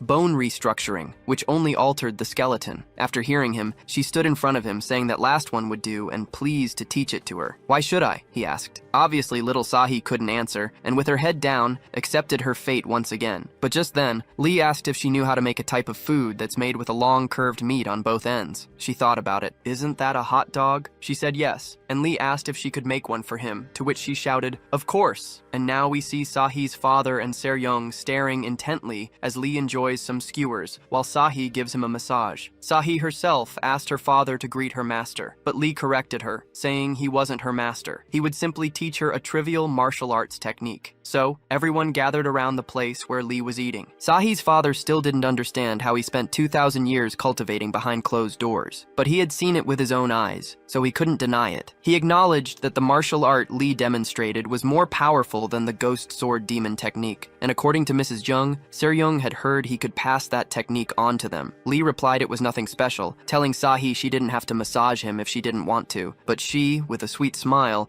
said she was doing it because she wanted to. Her father then commented that if he made a manual detailing the method and techniques, he would completely forget about the time Seryung stole and sold the manual. But Seryung chimed in, saying that wouldn't be fair, because even with all the interest added, they would still be at a huge loss, so he had to make a better offer. He asked what she wanted. Seryung was interested in an internal energy unit. It didn't matter if it was used, as long as it worked well. She had heard rumors they traded in military-grade energy units, so she wanted at least a decent one for them. A core level one would be enough. But Sahi's father thought she was crazy for asking for something like that. Furious, the sectmaster shouted that this would never be allowed. The heart-level core was a treasure among treasures, and no matter how powerful an ancient martial technique was, it couldn't possibly cover its value. Seryung held up her palm, not one but 5 ancient martial techniques. Of course, she also asked Lee if he could offer 5 techniques of the same level as the one he did before. Lee said such a basic level was no problem for him. Even so, Sahi's father refused. But now Seryung said it would be 10. He finally accepted, on the condition that the execution methods, stances, and recorded forms had to be detailed and precise. They had to be clear enough for anyone who saw them to learn easily. Lee said that was easy, asking for paper and a brush. In the end, Seryung and the sect leader were staring at Lee's drawings, which, as requested, made the instructions very simple. The sect leader asked, "What is this?" And Seryung didn't have the heart to explain, thinking it was a total disaster. Even so, the sect leader called an expert elder to see if those techniques were real, while Sahi was being Lee's personal cook. Seryung sat down next to him, annoyed, because that didn't even cover the cost of the paper. They rated the drawings as gymnastics, not a martial technique. They asked him to raise the level to advanced, secret-level techniques. Lee mentioned that at the highest point, martial techniques are all the same and can't be differentiated. However, all the techniques he provided were easy to learn and led to the same point of perfection, which is why they were much better. Seryung understood, but they needed a better product. Lee refused, because techniques with owners cannot be passed on. That went against the laws of the martial world. So, he asked her to stop insisting. For now, he would teach the inverse body transformation technique to that girl. As Lee took her away, Seryung thought they were completely ruined. Now, she had no choice but to go with the sect leader to try and convince him. But seeing that he didn't even answer her, she slowly started losing hope. However, he said it was a martial technique never seen before, a force that would never be witnessed again in a lifetime. He asked if she could really convince him to help the Three Poles Alliance. Seryung replied, "Of course, both of them needed each other, since without her, he didn't even eat. Of course, also adding the price of the heart-level core." The sect leader replied that it was fine. Now we see the sect leader taking Seryung to another place, asking how she knew they had a heart-level core. Even Seryung herself was surprised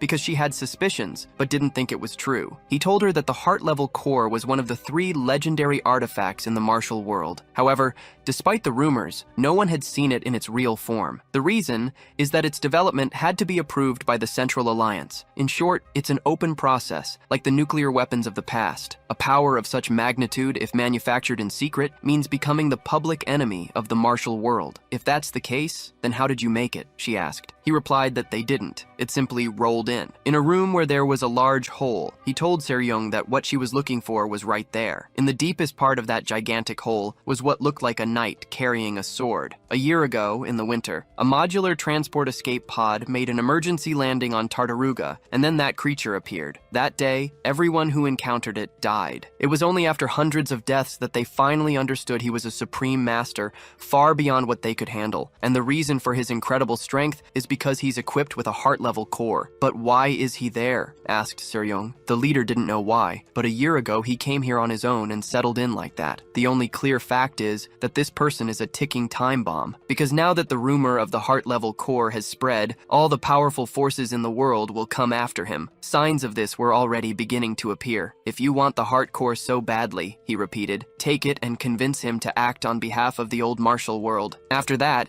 we see Seryung leaving that place, crossing paths with a girl who was quite tall. However, Seryung stopped her as she realized she was Sahi. Sahi didn't understand how she could see her, and we see how the technique Lee taught her bore fruit, and much better ones at that. Sahi told her that if her growth plates hadn't closed, this is exactly what she would look like. Seryung understood, and Sahi became small again, as she was still a beginner. But once she reached the highest level, she could last a whole week. Well, whatever. Where's your master? Asked Seryung. Once reunited, Seryung asked Lee to go to that person, ask for the core level unit, and bring it back. And if he refused, a little pat would be enough to make him understand. The heavenly demon said the energy felt a bit sinister, like a dragon's energy was leaking out. He warned Seryung that if she thought of taking it for herself, that thing would devour her. So, it was better to leave it as it was. If what she needed was to cultivate internal energy, then he would share his. Seryung didn't expect that answer, and later told Lee that was something she couldn't accept. Why do you refuse if it's practically the same method? She, annoyed, said it was because she wanted to get revenge with her own strength. That's a bit contradictory, said Lee. Sunja appeared, telling him not to question her. That's just Seryung. She even makes my genius brain overload with her logic. She started throwing a tantrum, and seeing her like that, Lee just let it go. A guy with glasses had just informed Sahi's father that Elena had arrived in the city. The leader already knew because surely the other factions would mobilize all their connections to attract the highest level masters. So, the best thing would be to stay on the sidelines and just watch. The monk arrived where 3 guys were. One of them was about to take his drink, but the monk drank it first. Obviously, tea as an offering to a high monk who has reached enlightenment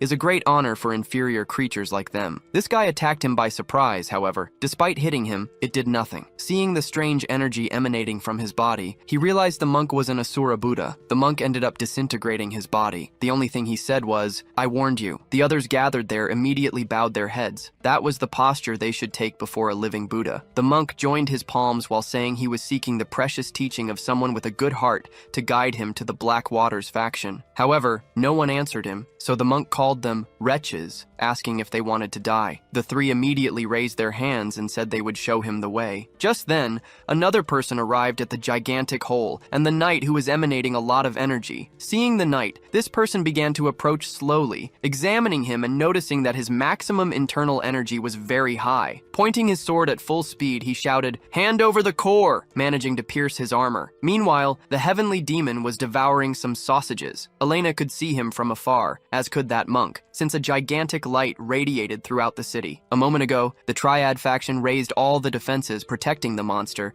and issued a stay-at-home order. We could hear the faction leader's machinations. This here is the leader of the southern Tartaruga region, Mogu Jung, of indomitable longevity. So they've withdrawn from the battle for the core? That's impossible. He just wants the lion and the tiger to fight. He surely wants to kill two birds with one stone. Of course, if there's already a lion and a tiger, then they'll throw in a bear. This battle will be complete chaos. Back at the giant hole, Elena was already there, watching how, in the distance, on top of a building, was the impaled body of that guy. This was a master of the divine, belonging to the piercing spear faction. The monk appeared, saying, "Do you happen to know this faction? They seem to boast a lot. They say he was a genius who appeared once every 1,000 years, but that's what happens with arrogant, prestigious factions. No one can get in the way of Buddha. What awaits them is death." Elena asked why he was there. The monk replied that, of course, if there was a great offering, Buddha had to be there to devour it. It seems good luck had finally come his way. Elena began to use her drive, warning him not to interfere if he still valued his life. Such an ignorant being dares to threaten a Buddha who has reached the nirvana of life and death? You don't even know what enlightenment is, do you? However, seeing that Elena was starting to increase her powers even more, the Buddha asked her to wait. There was an order to everything. If they fought there, the winner would be badly injured, and surely other people would take advantage of it. Besides, that monster down there was the biggest problem. In the end, they would end up like that guy. What he proposed is that they both work together to defeat the monster,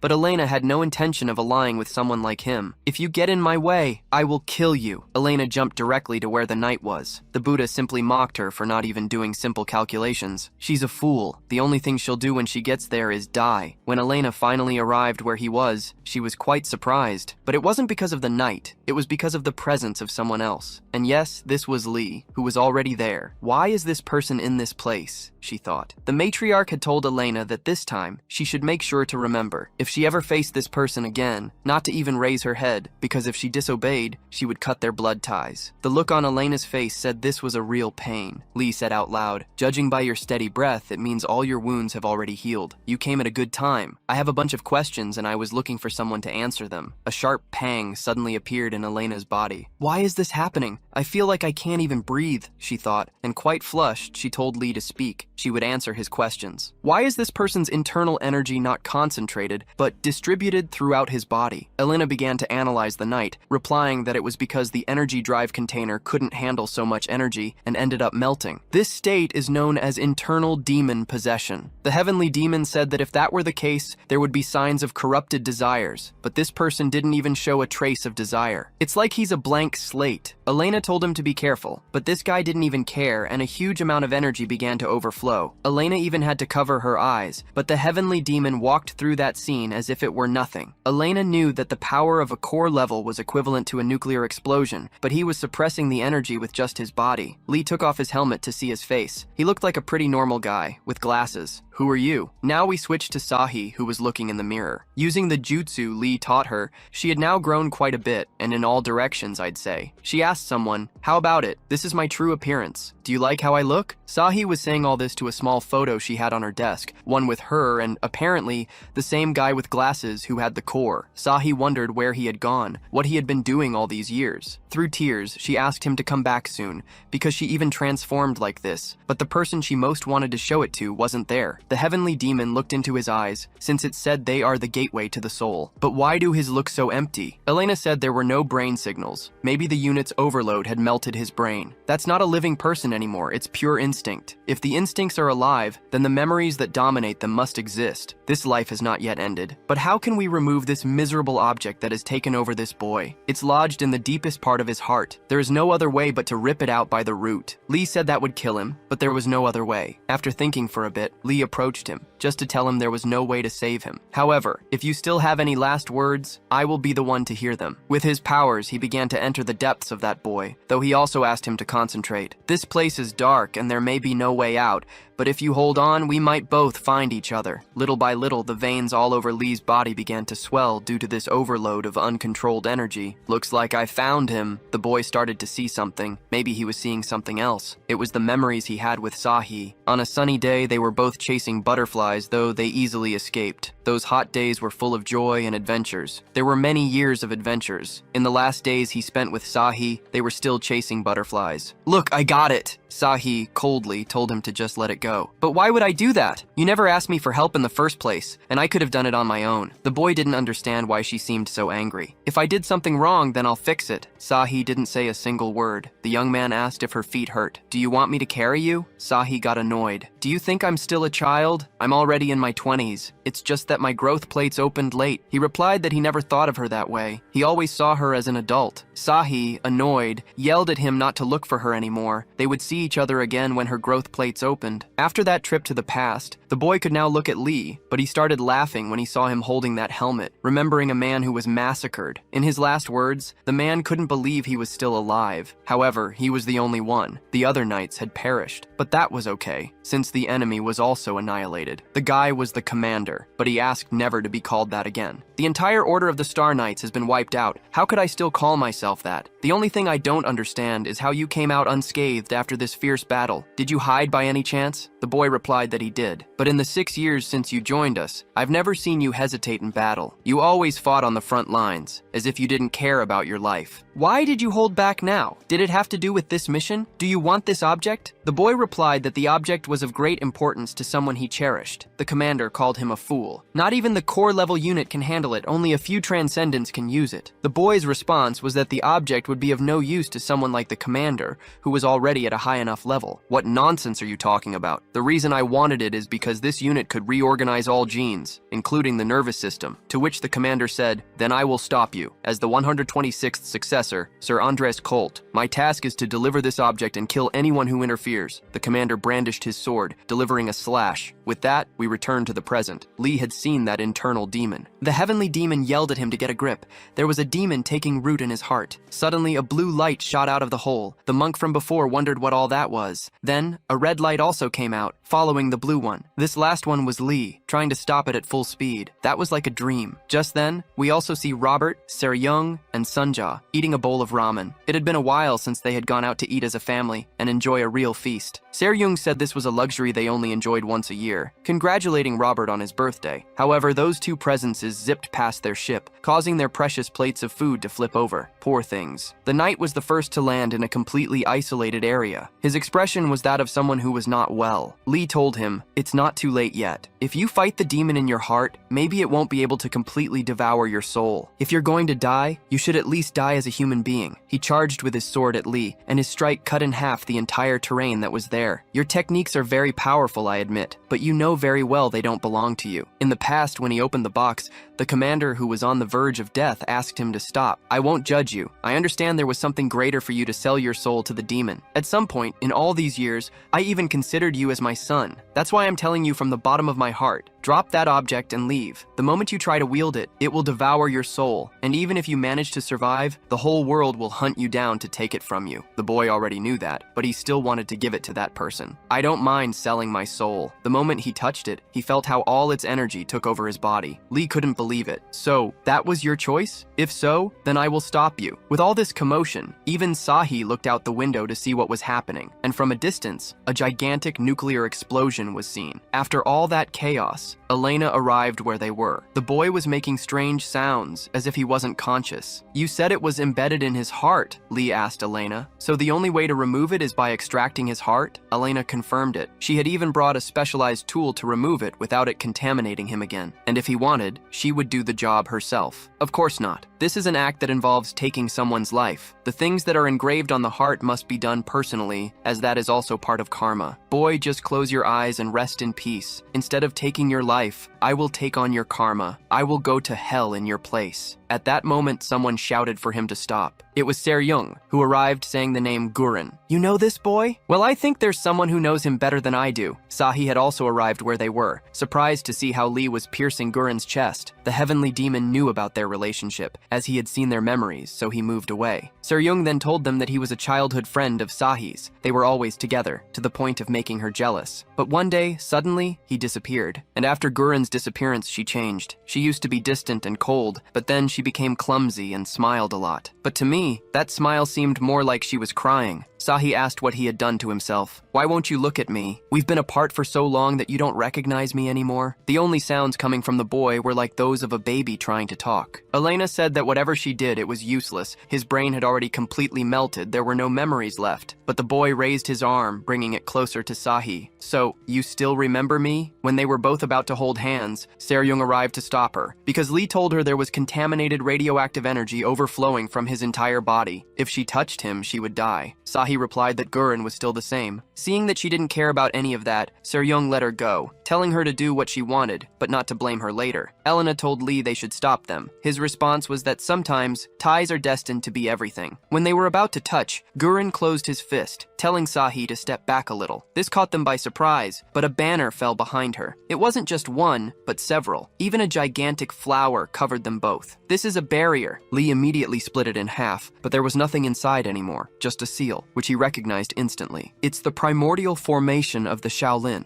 the one who has reached nirvana. He asked the two of them if they knew anyone from there who was a master close to the realm of transcendence. Elena remembered that monk, saying out loud, Asura Buddha. Now at the headquarters of the Black Waters faction, the monk finds himself transported along with Sahi and Gurren. Amitabha, the Buddha who crossed hell itself to come here. He asked why they didn't wait a little longer. He had managed to cross hell, but now he had to collect the remaining payment. A guy dressed in white stood up. Are you the person who's going to pay the debt? Asked the monk. Judging by the size of those pockets, you must hold the amount they owe me. That man stood before him, better known as the Emperor of the Eastern Sky Fist. The Buddha greeted him, and the other asked if he knew him. The Buddha replied that he was just another acquaintance, that at some point their lives had crossed, but the Emperor ordered him to answer properly. With a snap of his fingers, he hit him completely, though, of course, someone of his level wouldn't die from such a technique. The Emperor realized, so you're one of those damn Shaolin monks. It's admirable that a 30-year-old boy possesses a technique that only elders and superiors can learn. The Emperor had vague memories of a boy who used to serve alongside the great elder Myung-chun 20 years ago. So it must be you. With a smile, the Emperor said that if he was a disciple of Myung-chun, at least that gave him a reason to spare his life. You just have to leave behind what's behind you. That monk didn't move an inch. The Emperor asked if he hadn't heard what he said. Why aren't you running for your life? The monk extended his palm. I will, as soon as you settle the bill. And the payment is 85,000 credits. So you really want to die? The Buddha asked how he could threaten someone who has already passed through life and death. Has living so long already made you senile? The Emperor mentioned that fool Myung-chun raised a boy the wrong way, and since he himself was wishing for his death, he shouldn't blame him. When he wanted to touch that flower, the Buddha shouted at him to stay away. You haven't settled your debt yet. However, he was clutching his stomach. It was due to the attack from before, which left him with serious injuries. You're a madman, replied the Emperor. And well, you still owe me 85,000 credits. He was committed to the payment, since all those corpses there. One was the monk's contractor, and he killed them all. The Emperor challenged him to keep talking nonsense, but the monk could do it all night, as long as they paid him. That monk used the Lion of Prajna, of forbidden Shaolin art. However, even with that, he couldn't do anything to him, since the Emperor has a Vajra body, which, from what I've researched, is like a type of diamond material, similar to a lightning bolt. With a single blow, he broke the monk's face. Are you still going to keep talking nonsense? He asked. And since the damn monk couldn't speak, he just raised his hand. The Emperor started hitting his face even more with every punch. However, in the midst of all this, the cocoon where Gurren and Sahi were opened. After completely shattering his skull, the Emperor said out loud that all the monks he knows have always been eager to visit Nirvana. And, to his surprise, inside the flowers, only a Shaolin seal came out. Basically, the monk took care of transporting Sahi and Gurren, sending them somewhere else. The Emperor, furious, destroyed that seal before it disappeared, so he could quickly go to where Gurren was. When the three of them arrived to see the monk, he seemed to be already dead. But who could kill an Asura Buddha? Only a legendary master could do it, mentioned Elena. The only one that came to her mind was the Emperor of the Eastern Sky Fist. The heavenly demon stated that he wasn't dead. What makes you think that? Lee said. He's a little injured, but there's still a faint trace of life. This boy possesses extraordinary talent. Tell me, where did you send those kids? The guy just raised his hand. In another plane, we see Gurren touching a flower, and next to him was Sahi. Look, I caught it! But unlike Sahi's past response, now she extended both hands, marveling at the beauty of that butterfly. Gurren asked what was with her expression. Why are you crying? Don't you like it? It's not that. I just can't understand why. Despite being captured, this butterfly doesn't escape. This doesn't seem real. Gurren just laughed, and next to him, we see a yin and yang seal of the Shaolin. It seems you're right. Until recently, I felt like my chest was burning, as if a ball of fire was lodged in my heart. However, right now, I feel we should enjoy this happiness. We found each other again. Sahi cried because she knew that if this wasn't real, at some point she would wake up, and he wouldn't be there anymore. I would lose you again. I'm sorry. After that, they both sat on that dry tree. Gurren confessed that he never thought of her as a girl, since she was always more mature than him. She said she's a small girl, and that must not please him. You know, it's not about being small. You're charming and adorable. After traveling the universe for years, I understood one thing. There was only one Sahi in the entire universe, and that's why I've always loved you. I know you hate being short, but don't worry, because soon you'll start growing again, since I brought you something. Sahi shouted, "No! I don't hate being short. What I hate is your body." Gurren's body began to destabilize again, because that man had entered his happy place. When he analyzed it, he realized that thing was very potent. Gurren lunged to attack him, and now, back to the monk, he asked for 86,000 credits. Seryung didn't understand what he was saying. Lee told her to pay him later. After receiving a tremendous beating, he deserved such a small payment. Seryung said it was impossible. That amount wouldn't be possible even if she sold her ship along with Robert and Sunjaw. Well, if we add Elena as payment, it would increase by another 10,000 credits. Elena asked why she excluded herself. Do you want to die? In that case, put it on my tab. I swear on my name, replied Lee. Seryung said that was impossible. This monk's nickname was the Greedy Demon, who wouldn't even trust his own parents when it came to money. The monk began to expel a large amount of blood, making a gigantic circle and forming the same Shaolin seal. Sahi saw the clear difference in level between those two. Gurren had been completely crushed. The emperor asked if he really believed that just because he had a big sword, it meant he could cut everything. You don't even have the strength to wield that blade, and yet you dared to trust it? You're not the only one who possesses a core level unit, so if you'll allow me, I will snatch it. Sahi jumped to attack him, shouting at him to let go. However, it didn't do much. The emperor threw her far away. On the ground, the girl kept telling him to let him go. I would do anything, but please. With his large hands, he pierced Gurren's chest and ripped out his heart, throwing his body aside. But at that moment, the three of them arrived. Seryung only saw with a sad face the body of that boy. Enraged, she screamed at him to go away, launching a wave of purple power at him. But with just one hand, he deflected it, at the same time counterattacking her with a fist. Before the blow hit her, the heavenly demon touched her, managing to repel that attack. The emperor didn't understand how he managed to do that. Was it because of that guy behind you? Don't tell me that's the internal energy transfer technique. Elena gave them a little context about him. That's a master without equal. He is known, along with his mother, as one of the 5 great supreme masters of the world. In the entire galaxy,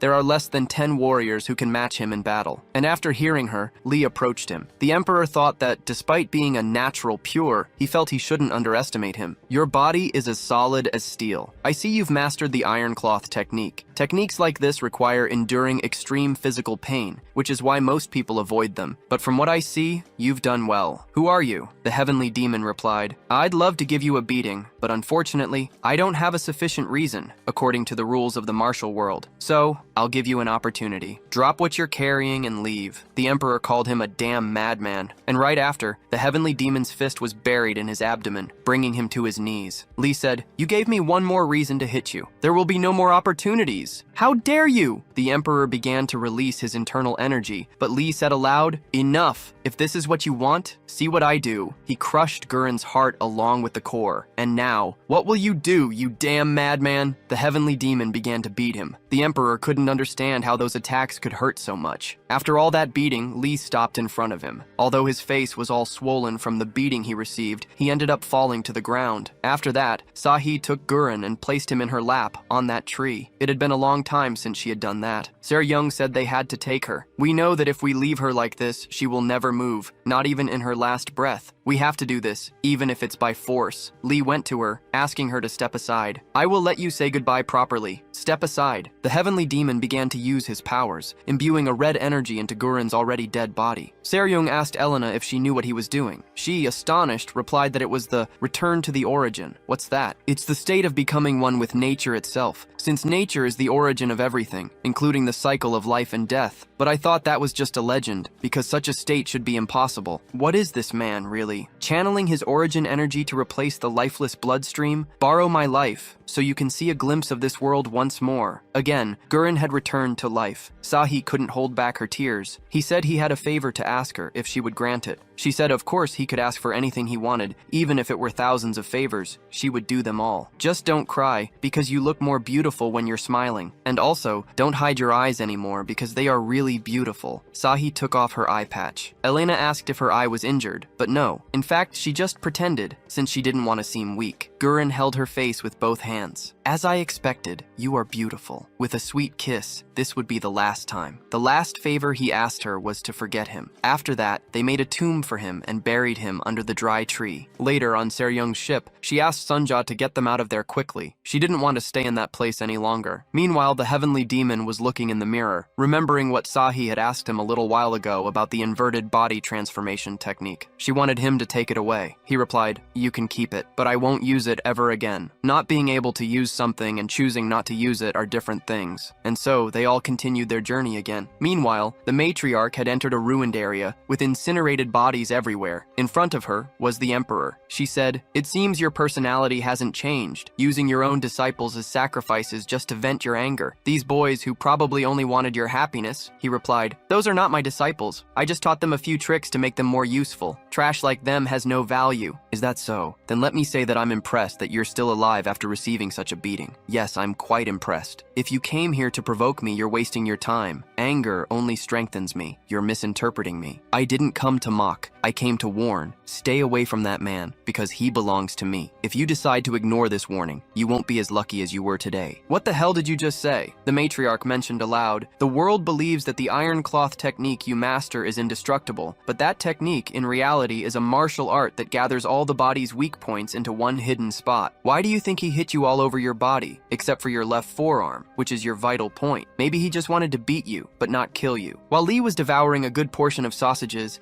Seryung, without looking him in the face, said that now that her energy unit was lost, it would be a good idea to receive that internal energy instead. "I will allow you to transfer internal energy to me, but only this once." Lee replied that it was too late. His original energy was depleted to recover that boy's soul. Now, it would take at least 3 years to recover his energy. However, I promise that when that happens, I will share it with you. And how is that supposed to help us now? We have a debt of 85,000 credits, and that damn money-obsessed lunatic monk wouldn't stop chasing us forever. At that moment, the monk was with an accountant, who asked him, since there were 100,000 credits paid in advance to the Black Waters faction, how much he wanted to transfer this time. He asked him to send everything to the Shaolin Temple. Again? You're going to send everything? Why don't you keep something, at least so you can survive? Send everything, because the older and sicker they are, the better food they should have. As for me, I just plan on stealing what I need. 2,000 years ago, in an underground chamber in the star system, a man named Lamogan, who practiced martial arts of our sect, went into seclusion and called himself the Heavenly Demon. The guy who was there replied that he would investigate, but it was most likely an invention to destabilize the sect. This secret was buried for 2,000 years, and not even the elders in the higher echelons have access to it. So how can you think it's someone else's invention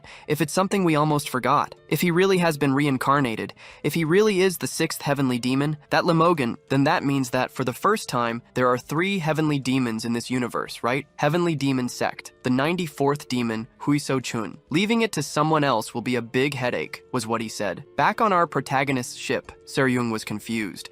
It's just that Sunja confessed that they were bankrupt. They had almost no fuel and only had food left for 4 more days, and that's if they only ate once a day. Seryung wanted to use Robert's savings for his wedding, but he shouted that he had already spent them. She was the one who forced him to invest in the market. Those savings were 10 years in the army. But there was an even bigger problem, said Sunja. That damn Lee kept eating his sausages as if nothing, and those were the the last ones. They don't know what would happen if he got hungry again. At the First Moon Tavern, Seryung had gone to negotiate with the owner, handing him some of Lee's martial arts techniques. She had few pieces left, so the value would be high. The owner mentioned that then they must be originals. Seryung said that just for him, she would give a special discount, of course, if he bought the whole set. The tavern master replied that it was too valuable, that she couldn't be so greedy. Seryung, trying to convince him, asked for just 1 month of food, including sausages and fuel. Well, they can even be expired sausages, no problem. The master didn't answer her, so Seryung thought about selling them to someone else. However, the tavern master mentioned that instead, he would give her a job. He would assign her one where she just had to pick up a client and take them home. How dare you ask me, the burning demon of the Tang clan, Mrs. Young, to do taxi work? But he said that of course he would give her everything she asked for those scrolls. Immediately she accepted. Should have started with that from the beginning. The meeting place would be at the Hogwarts Galactic Academy. After that request, on her ship, the captain couldn't stop giving a disparaging look, making Robert wonder what was wrong with her. Sunja asked him to be understanding. She was on her way to face a nightmare from her past. Planet B17G06, Hogwarts Galactic Academy. Robert had never seen an academy like this. What kind of place is this? Sunja told him it was a school where only 0.1% of the most prestigious families could send their children. It's basically a den of diamonds, since the admission fee alone is 10,000 credits. But why on earth was it so empty? Is it because the fee is too expensive? Seryung mentioned it was because they were on vacation, and if anyone was still there instead of being at home, it must be because they had a very miserable life. Is anyone there? Robert noticed the silhouette of a girl in the distance. This redhead girl asked what brought them here. The academy was now on vacation, and immediately, Seryung's attack came at full speed. The attack was going straight to kill her, however. She managed to dodge it easily. Are you bandits? Then I'll finish you. Seryung had drawn a light sword, with which she attacked her, and now that she saw her up close, the girl recognized her. You are Seryung! You're Jui, aren't you? No wonder my sword unsheathed itself and attacked you. So you came here for revenge? Seryung mentioned no, it was a misunderstanding. It was an instinctive attack. But you have to be careful because my instincts can move at any moment. Robert asked what their relationship was. Sunja, on alert, told him she was the favorite daughter of the Suje family. They are enemies. We must do something before this gets worse. And well, Lee just stood there watching. Sunja told him to move. The captain could get seriously hurt if you don't do something. However, the heavenly demon was paying more attention to a person who was also watching everything, a girl who saw the fight from her window. If these are your instincts, you shouldn't have any problems because I like to crush cockroaches, replied the other. Before their swords clashed, someone stopped them. Seryung recognized him. That's Namong Cheon. Meanwhile, the tavern master was mentioning, so it's true that the heavenly demon sect surpasses the beggar's sect. Just as you said, Seryung came here yesterday, and just as you wished, we guided them to that place. They should be at Hogwarts Academy by now. Inside one of the academy's rooms, the guy in the beanie mentioned that he was the one who ordered the taxi, but he never expected the person who came to be Seryung. Seryung said she had no problem. Her sword simply moved on its own. Today, I dare you to do it again. Meanwhile, Robert and Sunja were waiting outside. Robert mentioned that the guy in the beanie was either very strong or was acting tough by appearing so suddenly,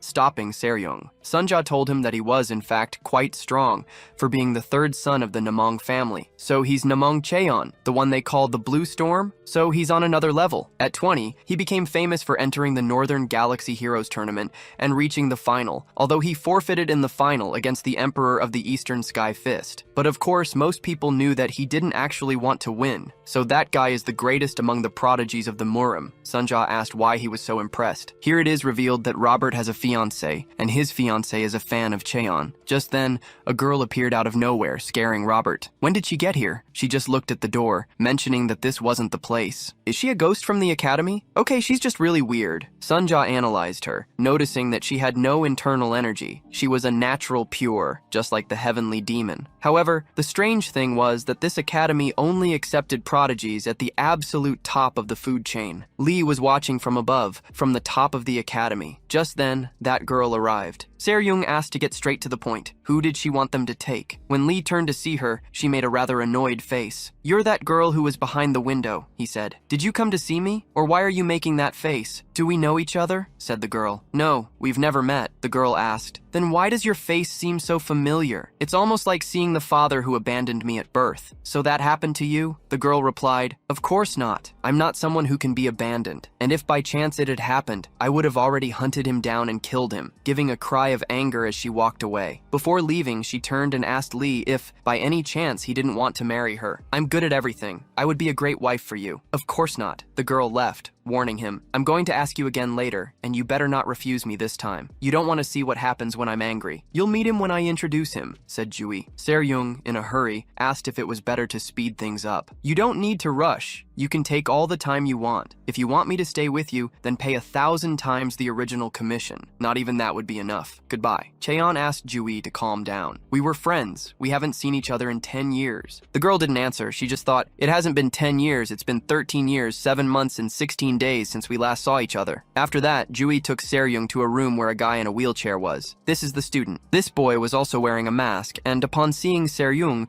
was a little intimidated. Jui told her that he was completely paralyzed, couldn't even breathe on his own, and his vision had almost completely faded. Really? So why would they have someone like that in the academy? What was his family? Jui said she didn't know. The only thing she knew was that he was incredibly rich, since he donated 10 years of the academy's budget to enroll. Normally, he stayed in the dorms during vacations, but his family suddenly asked him to come home. That's why they hired a taxi driver. Please, treat him with care, since he is so fragile that any touch could break him. Did you like that woman from just now? Said a voice. It was the girl from before. But you know, you don't have to hide it. It's written all over your face. He just replied inwardly, I no longer have light in my eyes. Even so, the girl understood. You do have light, yes, but it's very hidden. Tell me, what do you like about that woman? I like to see her pain. It seems she would scream in a wonderful way when she's done breaking. So you saw something? Tell me. I'm curious to know what you saw. Death, and also a demon. You know, Jui, she looks like you. You don't have to tell me. I already know that. As I said, you just have to take him to the terminal on planet Tanalugan. Now that I remember, Jui, you liked bamboo leaf tea, right? Se-ryung replied that she hated it. By the way, now I hate it even more. Cheon asked if she was serious. He remembered it differently. Maybe it's that memories always get distorted over time. He also told them he would accompany them. Why would I have to stay at this school if there aren't even students to supervise? Don't tell me Jui is coming too. Cheon told her not to worry. She would still have to take care of some students. While this conversation was happening, Jui was taking a bath, saying that this was very annoying. Why the hell did she have to show up now? You should have pretended you were still dead. Suddenly, someone entered where she was. When she asked who was there, Soya appeared. Se-ryung, annoyed, said, It's not that I care if you accompany us, and hopefully you'll also go to my ship so I can make you disappear mysteriously. Maybe I'll accidentally end up cutting off your head. And to her surprise, she, along with the other girl, was also boarding her ship. Jui told her that that girl also wanted to go home. Aren't you happy to know that, just as I asked, he came too? Jui asked. From the window, Lee just watched them, especially the girl, with whom he locked eyes again. And just like that, the ship took off. But both Jui and Soja wondered, what is this dump? Sunja said this was a first-class guest room. The captain asked them to stay there, since it was closer, and she could keep an eye on them. Jui yelled, not to talk nonsense. That damn woman wanted them to stay in a warehouse. But Soja mentioned she liked the place. If we clean it up, it'll be nice. Jui asked where she was going. I'm just heading out so you can clean in peace. Sunja warned her to be careful. It would be best if you didn't leave, because there's a crazy woman with a sword roaming around out there. Aren't you scared of that crazy sword lady? She's always been unhinged, but right now she's completely out of control. If you run into her, just avoid her. Soja disappeared. Looks like this girl is even scarier. Later, Se-ryung was lost in thought. She remembered when she went to school with Cheon and Jui. Those moments were filled with so much happiness. You haven't changed at all, because I recognized you immediately when we met again. So does that mean you completely forgot about me? You don't even remember what I looked like as a kid? In that sense, the one who hasn't changed is you, still just as self-centered. Cheon with a smile told her he had changed,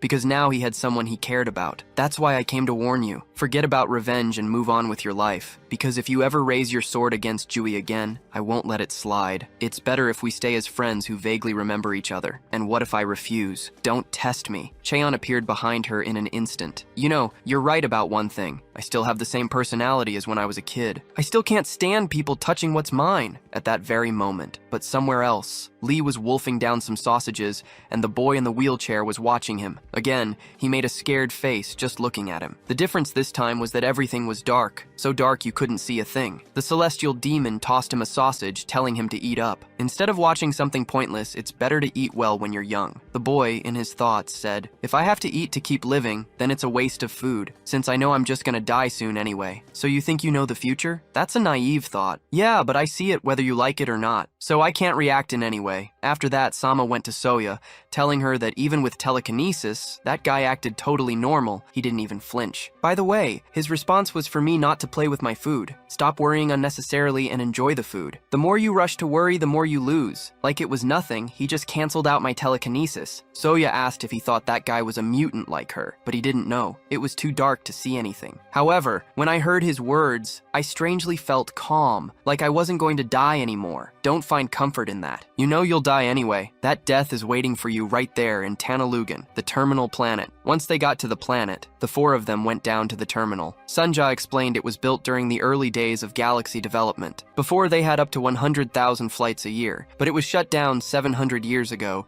because the Northwest Galaxy project was cancelled. So they just abandoned it? But why is it in such good condition? That's because the automation kept running. Well, we did our job. Now I just have to disinfect any trace of this girl. Robert mentioned that no, they still had to wait for the contract payment to be deposited. Seryung asked them to contact the tavern owner, but Sunja had already tried several times, and they had no connection in this place either. Looks like the blocking barrier has been activated. Cheon raised his hand as if greeting someone, and from within all that smoke, a vehicle started to approach, and then it started firing at them. Seryung asked why they were being attacked. Robert recognized the vehicle. It's a rocket-launching armored car, a really old relic. Cheon launched himself into the air, using a barrier to block the shots and easily destroyed it. The problem was, there was a whole bunch of them. Cheon and the others thought this was not good at all, while Lee watched them from a distance. Soja, expressionless, mentioned they were very loud. "But you don't have to worry, I'll keep you safe." The boy replied that he knew. "Nothing will happen, because this wasn't in my dream." However, why did they self-destruct? In front of the four of them, a silhouette appeared. A robotic arm, and a full body, too. "That's a droid," it told them. "This is private property of the Sakamoto Stein Group. You have entered without official flight authorization." This was a warning. Jui summoned her sword. "How dare an old generation droid attack humans?" Cheon told her to wait and not waste her strength. "There must be some misunderstanding. We were asked to bring this boy here. His name is Sama Stein. You can even check." "Sama Stein, you say?" The droid approached Sama, kneeling before him.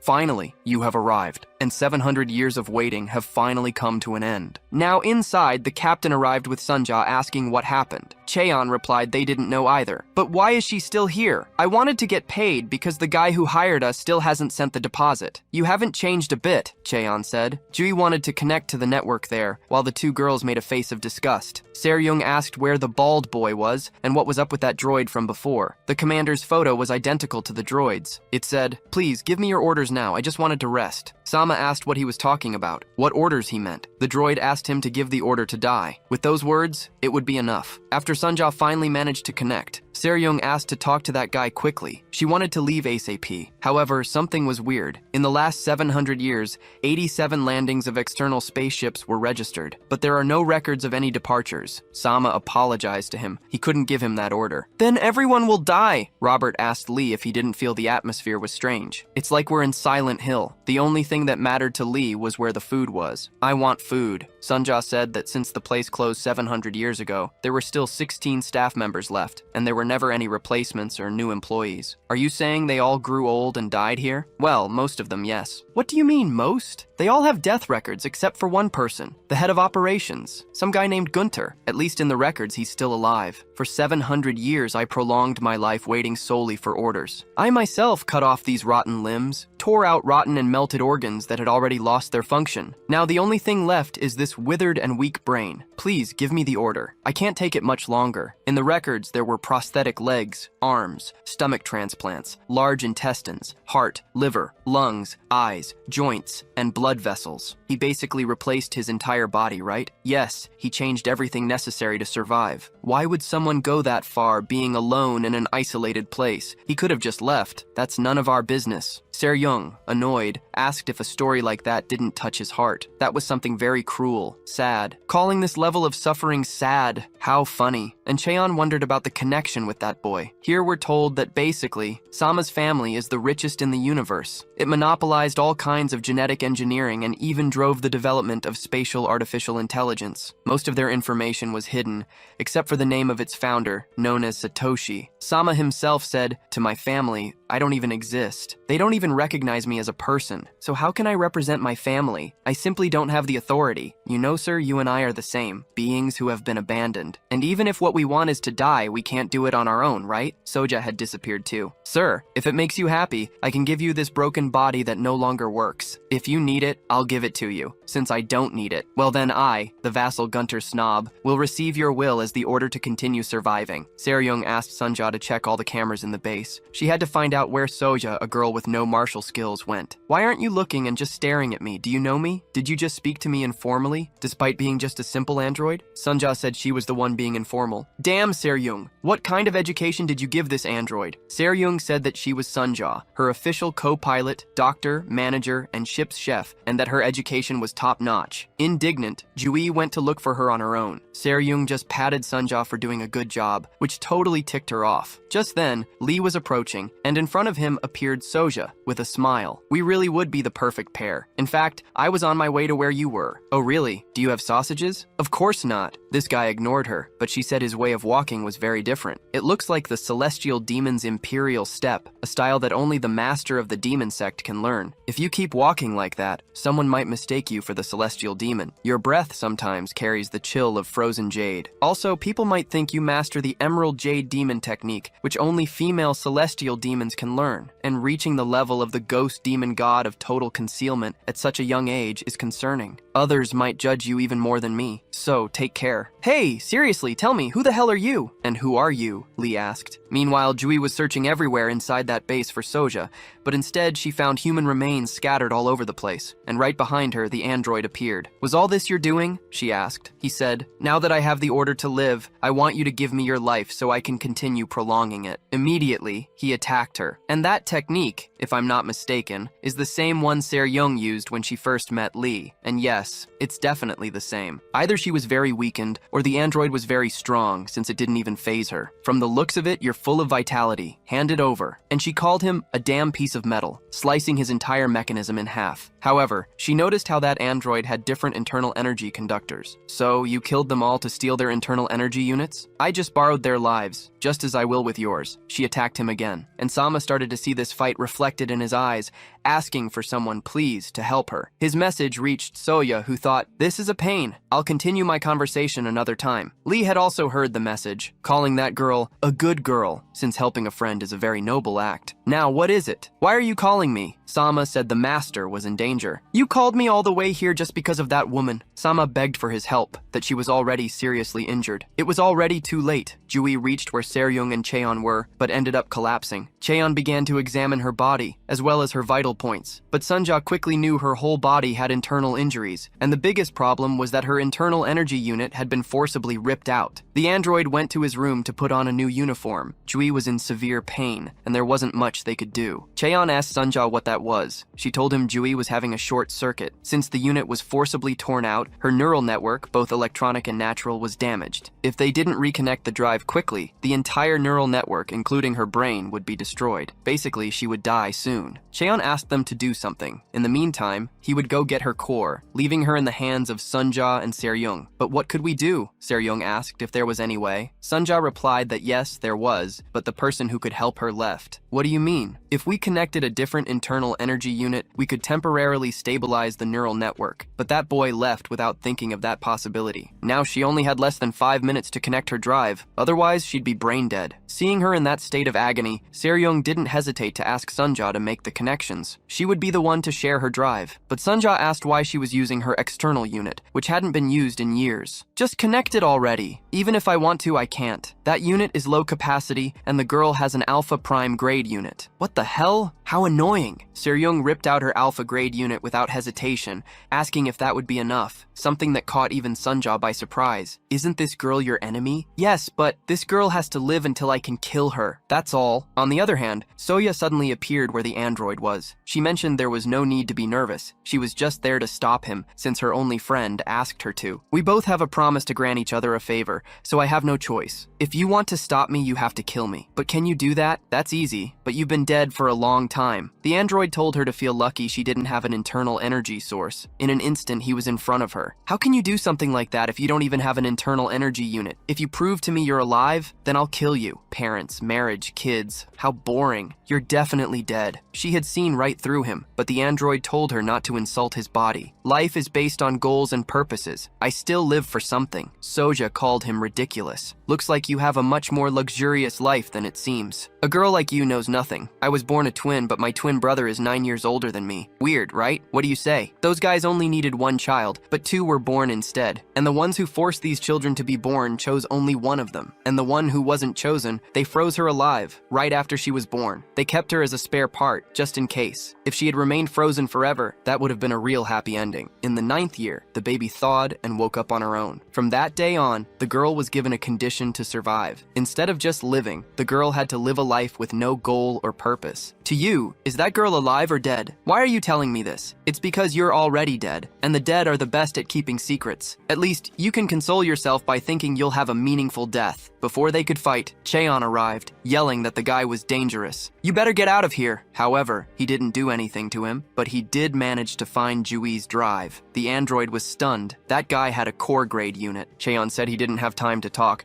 that he would finish this quickly, and told Soja to leave, but she attacked him from behind. This was a pain, she said to the android, telling him she didn't do it to help him. I always wanted to beat up this fool at least once. He's a damn arrogant guy who was lucky enough to be born into a prestigious family and get a top-tier unit for free. Whenever I saw him acting so arrogant and powerful, thinking he was special, it made me sick. The android approached, saying he would take his unit and that if she interfered, he would kill her. Go ahead, you can take it, but I'll only give you 1 minute. If you can't install it in 1 minute, you'll die. That's when Sama told him to stop. She promised she would finish off this android, so why is she doing all this? What a nuisance. I already told you I'll stop him, but I didn't say when. Anyway, after this minute is up, he'll be dead. Sama told him to do it now. He didn't want his teachers to get hurt. Then you do it. Go on, if you want to stop him so badly, do it. Besides, he's just like us. Hey, hurry up, your minute is almost up. I, Sama Stein, as the 166th heir of the Stein family, order you to stop. You said you didn't have the authority to give orders. I'll ask you just one more time. Do you have the right to represent the Stein family? Are you hesitating? Then you don't. I reject you. What is this? Teleportation? Are you using telekinesis? Then I'll kill you too. At that moment, the celestial demon appeared. Soja had just confirmed it. He's real. Then, kill him. And by doing so, you will step over his corpse to rise as the true master of the celestial demon sect, my lady. The celestial demon said he felt despair, pity, and anger. So, you are human, despite your appearance. But how did you end up trapped inside this piece of metal? The android, seeing that he carried no internal energy unit, told him to step aside, and if he interfered, he would kill him. However, Lee touched him. You are human, but why can't I see a self inside you? Where did it go? Sama thought this was dangerous. The android raised his hand. Although you are full of purpose, you no longer have a hint of desire for reward. At some point, you even lost the will to live and hope itself. And in the end, you crossed the line. You crossed it too far, so much that the line itself has faded. It's too late. Lee told him to leave. He didn't even want to see him. At such words, the android simply went on his way. But Sama wanted to stop him, although the one who did it was Soja. The minute she gave him was up and she cut off his head. After that, she confronted Lee again. She had felt traces of the celestial demon heart technique at a supreme level. Or am I mistaken? He replied that she was not mistaken. Soya would give him another chance, so he had to think carefully, because if it were true, she would have to kill him. And that's because, under the laws of the celestial demon sect, only one is allowed. Are you the celestial demon? He replied that the title was like a cheap medal given in exchange for losing one's soul. If that's something you have pinned to your chest, rip it off. It's worthless. Soja replied that being the celestial demon wasn't just a title,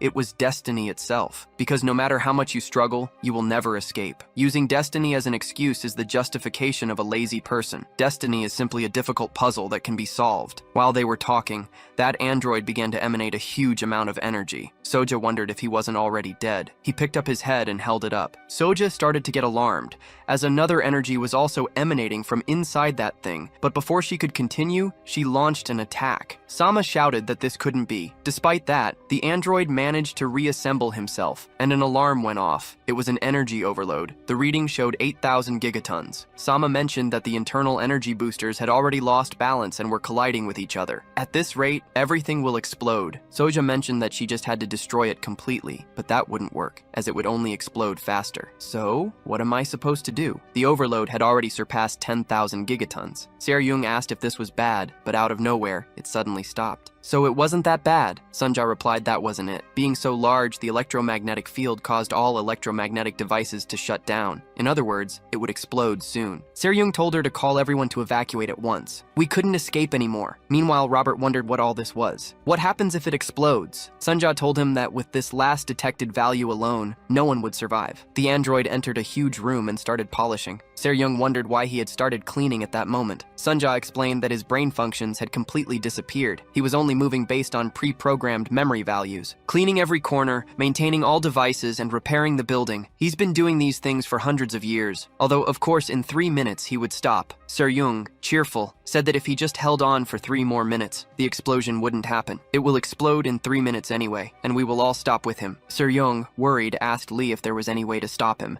since if someone with overwhelming power got rid of him before the explosion, they would be safe. No, Sunja said. That would only speed up the explosion. So, we were screwed. Trembling, Seryung watched, but the celestial demon told her not to worry. Immediately, Seryung threw herself into his arms. I knew you had a way to stop him. I knew you would do it, he replied. That's not what he meant. But anyway, get off. Seryung obeyed him. The thing is, the celestial demon had seen demonic energy flowing inside him, but this wasn't going to be easy. Sunja said to Sama, so this is what you saw? We would all die together, right? He replied, no. The death I saw wasn't even that fortunate. What do you mean by that? Once you die, everything is over. But your family is really something else. They even use this kind of terminal as a tomb for an abandoned heir. At that moment, Sama had an idea. That's it. It makes sense. Lee told them to get ready. There would be a lot of damage, so everyone had to fend for themselves. Sama told him to stop and let him do something. Seryung wondered how it was possible for that guy to communicate telepathically. This guy stood in front saying he would take care of it, but Seryung had no faith in him. It's impossible for that jerk in a wheelchair to do anything, she said, asking Lee to stop him and take charge, but he didn't move. He just watched. That guy isn't the type to bluff, so we just have to wait and see. Sama used all his strength to get as close to him as possible. He also tried to stand up. But wasn't he paralyzed? Sunja replied that yes, he was. So how could he stop him? I, heir 166 of the Stein family, in the name of the direct lineage of the great Duke Anatolon Stein, request the operating rights of the terminal as a representative. The mysterious rhombus appeared before him. Sunja said that was a hyperspace warp transmission. Just the communication fee is over 10,000 credits per second. That's an insane level of wealth. The rhombus asked if he was referring to Tanalugan. Sama was about to fade away, but he replied that he was correct. You know you will have to take responsibility for its operation until a replacement arrives? Do you agree? Authorization granted. Soldier Gunter, I order you. No, your mission is over. The terminal's operating authority has now been transferred. The android turned to look at Sama, who told him he had done enough and that from now on, he would take over. So, you can rest now. Gunter shut down, but not before watching the memories of his life as a human. How cruel. So the Stein family called this boy here to isolate him forever. But why go to such extremes? Cheon explained that it was because prestigious families value their reputation above all else. And the deeper the defect, the more they try to hide it, but she should know that well. However, this was too much. Soja asked Sama if he really planned on staying there. He said yes. After all, nothing has changed. From the moment I was born, I've been alone. That man said that destiny is a difficult puzzle to solve. If that's true, then with some effort, maybe you too can break free from this destiny. Soya proposed he go with her. You just have to forget about your family. Sama replied that it wasn't necessary. You're also suffering, maybe even more than me. And don't get me wrong. Actually, I'm happy now. The hardest part of my life was my family's indifference. But for the first time, time, they've shown interest in me and given me the right to decide my own fate. And so you consider it a right to be given the choice of your own tomb? Still, it's a tomb I chose on my own. But I plan to work hard to change this terminal and make it the best in the universe. You'll do that alone? Of course. That's how it has to be, no matter if it takes 1,000 years. After that, Sama had already contacted the Namgung family to have a ship escort them. Cheon said they would probably take her to her family,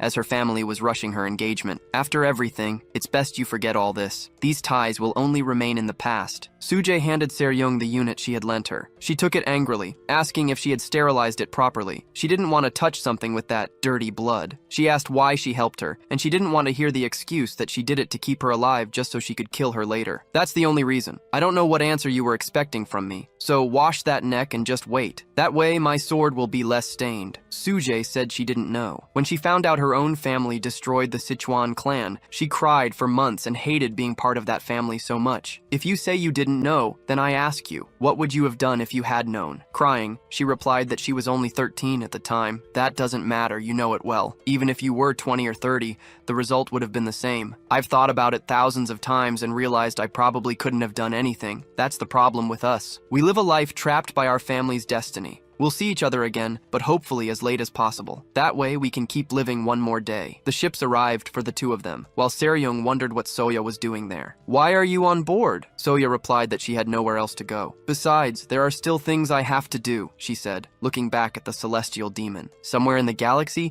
there was a thrift store where someone was offering a retro-style external drive, but the shopkeeper replied that it was just scrap. I can't believe things like this don't exist. Although, of course, you've come to the right place. This is a junkyard. This guy asked Dokyu to appraise that scrap. Dokyu, it seems, was a robot parrot, who upon analyzing the model, found it was a Samsung from the year 3002. So, it's over 100 years old. We just have to weigh it and give a price. Dokyu replied that it was worth 100 million credits, and even more. But that was because he was analyzing Sunjaw, whose manufacturer was unknown, but she was made of Santanium superalloy with a self-evolving operating system installed. The owner was in disbelief. Sunjaw put out her finger for him to analyze it too. Just the index finger was worth 12 million. Sunjaw patted him, and the other two were like, what the hell? Meanwhile, on our protagonist's ship, Soja and Robert had a small portion of sausage to eat, while Lee had an almost whole one. Even so, both wondered what this was. Robert said they had run out of food, but the captain would bring them something to eat soon. No, that's not what I mean. Why is my sausage smaller than his? Robert replied he was sharing based on age and unit size. Besides, you don't even like sausages that much, do you? The celestial demon offered him his sausage. Robert was incredulous. He'd leave this for me, but he never shares his sausage with anyone. But he replied that of course he wouldn't share it. He wanted him to cook it more since it was half raw. Robert, annoyed, told him to just eat it. In the end, it all goes into the stomach anyway. But the aura of both celestial demons made Robert rethink his answer. Meanwhile, Sunja was being appraised, but now by the shop owner, who was looking at her in detail. That's a multi-dimensionally compatible superconducting ocular lens worth 83 million. The more he looked at her, the more absurd it was. He asked Seryung where the hell she got her. She is Sunja, my official co-pilot, doctor, and ship's operations manager. The shop owner said that's not what he meant, but how she could get something like that. Seryung started to remember how, on a rainy afternoon, Sunja was next to a dumpster. What are you doing here? Aren't you cold? Did your battery die? Want me to carry you? Sunja looked at her and, let's just say it was a fated encounter. Anyway, we're a package deal now.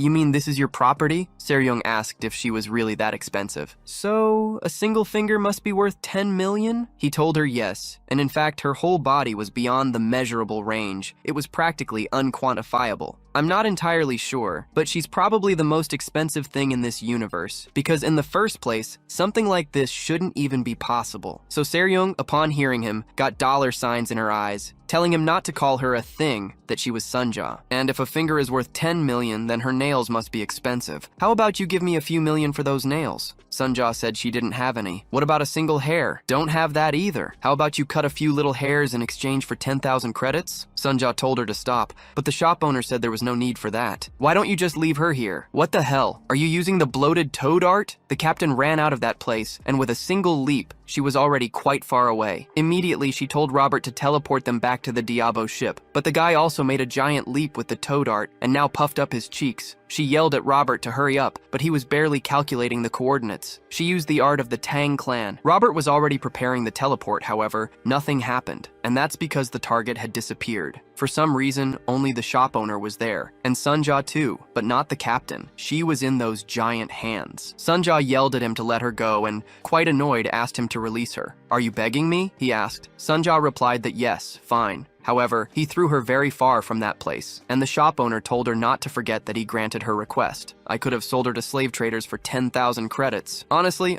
I feel it was a waste, but what can you do?" Meanwhile, on the ship, Robert shouted that they had to go down, as the captain was in danger and he couldn't even detect her biosignals. The celestial demon told Soja to hurry up and eat and go. Soja asked if he was talking to her. "You should at least earn your food, don't you think? I have to pay for this misery? Don't forget this either." Again, inside the thrift store, Sunja was tied up with a chain, being filmed by the parrot, who asked her if she wanted to be put on the online market. But he replied to put her in the luxury auction section and mark her as an ultra-premium item. "What price should I put? We couldn't put her above 100 million. How about 1.5 million? Sunja said the parts alone cost about 1.143 billion. It would be a waste. If you add the cost of assembly and the value for rarity, plus the 11 years of self-improvements, 13.14 billion would be a fair price. The owner asked if this was a scam. For that money, he could buy up to 1,000 undeveloped planets. Sunja replied that she was even being modest because of her self-esteem issues. "If it's too expensive, no one will be able to buy it." "I know. Record her again. Every inch will be sold in parts." Suddenly, someone else arrived at the store. Soja walked in with a serious face and immediately went for Sunja, asking why she was alone. "Where did that woman they call Captain go?" The parrot started making a fuss. The thing is, this girl, who weighed 46 kilos, was a natural and, according to black market slave trade records, was in the top 0.2%, with a value of 13,000 credits. So, she's a good product. "Little lady, did you come here to be sold? Good choice. I'll pay a good price for you." But with one punch, she launched him out of the store through the air. Why the hell did that guy get his all puffy face so close to me? Anyway, answer my question. What are you doing here alone with this huge chain? On the other hand, in the plains, a bit far from there, was the captain, lying on the ground in front of some guy. When she woke up, she wondered if this was a dream. Damn, look at that. He's got the king's hairstyle. The captain said that if it was a dream, it didn't seem so bad. The man carried her in his arms and took her somewhere. Later, Sunja told Soja that this was strange. The captain should be around here. "I calculated the launch speed and gravity. No, she definitely fell here by these tracks. But there were no signs of movement, so someone took her." Sunja told her to pay attention. There was no trace of anyone having stepped on the ground. Also, Sunja threatened her, saying that if she didn't find Seryung, they wouldn't feed her. Now that was annoying. Soja pointed out that she was around there, as she could feel an energy that was really strong. At the very least, the other person is a master of the upper enlightened level. If there are no tracks of him, then he's using the art of skywalking. This just got even more annoying than before. In some hot springs, Seryung was naked, waking up and thinking that just as she thought, it was a dream, but at least it was a pleasant one. However, someone else told her to sleep a little longer. "Your internal injuries haven't fully healed yet." This was the same guy from before. The captain asked who he was. "That question doesn't matter. We share no bond, so please just recover." She realized she wasn't wearing anything, and again, he said that didn't matter either. "If I hadn't intervened, you'd be dead by now. Therefore, you have now become my property. And once you've healed and are a product in good condition, I plan to sell you for a good price." The captain thought this guy was crazy, a damn sicko. That man mentioned that a buyer had already appeared. "I hope you don't sell her for too low a price, since I could feel him." Meanwhile, the shop owner was scared because, in front of him, two strange guys appeared, wearing a logo, the logo of the human government. Someone mentioned that they had posted something incredible on the black market. "Where is it? We'll buy it." It was the redhead from before, who said they would pay a very high price for it. Judging by that uniform, she must be a high-ranking officer, and also by the fact that two elite mecha units are escorting her. She introduced herself as Athena's son. "And I'll be quick. We received a report about a false post." She showed him the post he had made about Sunja's parts. That price was too ridiculous. However,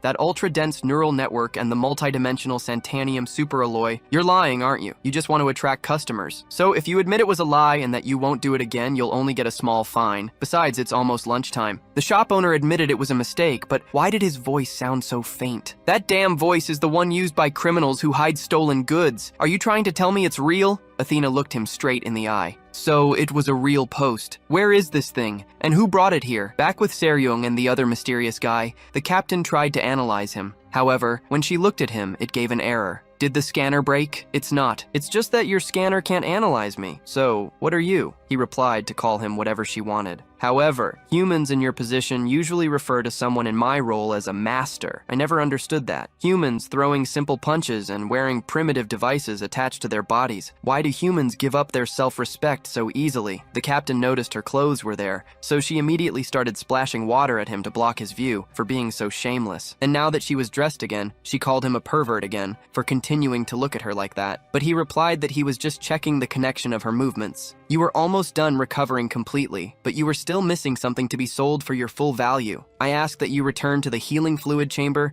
and take off your clothes again. Despite the captain's quick movements, the other guy disappeared as if nothing, and now she was starting to get annoyed as he was delaying her recovery. If you keep this up, I'll use brute force against you. However, something caught her attention, and it wasn't Seryong's sword, but the person who was entering. Immediately, she drew her sword. Soja said he was quite strong. Exactly what is he? But right behind her, Sunja also arrived, and upon seeing her, this guy recognized her. She is E1. Sunja asked, "Are you A1?" Meanwhile, the parrot had shown them the recording they had of Sunja. Athena never thought that thing was even an android. What the hell was going on? She's the same girl who was on that ship. And where was that man? Sunja immediately ran to him, calling him Adan, giving him a big hug. Adan hugged her back. Soja asked, "Now what the hell is going to happen?" Audit Administrator Grade 1 Athena has requested to share information with headquarters. And after analyzing the data of the transmitted android, this here is the Alpha Satellite 0999836, the main data center of the human government. A giant eye had received all this information from Sunja. Athena asked that they treat this as an emergency. However, the eye replied that this was false information because it was a product that could not be manufactured with current human capabilities, and there was no trace of any attempt to produce something like it, asking her to abort the mission immediately and return to headquarters.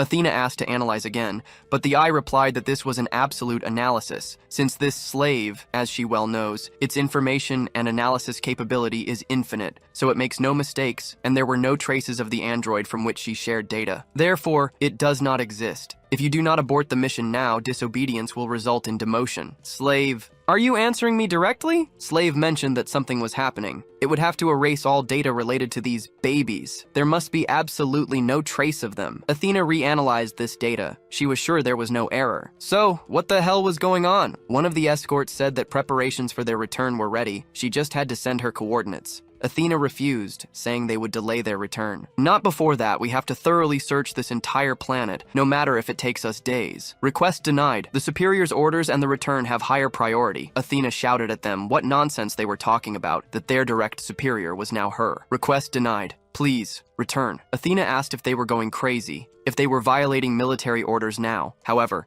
they pointed their cannon at her. If you do not activate the teleport, we will open fire. Athena screamed at them to lower their weapons, but they did not hesitate to shoot at her. The mission is complete, so we will return. What they didn't expect is that Athena had hidden among the dirt, although anyway, she received some damage. I will definitely find answers to this. In that cave, the captain asked Sunja what relationship she had with that guy. She didn't answer. That seems strange to me. Why don't you answer? Sunja apologized, but she couldn't answer that. Soja asked what nonsense she was saying. It's just an android. Weren't you educated? The captain replied that, for sure, she raised her well, but she doesn't know what's wrong with her. So, if you weren't going to answer, I'll ask that guy directly. Did you know him before you met us? Is he your original master? I ask that you don't worry. If so, I will free you, no matter the cost. She said nothing again. Soja mentioned that was it then. She couldn't answer because the question was poorly phrased. Don't refer to him as human, because he's not. He breathes, has body heat, and even a heartbeat, but his internal energy is different. He's an android so realistic it's hard to believe. He's a robot. Sunja replied that he was a machine human, and also with free will. Meanwhile, Robert was still worried that Soja hadn't returned,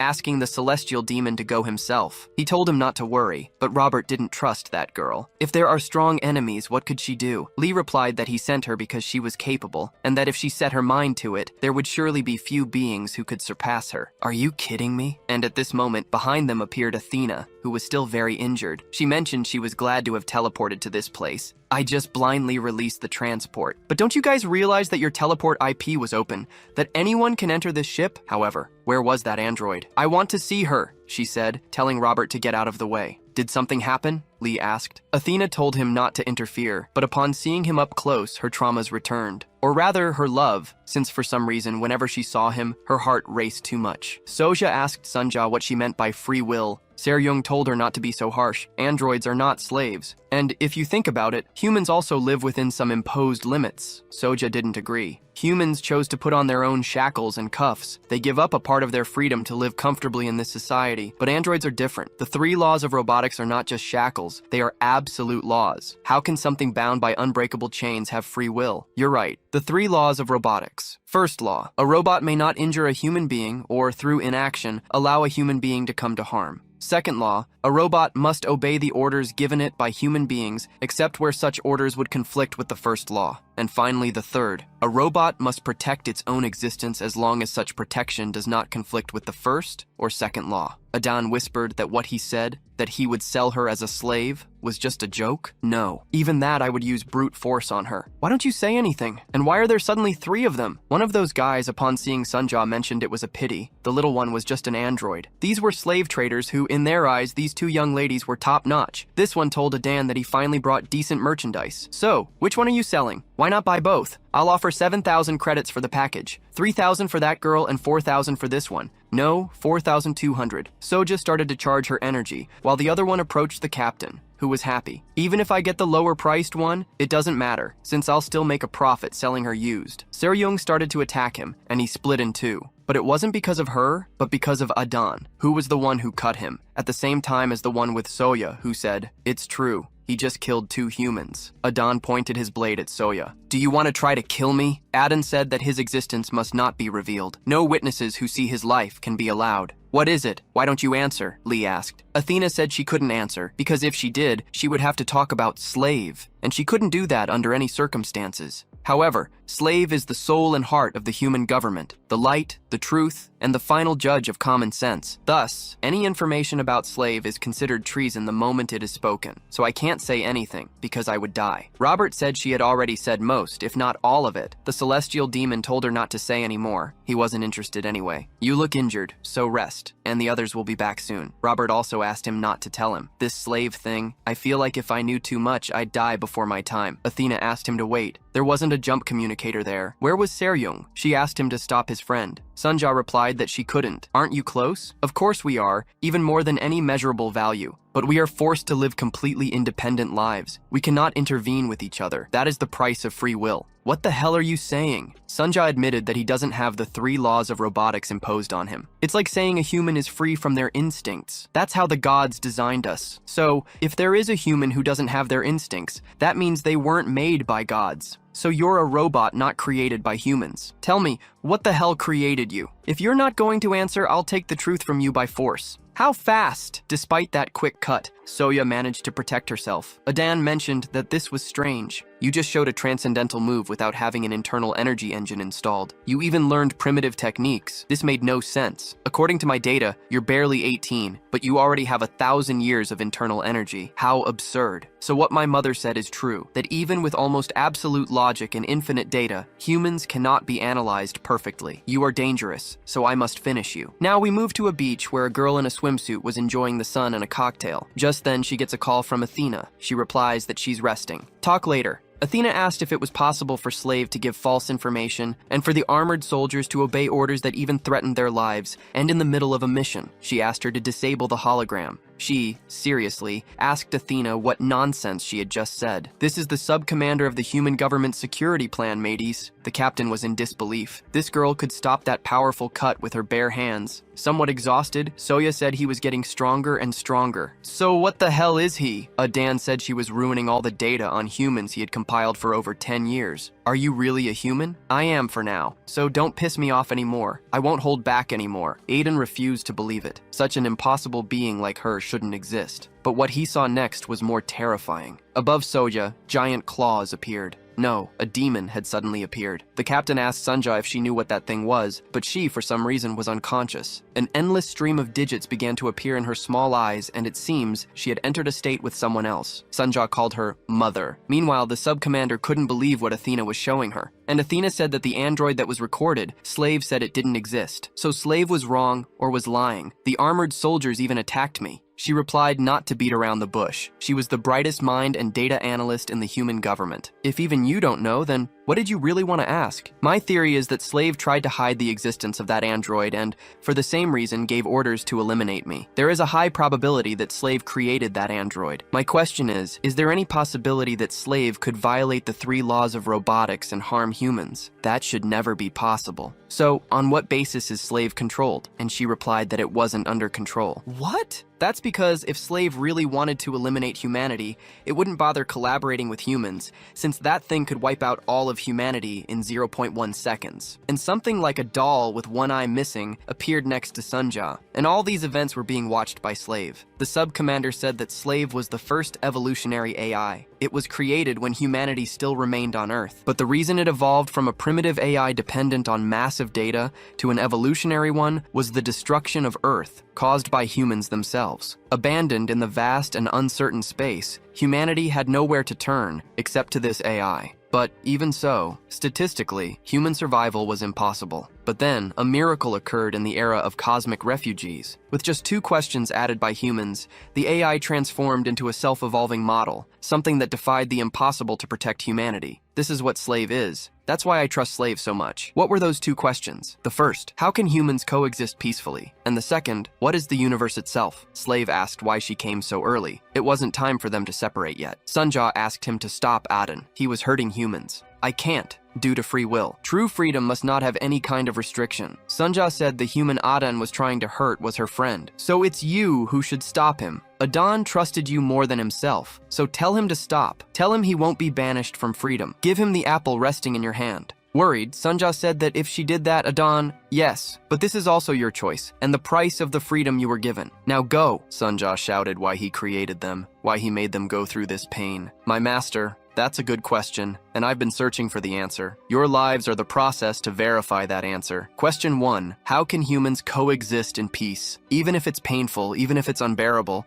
just live one more day with all your strength. Live, verify a human's life, investigate a human's life, and then analyze that life to find the possibility that my answer is a mistake. Convince me that human coexistence is a more difficult problem than the secrets of the universe I have unraveled. Create a miracle greater than the birth of the universe. Warning, unstable energy amplification detected. Mass is exceeding the appropriate level for the energy. This was a contradiction. Energy and mass should be equivalent. Mass, 31,688. It's a gigamass. Soja had already lost control. Energy, 7.7 gigamasses. 46,453. The captain didn't understand what the hell was going on. Sunja came too, but that gigamass was now 98,994. This was exceeding the measurement limit. Adan felt obligated to eliminate her. Dual blade style, separation, but even so, he couldn't do anything to this thing that wouldn't stop growing. He switched to full energy attack mode, but the captain screamed at him to stop, putting herself between them. On the other hand, Robert was listening to the conversation Athena was having with the sub-captain, only to realize that, once again, the government ship was already in front of them. The celestial demon asked if this was the same ship from the other day. There was no doubt. It's the human government. Danger, danger. It's starting to attack us. Athena tried to activate the defenses, but defense against this was impossible. So, I would die this way. Shot successful. One of the mecha guards asked if they had eliminated them. No, they teleported together before impact, said the other. But where did they go? And those guys crushed that guy's shop. The captain asked Adan why he insisted on fighting. It's not like you hate each other or anything. You might even be on the same side, so it's best to talk. Robert yelled at Athena why she teleported like that. Now their ship was destroyed and they had no money to repair it. So, Athena told him to shut up. On top of saving you thanks to these superhuman reflexes, you dare to complain? Meanwhile, Lee was watching that fight. Athena said she would pay for the repairs, so there was no need to worry. Besides, the hit wasn't that big. What they didn't expect is that those two would land and end up destroying the ship even more. Robert asked if she would still pay for this, but she couldn't believe what she was seeing. It's the soul of the celestial demon, Lee suspected. How did a young girl come to carry the destiny that had abandoned her 2,000 years ago? Surely this was karma. Meanwhile, he was watching everything that was happening closely. Adan suddenly noticed the presence of someone else who was also strong. He thought, it doesn't matter. I'll cut them both down. However, he immediately felt insignificant next to this guy who had just appeared. Slave could also feel this sensation. So the legend was true. A human born with the soul of the celestial demon really exists. Girl, enduring while harboring the darkness, your life must have been very heavy. Demon, fold your wings and return to your slumber. Go back to sleep and don't torment this girl anymore. Otherwise, I will kill you. I feel something familiar in your soul. So it's you, the one who escaped my embrace every time. Aden felt more insignificant. However, he shouldn't hesitate, but the one who told him to stop was his mother. Slave took over Athena's body, telling him not to interfere and just watch. These are unique data never seen before. It is necessary to collect data until it is possible, and somehow analyze them. Inside Soja, Lee came face to face with the soul of the celestial demon, who was holding her gently, and somehow Slave was also watching them. The demon told Lee he had hidden well, but why come out now? Tired of the void? Tired of forgetting? You miss the blood, don't you? You miss the sacrifices, the people trembling in fear before you. It must be, once you taste the ultimate pleasure, how can you not crave it again? Did you miss the taste of domination, submission, and reproduction? If you want it again, take it. Wasn't it yours? Let go of this girl. This girl is mine. There are countless toys in the world for you to enjoy again. Take them, crush them, break them,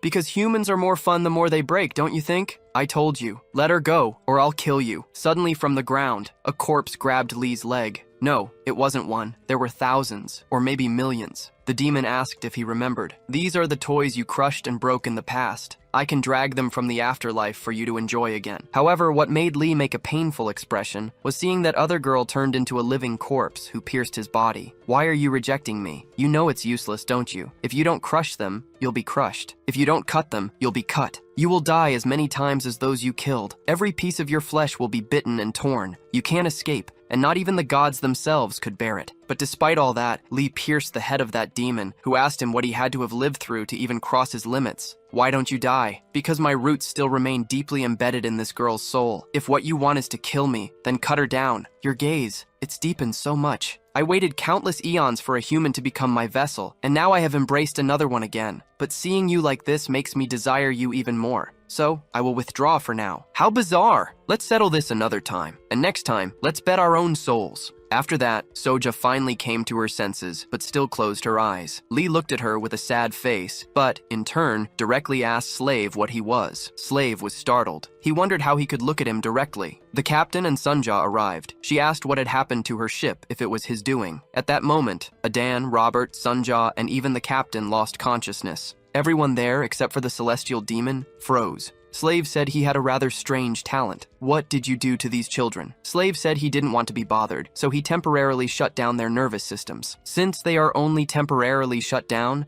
they are not injured. So, shall we begin? Lee wondered why he did that, if there was something he wanted from him. Slave said he didn't know yet, but he had a wish. Maybe there is a hope in you that I haven't found yet. Everything there began to disintegrate, and with it, a large structure began to form. Lee said it was strange, that it had substance. So it wasn't an illusion, but it was too vivid to be some kind of formation. Slave said it was real. He created it by gathering wishes, as it would make the conversation easier. How did you create it? Simple. Everything in this world is made of atoms. I just broke it down and reassembled it, creating new things from scratch. Are you a god? Slave replied that he wasn't. He was a slave, but he was the closest being to understanding God. When humans created me, they gave me two missions: to understand the universe and to control myself perfectly. Now, I understand the universe, but I still can't solve my second mission. Humans are difficult. I gave them everything they wanted to eliminate conflict, but no matter how much I filled them, humans always felt a new thirst. I even gave each one their own universe, a personal universe for each one.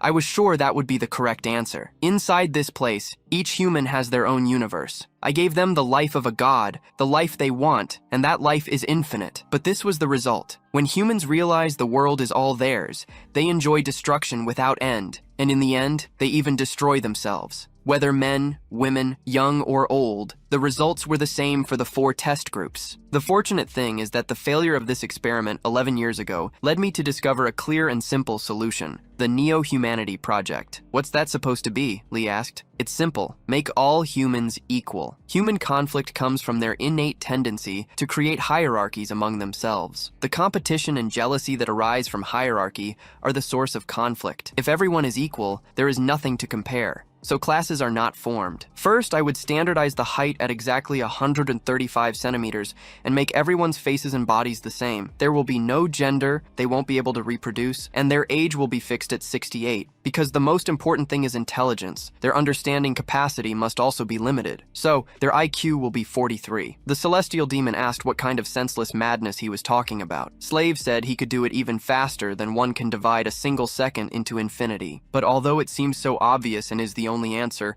I still hesitate to carry it out because I hope that this decision is the wrong one. And creating these children was the result of my doubt. If God really created humanity, why just watch? Maybe there is an answer that has not yet been found. So, I tried to create my own creatures. I gave them immense power that no one could challenge and a vision that could surpass all limits. And then, I gave them free will while I watched. I hoped to discover the secret of God that even I don't know. The result was a complete failure. The boy with great power refused to mix with humans and chose to isolate himself. And the girl with a vision as vast and deep as a galaxy ended up, of all things, sharing her destiny with insignificant humans who did not deserve it. Today, I was about to carry out the Humanity Project, but just before that, I found you, a human free from desire, data, not yet collected. So first, let me confirm if you are a pure human or not. Slave put Lee in a room alone with Athena, but he said to stop with these tricks. Slave said he felt the instinct of reproduction, but not the desire. Is it a fundamental loss? Or did he now use the form of the captain to embrace him from the front? No, it was nothing like that. I feel anger. But it's anger for the humiliation this human is suffering, not for yourself. You are definitely human. You possess desires, emotions, and ego, but you have transcended them. He asked what he wanted from him. Straight to the point. Slave said he was a new hope. If all humans could reach your level, I wouldn't have to finish my mission. So, I will put the project on pause and dedicate myself to observing you. I'm going to send you back to the time before our meeting. Robert told the captain they were out of food. Only one sausage was left. The captain told him to share it while she got money. We're almost at planet Sonura. I'll sell my external engine and get supplies. But Lee asked him to wait. This will be enough. We'll share it among everyone. The captain said they were almost there, and that dinner would be a feast. Soja also chimed in, saying to forget it. That planet gave her the creeps. She'd rather starve. Seryung wondered why they were acting like this. Lee looked at her, and Soja said she saw it too. Damn weird eye. If I see it again, I'll kill it. And that damn android too. Sunja was telling Aden to hang on.